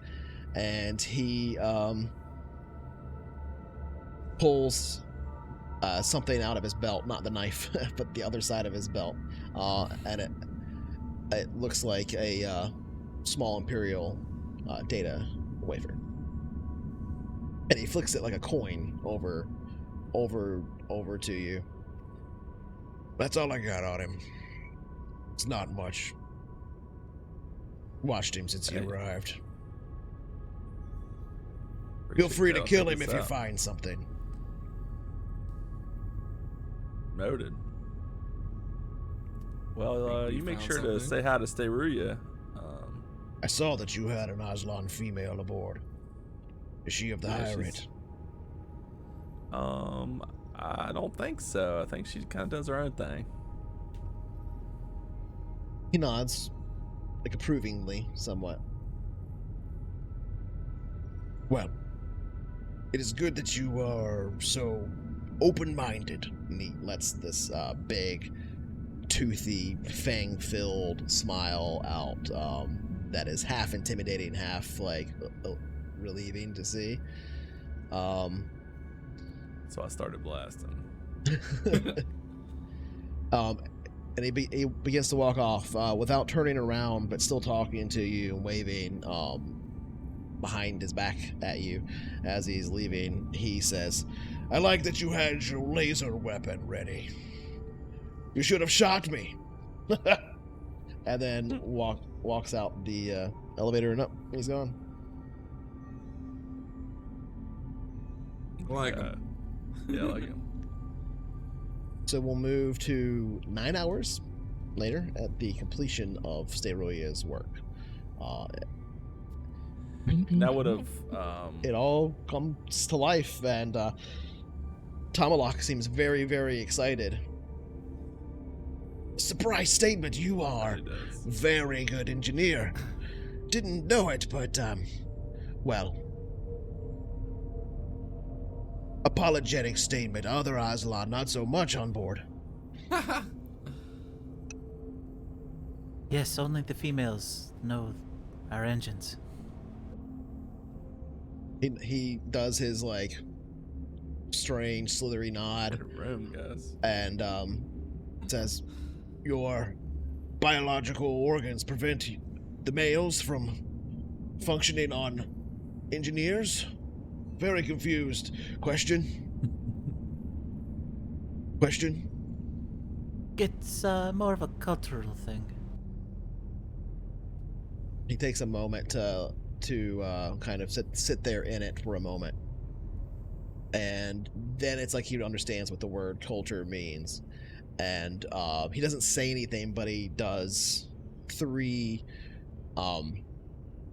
body movements that you haven't seen him do yet, where it's kind of like a side sway, and you just hear through the translator, understand, understand, understand. Sorry, in my head, this guy was Aslan, and so if none of my comments have made sense for the past 2 hours, that's why. Tomalak is a Saurian. AS is an Aslan. I got that. And Torius is a human. But I thought this guy was an Torius, Aslan. I thought they were fixing engines together, and that makes a lot more sense. Yeah, the captain is. Because I was like, why isn't he speaking Aslan to the Aslan? I was like, why is there a translator? Oh, that's funny. Right, I'm back. I'm back. That's so funny. We got him, people. We got him. He's still here. Bring the grenade launcher next time and earn his respect. Right. Okay. As a But player, I wanted to Tomalak do looks this very more, excited after the J drive kicks in, and then he turns to you and says, "New statement. We will fix your ship now." Question. You see, Yes, like, he that flicks his would be tail is when great. it is when question is what he says for question.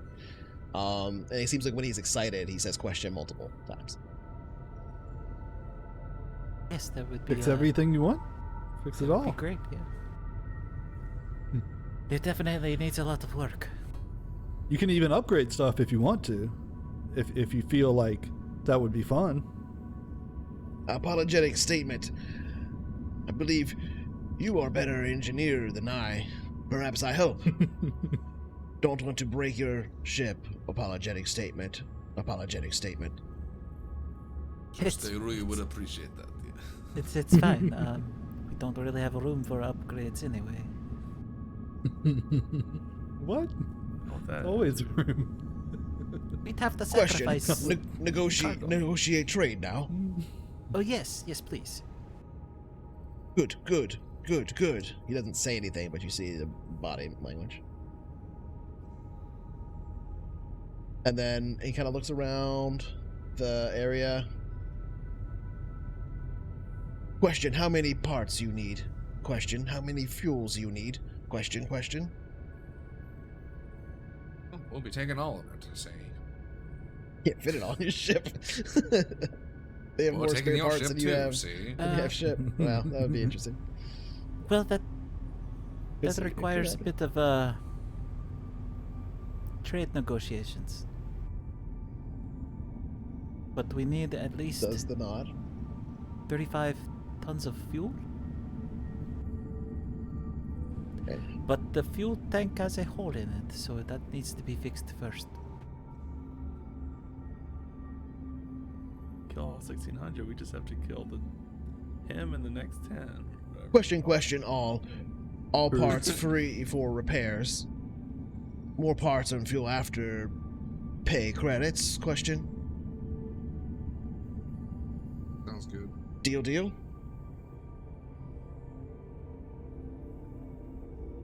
He's basically saying because you fixed his shit, he'll fix your ship for free.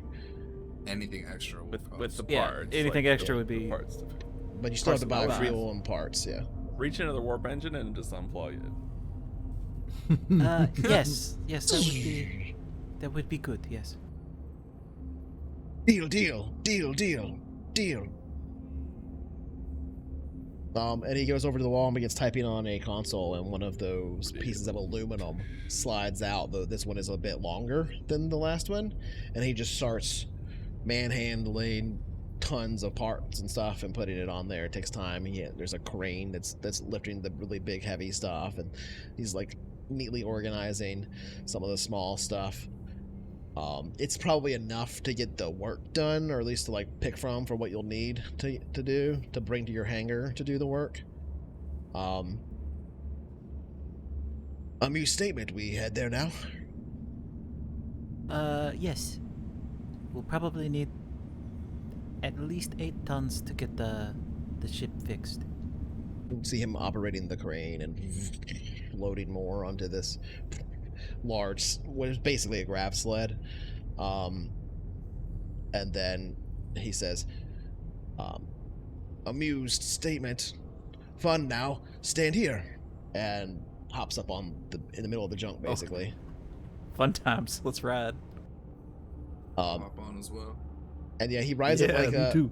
basically it's like a hay ride, right? Like the thing takes its way off, and because you feel like you're outside, there is this feeling of wind against your skin. As the speed picks up on this thing slowly, you're sitting upon, somewhat precariously placed piles of junk. It's definitely not the safest. There's a few times where you're like, oh god, this thing slipped. That thing weighs like a ton. But nothing falls off. And then heading off for quite a ways, you stop in a somewhat familiar looking place, but definitely recognize the arena that you pass about halfway through. And it's empty now. And you can see there are other Saurians walking by, and a few other minor races that you don't all necessarily recognize. And a few of them like look at you like, oh look, but they're not like taken aback, right? There's a few of them that kind of point and stuff, but other than that, there's a few that kind of run up on all fours again just to see what's there. But they always stop a little ways out. They never approach all the way, and you kind of get the feeling that this is a like kind of a trained-in slave behavior where they stop an approach at a certain point because they've sort of been punished for approaching too quickly before. That kind of like a trained dog to a degree. But now the dog is loose. It still does it. Like there was a fence there that it learned they couldn't go past it, kind of thing, right? But eventually the doors to that elevator open, and the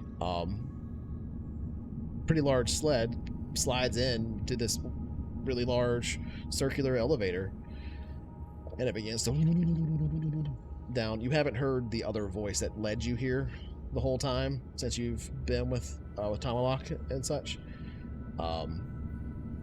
But the doors open, and you see the hangar that holds the Vagabond. The Vagabond. Look at that. This used to be a new ship.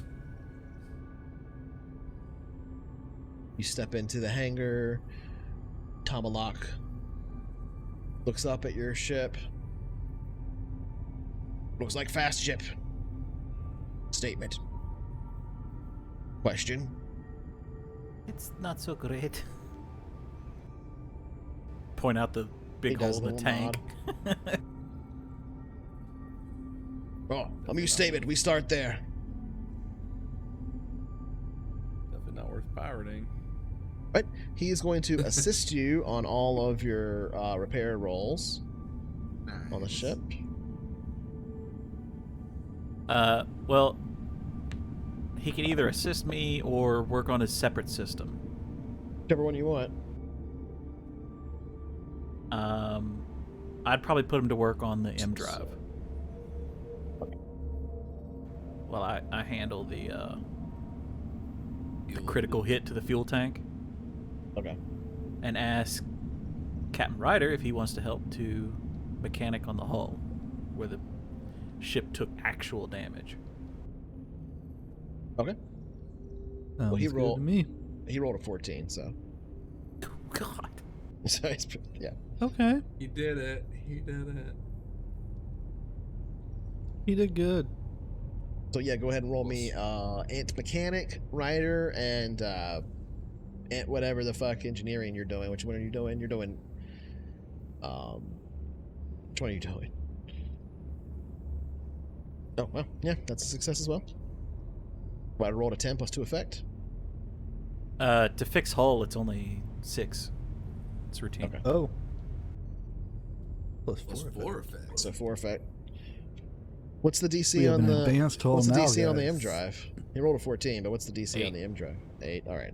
Wow, plus 6. Nice. And then the actual tank. Wait, did he get an effect of 6? Yeah. Mm-hmm. So he fixed it without spare parts.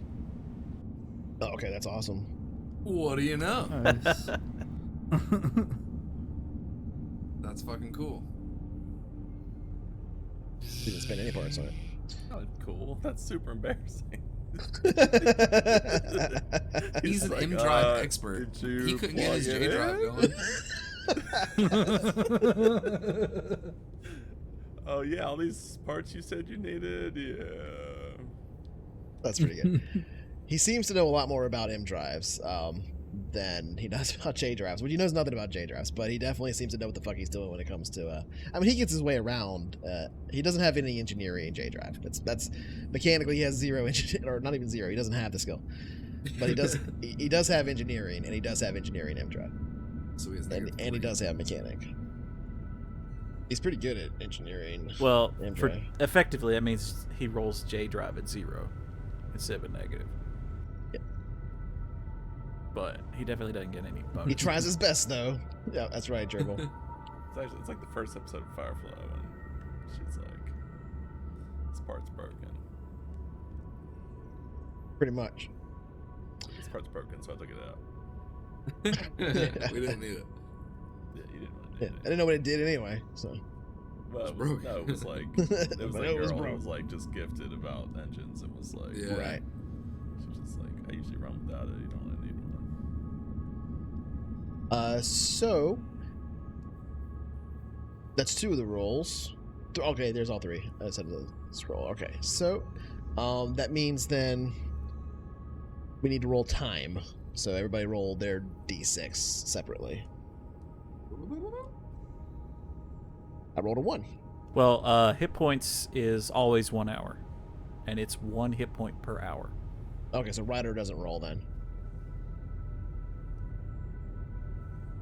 I rolled a 1, so 1 hour, I guess. So he fixes your M drive with no parts in 1 hour. In 1 hour? Oh, that's all that was wrong with it? Oh man. Yeah. So somewhere, like, you send him off to put him to work to the M drive. He looks around. Impressive ship statement. Amused statement. Question. Statement. And then kind of, like, he can't quite make up his mind. And then gets to work right away on it. It seems like he knows where everything is the moment he's, like, touching this M drive. Figuring it out. And, like, you've basically gone to work now on the rest of the ship, trying to see what you can do, see what you can patch up, working on the actual the fuel tank itself, and just a little ways into you working on the hull out there, patching it up permanently. He comes out and says, "Amused statement finished now. M drive completed. Question: help do you need?" No, I'm good. I've got this covered. But if you could help the Captain Young, fix the hull. Honored statement will help your captain. And he'll go find you, Ryder, and attempt to help out. So you've already made your roll. So I'll say that, like, we can just, like, cut the time in half or something, since he's doing it as well. Sounds good. So how much time would that be? A minute per hull point. How much damage did we take? 20 We something? were- If it's just hull, it's gonna take 38 hours of repair. Okay, so you can cut it down to 15. Or, well, not 15. 19. 18. 19. maybe. And it'll take well, if each of us is working, we can fix 3 an hour. Sure. So we'll say then, because you're working that first. And it'll take 5. 3.8 tons of parts. So probably still going to take, if you're busy for 5, it's still probably going to take about 15 hours or so to get everything done. Or no, it would be closer to 12. Let me see. It's 38 total. As long as there's enough time to gamble. 5 in that, it becomes 33. And then that's split down, so yeah. Okay, so with the 3 of you there, you can do it in 14 hours. Yeah, just over 14. Yeah. So 15 hours of repair work. Yeah, to finish everything up, including his hours worked as well. So that basically the next day is just filled with the sound of like sawing into the hull and different welding torches blasting, all the people that know what the fuck they're doing and all repairing anything on the ship, working on the ship, sparks flying here and there. It's a hard day's work. You don't get any visitors in the ship during this time. Tomalak doesn't sleep at all during this time. He takes several breaks to eat, however. Eats alongside you, and before too long, those 15 hours are up, and the ship stands repaired. Tomalak turns towards you.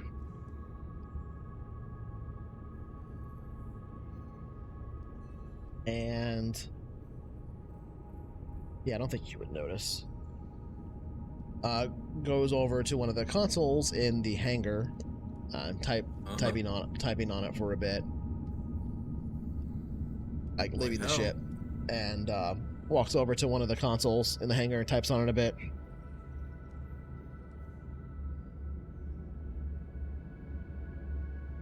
Regretful statement. We will be leaving soon. Should we do more trade? Question. And he points out basically the course that it's showing the Taurus Rex is on currently. Because you're inside of it, right? Your ship is inside that ship. So that ship is still moving. So that ship is moving back out to the Orc Cloud to jump away, because that's where they were going originally. So by this time, they are back out there now. They're ready to jump away. So they're just kind of waiting to do any trade that you want to do or whatever. Regretful statement, we don't have much time. I would like to purchase spare parts, but our cargo hold is full. Full of what? Question? Common consumables, food, water, agricultural product. I'm gonna find Dixon. He thinks about it for a little bit, and you can see he comes back. Statement, I have been approved to deal with trading. Perhaps trade value for value? Question. We have large cargo hold here. Statement.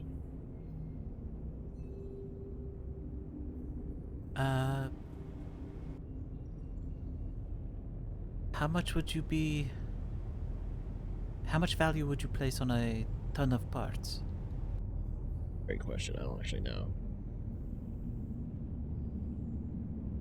A loud noise outside. By the book, it's $100,000. Yeah, I'm looking. Yeah, make a persuasion. It.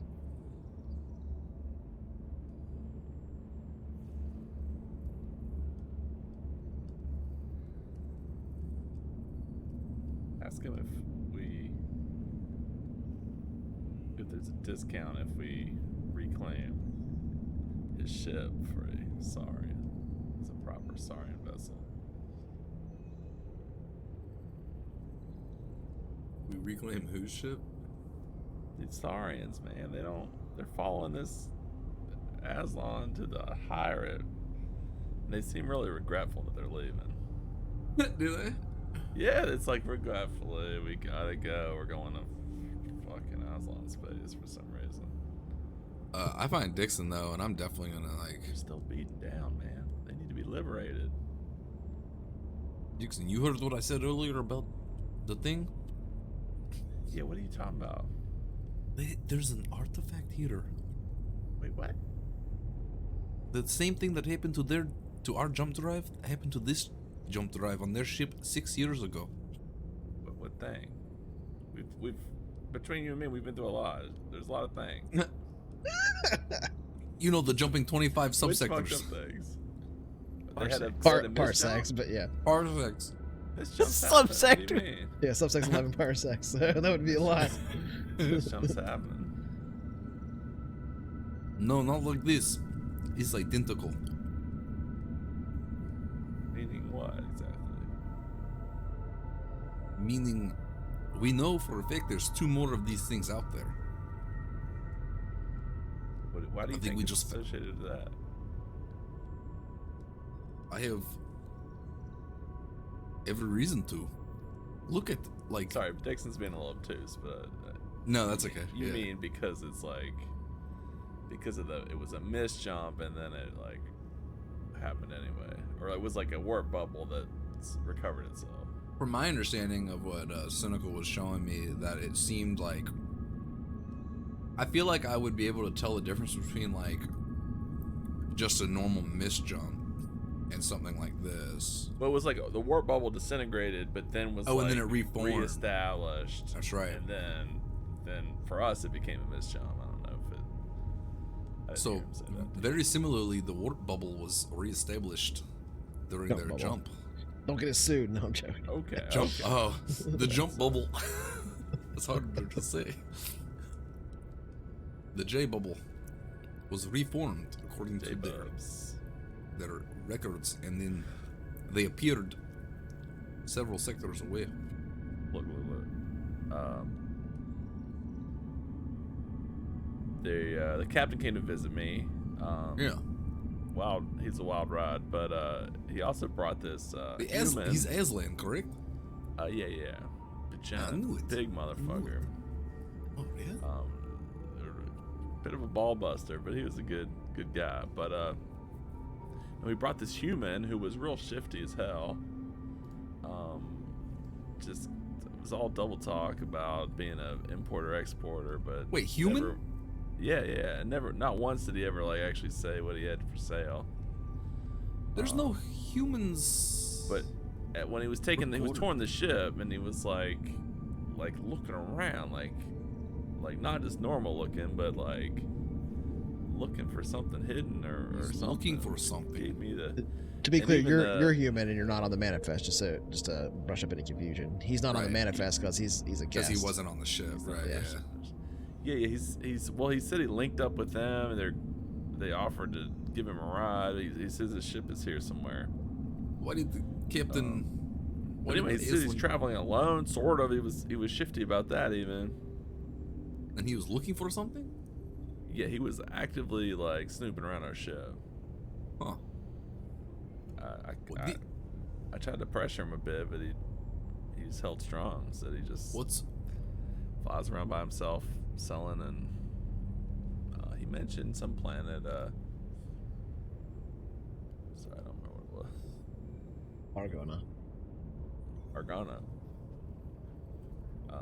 Asked if we ever been there, but otherwise he didn't say anything.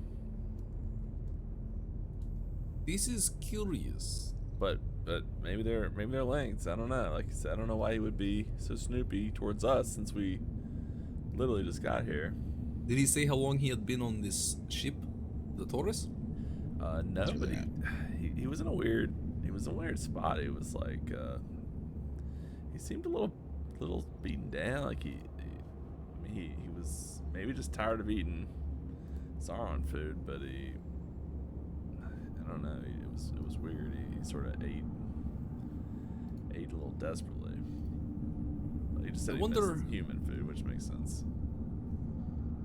But then he went right back to shifting and looking around. Your instincts might be dead on, as they have been. Not just me, it's the captain too. The captain pulled me aside and was like, "Yeah, I don't trust this asshole." But he led him onto your ship, our ship. And well, yeah, what are you gonna do? But he said he's looking for an excuse to kill him himself, and suggested I do the same. Oh, really? And gave me this data chip and said maybe there's some, this is the intel he has on this asshole. Have you looked at it? Well, no, I haven't. No, that's more your thing. But why don't you take a look? And if you got a chance, maybe you can run and catch up to him and talk artifacts or some shit.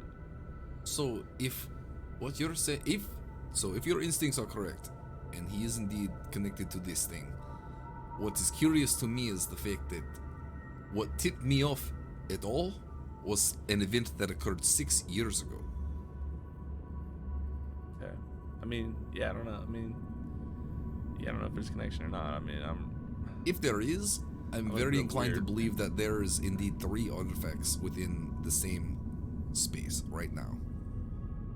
I'm in a bit of weird headspace, and everywhere I'm looking, I'm seeing problems. So, making connections where there are none. Yeah, well, everything seems to be fucked up around here. But anyway, let's do this. See what's on this data pad. All right. I'll throw it in my personal pad. All right. Education, computers. We have, we have some shit we could sell if we can trust this asshole. Maybe he's just kind of a little spacey from flying around by himself. Who knows? Maybe. The captain thinks. Nice. The captain basically accused him of being the one that broke the warp drive. Wait, how so? Well, I don't know. He just said when they linked up, suddenly the warp drive wasn't working, and then he fucking glared at him. Their jump drive? Yeah, their jump drive. They said he Like he suspects this guy's sabotaging it, but couldn't find hard evidence. I guess. Well, then I'm more convinced. They needed some hard evidence to, shred a guy, which seems a lot. I'm more convinced than ever he has an artifact with him as well. Then I don't know, but yeah, let's see what he's got on there. But why wouldn't it be affecting the Taurus Rex for the past 6 years unless it had left? I don't know, man. You're seeing things. Who knows? Who knows if they're possibly related? It seems like a hell of a coincidence we came here, but maybe it's not a coincidence. We did get very Or lucky. took us here, maybe. They did obviously try to jump and their J drive was malfunctioned. Right. Maybe that is what makes sense. But again, why now? Why all this time? This guy brought this here. Damn, maybe that does make sense. Fuck. What's it say? Pulling it up, it seems to be a light encryption. They say they're leaving soon. I know, we don't have much time. If there's actually more than one artifact here, this could be our only window of opportunity. So it looks like they've been observing him for a while. The data that you see here is logs of him coming and going, different things he said, even like hollow recorded like video files, basically, of things he's done and interactions. It's a lot to go over. You spend a little bit of time piling through it. It's not conclusive, but you can maybe come to a couple of conclusions based off of what you have here. It was actually not encrypted because he gave it to you freely to show you the data, but sorting through all the data and organizing it and stuff is a task. It was going to be you got a +5 effect, so you're like really organized. So you just basically need it. It's super organized, a bro. 6. You didn't actually need an 8 for that roll either, but what I do need is an investigation, either enter education, to pour through the data to see if you can kind of connect any dots. You need investigate. Can lead investigator participate? I mean, you're both looking at the computer. I don't care who rolls it. I actually have a investigate as a skill. You want to try to roll to help me? Or do we Investigate both roll education. independent? Whichever one you want to do.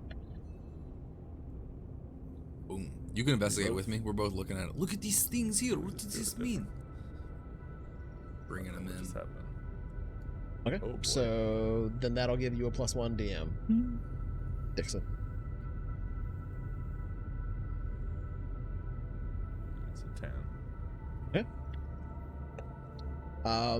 So Oh yeah. it's not at all conclusive, but you can discern one thing from this guy based off of some specific words he's used and a few references he makes. He's Florian, and his ship is likely Florian, which they're not a huge empire. They don't have a ton of economic power, but what they do have is some fairly high technology, and even are known to be in possession of several functional ancient artifacts present on the homeworld of Floria in the Yggdrasil subsector. And you're kind of looking over that data when you come to that realization. Well, then, I believe your instincts were more than accurate. And with that, we're going to cut over to Steruia now.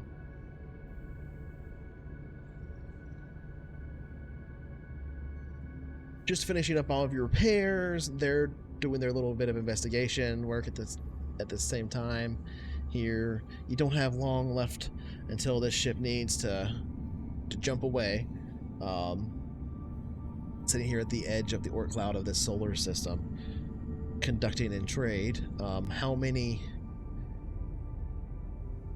tons of material, or what's the value of your of your, I guess I should start with, what's the value, the base value of your general goods, first of all? 500. Per ton? 500 credits? What? 500 credits per ton. All right. Damn. So, regretful statement. I can only provide small discount for parts. Still need many for a long journey. You understand. Apologetic statement, but we'll sell for 85,000 credits each instead of 100.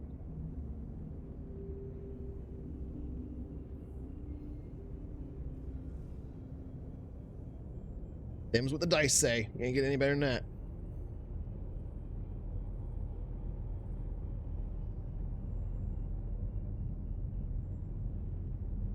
We are in the middle of nowhere. We wouldn't have had anyone to buy that shit anyway. And also he negotiates for selling you fuel at cost, at normal fuel cost. What's his stuff? I thought he was tossing in fuel for free. No. The fuel that he was saying was free was the fuel that it cost them to get to you and fly back out to where they were. They're not charging you for coming and picking you up. Then any parts that you buy after, and he gave you all the parts necessary for your repair for free, and then he's charging you for parts and fuel past that, any surplus you buy. And the only reason he gave those for free is because you fixed their J drive. Well, okay, I guess I will buy 1 ton of parts. He does the nod. Good. Parts we sell. Amuse statement. Good. And I need 36 tons of fuel. He does his nod. Does he have any unrefined? So no, because they're taking it down from solid to, so it doesn't work like that. Yeah. Is he buying our stuff? No, I'm only buying 1. We have space for that. But do we know what he's going to offer us for ours?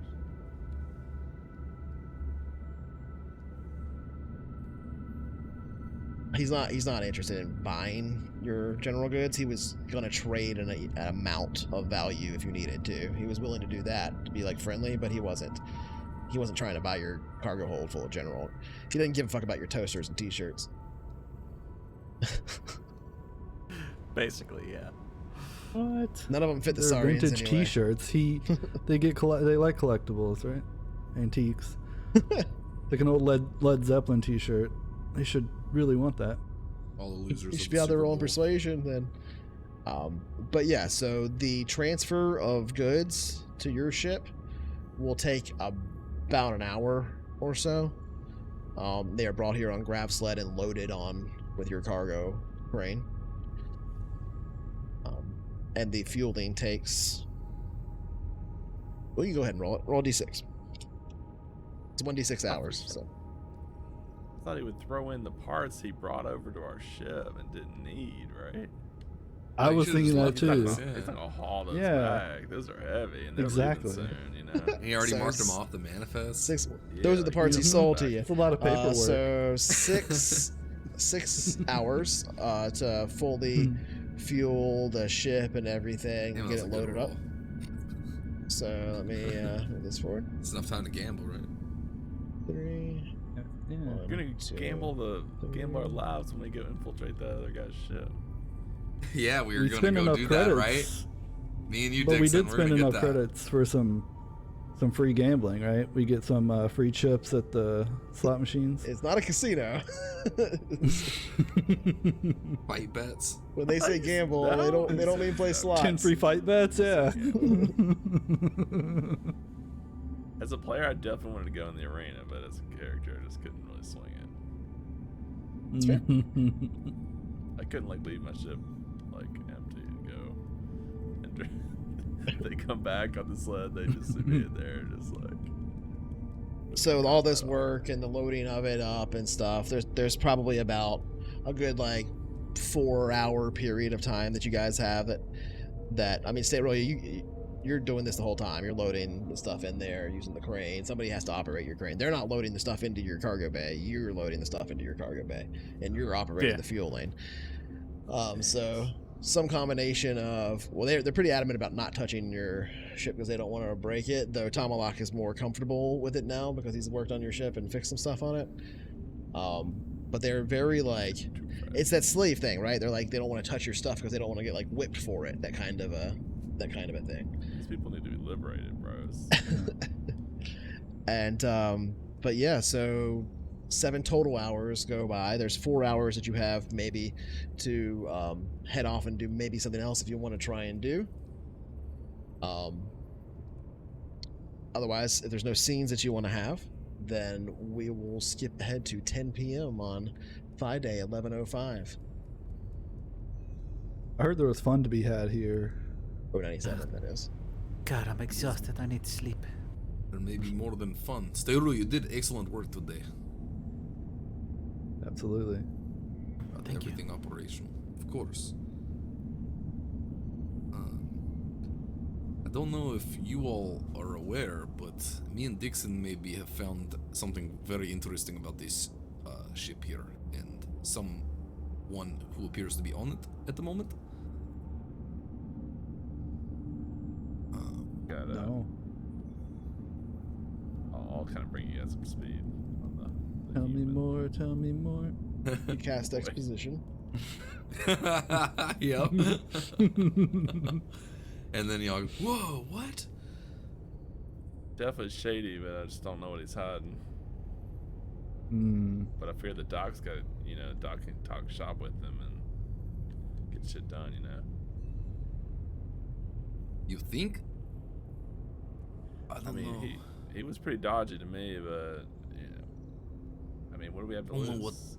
I don't know what I could offer him that he wouldn't just try and take already, right? Well, I mean, again, we have Captain Ice on our side, so worst case, he gets, mad at us pushing him around or whatever. But we just show up and say, "Well, we gave you a tour of our ship." We could take a tour of his. Not like we would learn anything, though. What do you mean? What are you talking about?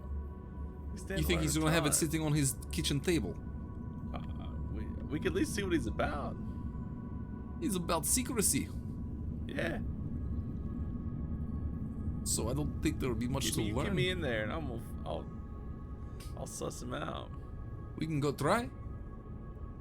Yeah. Like you said, worth a shot. Yeah. Try. Did You he think say he where was he sus? was? His ship was parked? He didn't say. Maybe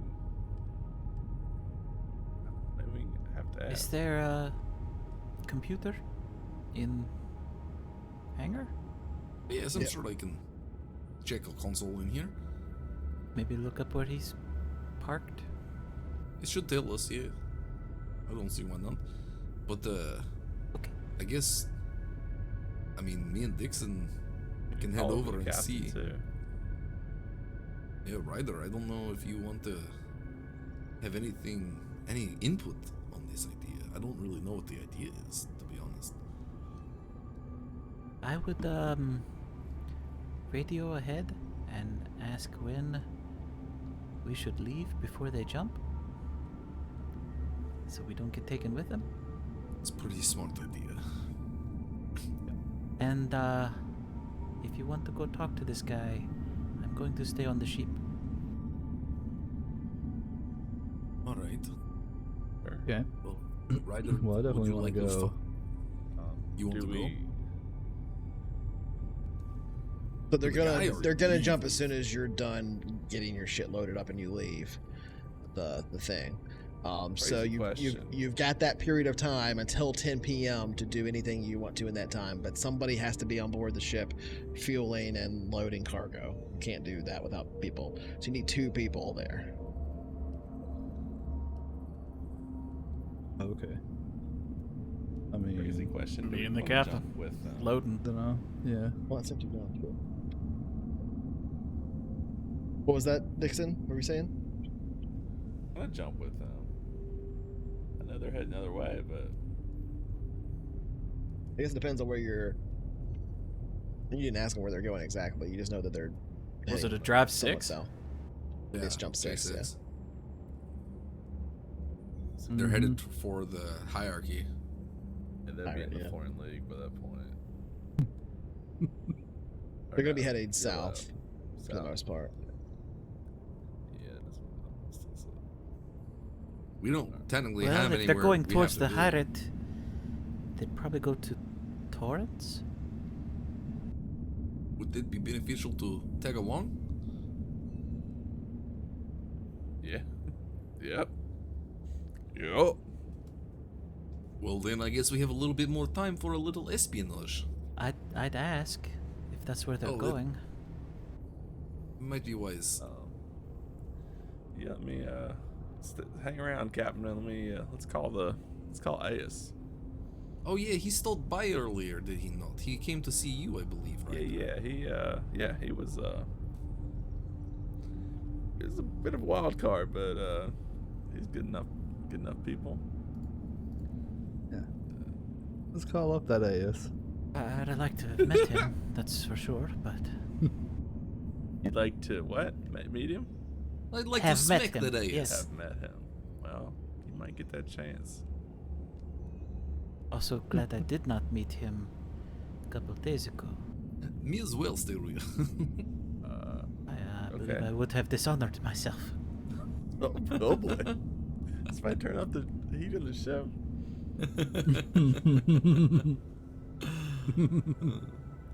It would have been interesting. I've never let's give him seen a ring and see what's Aslan cracking. meeting. All right. On meeting, yeah. I'm sure there's a channel for that on your yeah. vid screen somewhere. Look. I was gonna say. I don't know anything about all that, but my cop brain is telling me maybe if that's a possibility.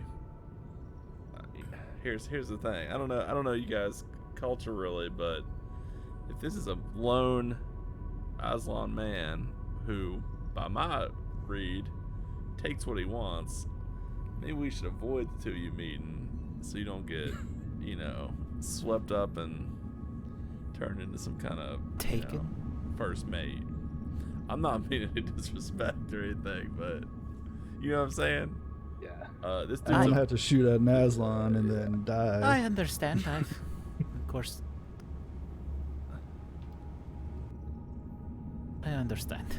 I mean, this guy, he's got the whole Yes, of eye course, patch. your choice.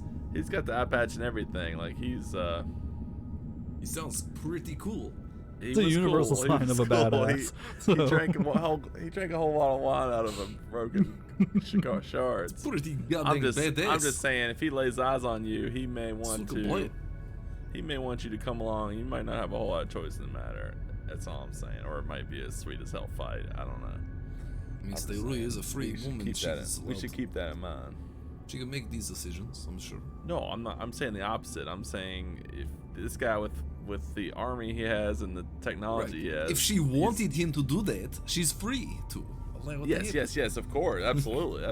If you want to be absolutely. taken as a slave, go Free go to for be it. taken. Yeah, Only if Oh, you That's want your, it. it's your decision. I've said too much. I've said too much. Yeah, let's call this dude. And you want to get him on? You want to reach out?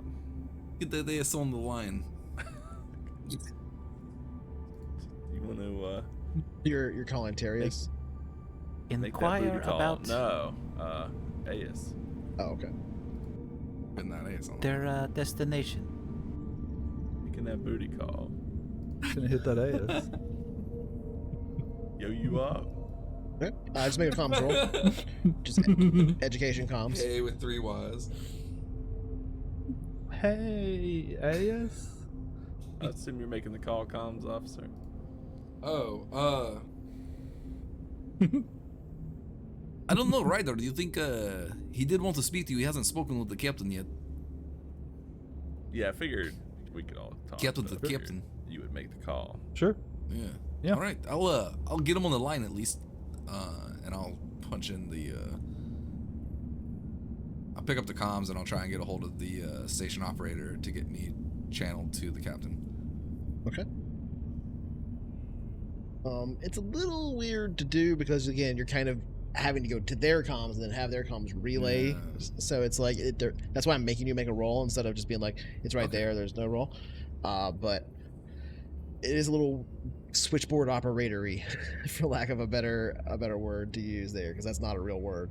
But eventually you're connected and you hear this fairly gruff voice come over the comms. CIC. Hey, this is Dixon for Captain Ayas. This is him. How's it going, Dixon? Hey, brother. Good to hear from you. You wanted to talk to the captain earlier. I got him here. We just had a couple questions, if you don't mind. By all means, let's hear them. Captain, are you there? Hey, what's up? This is Ryder. Nice to meet you. Great to meet you, AS. You have questions for me? Oh yeah, I heard you wanted to chat. I wanted to meet the captain of this small vessel in my hangar to know what type of man you are. Have you seen war? Say that last part again? Sorry. Have you seen war? Have I seen war? Oh, sorry. Actually, yeah, quite a bit. How many have you slain? Oof. I don't have like a number. I've never really counted, but you know, hundreds, thousands probably. I mean, I was in the Navy, so ships have exploded, lots of Which death. navy? The Imperial Navy. Ah. You've done much killing then. Lots of killing. It is good. You should visit me in my Combat Information Center. That's what CIC stands for, Roman. I really appreciate that. I would love to meet you in your CIC, actually. That would be amazing. We will remain here for another 3 hours before jumping away. Come visit me if you wish. Otherwise, we will be leaving. Ask him where he's going. Oh, yeah. Where y'all headed in 3 hours? Our direction is the Hyrant. As I said, I have unfinished business there. Can we hitch a ride until the next stop? What's his next stop? What's the next stop? What's your next stop that you're next place you're landing on this jump? We will be stopping at Torrance. Torrance, perfect. You Would you think mind it's the- possible that we just we remain docked on your ship and head there with you, and then we will undock when we get there? This is good. I do not have to wait. Engage jump drive. Perfect. Let's go. He cuts out. He basically stops talking. He's just like, great, let's go. Oh man, this guy's All right. fantastic, dude. He was sick of waiting for you, is what it was. Yeah. I guess it went well. He's not a very patient person. I'll warn you that. I should have much. done that. With that, Scud in my chat said, "See, I see you there." With the man, I wish I'd have thought about that. Trying to get impaled. That's pretty good. That's pretty good. So our camera spills from the interior of the hangar where we see for just this brief moment this beautiful view of the Vagabond, now fully repaired, gleaming little scars down the side of the thing showing its battle damage where it's been hurt, but now covered in new armor and metal. It's you could tell where the damage has happened, but you could tell that it's a good repair job made of high quality materials. And our camera spills outside of this hangar, passing effortlessly through the walls, the decks, the bulkheads, I should say, of this ship, out past the interior space of this Taurus, where we see this enormous area filled with grass and saurians running back and forth, even the arena where there's another match happening at the moment, and outside the bulkhead of this vessel, beyond the overhead, we see this Taurus, now an enormous shape, larger than what you would think of like Manhattan, basically. It's this huge area. It's not all filled with buildings or anything like that. It's mostly open space, but it's this enormous area. And as strange as it is, this ripple begins to spin around the Taurus, faster and faster and faster on both ends, eventually forming this strange cylindrical shape that flashes off on both top and bottom, and we see this enormous fountain of particles explode in both directions like a mighty pulsar for a brief moment as the ship enters jump space. Jesus and that's Christ. where we'll pick up next week. Oh, that's sick.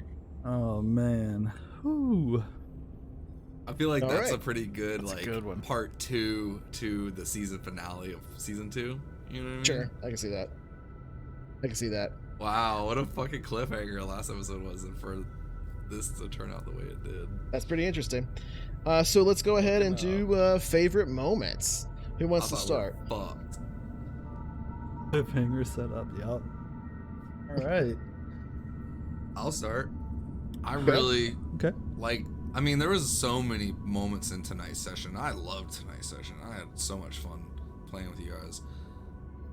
God, there were so many interesting things. Like the obvious ones, of course. But I honestly, I think you did a really great job of representing the Aslan captain. So many so many archetypes popped into my head.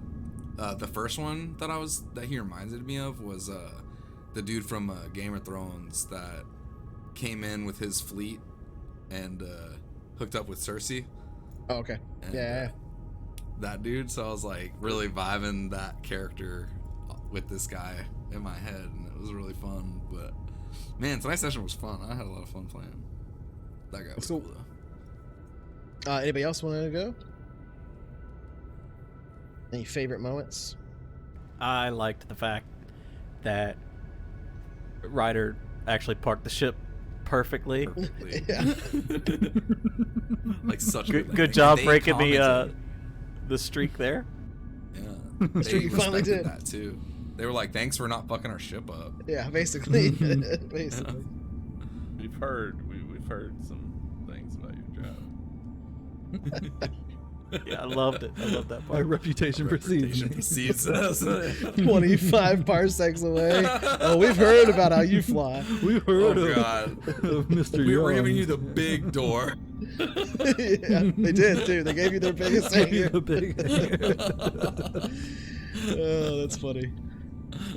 Mm, What about you over there? Well, anybody else? But I was gonna say Dixon or Venom, I should say.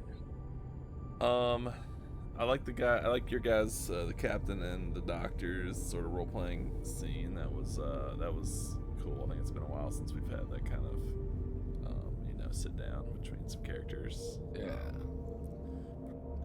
Exact favorite moment when it's actually sorted out what race all the major characters were for tonight. That's pretty good. Yeah, Personal victory. personal victory. Yeah, overall, I just like the sort of transition. It went from like this pretty desperate kind of thing at the first part of the session into like a totally different vibe and like really cool vibe with all this, It did have characters. a very different third act, I will say, didn't it? As a result of that, that's pretty interesting. Not a planned thing, just why I like RPGs, because I get to see a story unfold, right? What about you, Ryder? Damn, I did it again, Macco. I get in the headspace of calling you the character names when I'm DMing, and it's hard to get out of that space again. It takes an hour or two. I mean, I think Roman. Well, obviously, the little conversation we had was a lot of fun. You know, trying to be optimistic and stuff is sometimes kind of hard for me, like, because as a person I'm not super optimistic all the time, so playing that character is kind of fun to try to be. Yeah. And you've been paying attention to this campaign so far. Yeah. But I thought it was really great that Roman thought about calling the Taurus Rex, because I didn't think, you know, I that almost definitely forgot didn't about cross it. my mind. I was even gonna say that, actually. I forgot all was pretty about clutch. that fucking Taurus Rex, and all of a sudden I remembered it, and I was like, this is a fucking long, I know what a Hail Mary this is, but if we don't do it, we're in the same place we were, right? I wasn't Like, gonna had let it be there at all unless Right. you succeeded on the luck roll, and then You made me do a luck roll. Right, and then I rolled two a percentile dice, and I was like, all right, I'll give you a 20% chance since you succeeded on your luck, and you got it. So, man, that was so clutch. Holy shit, Yeah. that And changed all this- everything. Yeah, all the It rest changed of the that direction was of just everything. like Yeah. such it definitely changed So what crazy. what the rest of the session was going to be, because it went from Yeah. you guys figuring out how you're going to limp your way all the way over to Gabriel, doing 40-something separate repair rolls just to keep the ship moving there, and figuring out how to really like tightly organize your fuel, probably not sleeping for literally days and days. It went from that to like getting a ride on a jump 6 ship. Like, you're not even With piloting. grass. There's Yeah, grass yeah. in this fucking thing. Yeah, Grass, yeah. It's a pretty interesting difference. There's of more course, you're people on this ship than there were on that planet. by a lot, by a huge amount. True. Yeah, yeah. By a huge amount. Yeah. I thought it was really interesting whole lot more. mechanically that, like, when we were doing the spacewalk, that, like, That was cool. Sterulia failed, but I passed with, you know, plus whatever effect, to and make up for therefore I saw something that would have caused problems for her, Right. you know, when we got out there, and I thought that was a really cool mechanic. Yeah, The the thing- plate out Yeah, really I like that part. Most of her rolls, I was doing at a minus, either a 1 or a 2, Yeah. depending. And that was actually something I noticed, and is my favorite moment, is that you were playing through, and I guess we can say it now because it's kind of been revealed, Yeah, I but you was were gonna playing through say your it, time of too. need, which Yep. was a 2-day Right. period of time where they basically go through like a Ponfar experience. And 40 to 60 hours. that's why I was making him roll sanity checks when something abrasive would come up, and why he ended up having to make an attack at Roman. The Roman Really dodged glad it. I didn't do claw you. Yeah. That's 1D could've plus changed 2. That was my a lot. favorite moment right there, right when you failed that sanity Yeah. check and you're like trying to do Yep. claw him, and Yeah, I was definitely gonna Just shout missed. you out for that whole thing that you did. You were playing it since the session started, which was so yeah, cool. that's cool. Like, yeah, it was super rad, dude. Well, her first one happened around day like 47, Yeah, but she had drugs on her, Oh yeah. and that's she was crazy. planning on stopping at Asteltine Asseltine, which we never made it to pick up dude. more drugs, but we jumped way past that. Mhm. So she missed that opportunity. That's why this That's crazy. cropped up. pretty What a interesting. cool little story note. Yeah, that fucking Yeah. was awesome, dude. Not a thing that gets planned, right? All these little emergent So stories tell themselves. It's really, really cool. But yeah, I think that's where we're going to end it for the session for everybody. We really want to thank everybody coming out and watching. That was really great. Lunatic, Gerbil, everybody, J5. I forget who else all we had in here tonight Yeah, a talking lot and of stuff. people. Dreaded was in here for a little bit. Dr. That's Dro. right. Much love, Really appreciate Dr. all the Dro. follows. God of Death, Dr. Dro, Kendall Waters, Matt Shaw 14, Melody and Madness. Appreciate all those follows we got. Really appreciate all of you guys showing up. Lunatic Super cool for to sure. see. Yeah, exactly. Super cool to see the regulars like Lunatic and Gerbil and J5 sticking around, getting to watch the totality of the campaign, taking the whole journey with us. Yeah. It's really been a lot of fun. Really appreciate it. Couldn't do this without you. It's a very different experience, like showing somebody this than it is just playing through it. Like we would always play these games. That's how we do Saturdays. But it is a different experience when we have a little bit of an audience. It's cool. It's kind of codifying a little bit. It kind of wraps things up in a wrapper that like lets us even, I think, organize it. And so I just want you to know out there, we really appreciate you sticking around. So thanks so much. For real. And Thank you guys. we'll see you next week.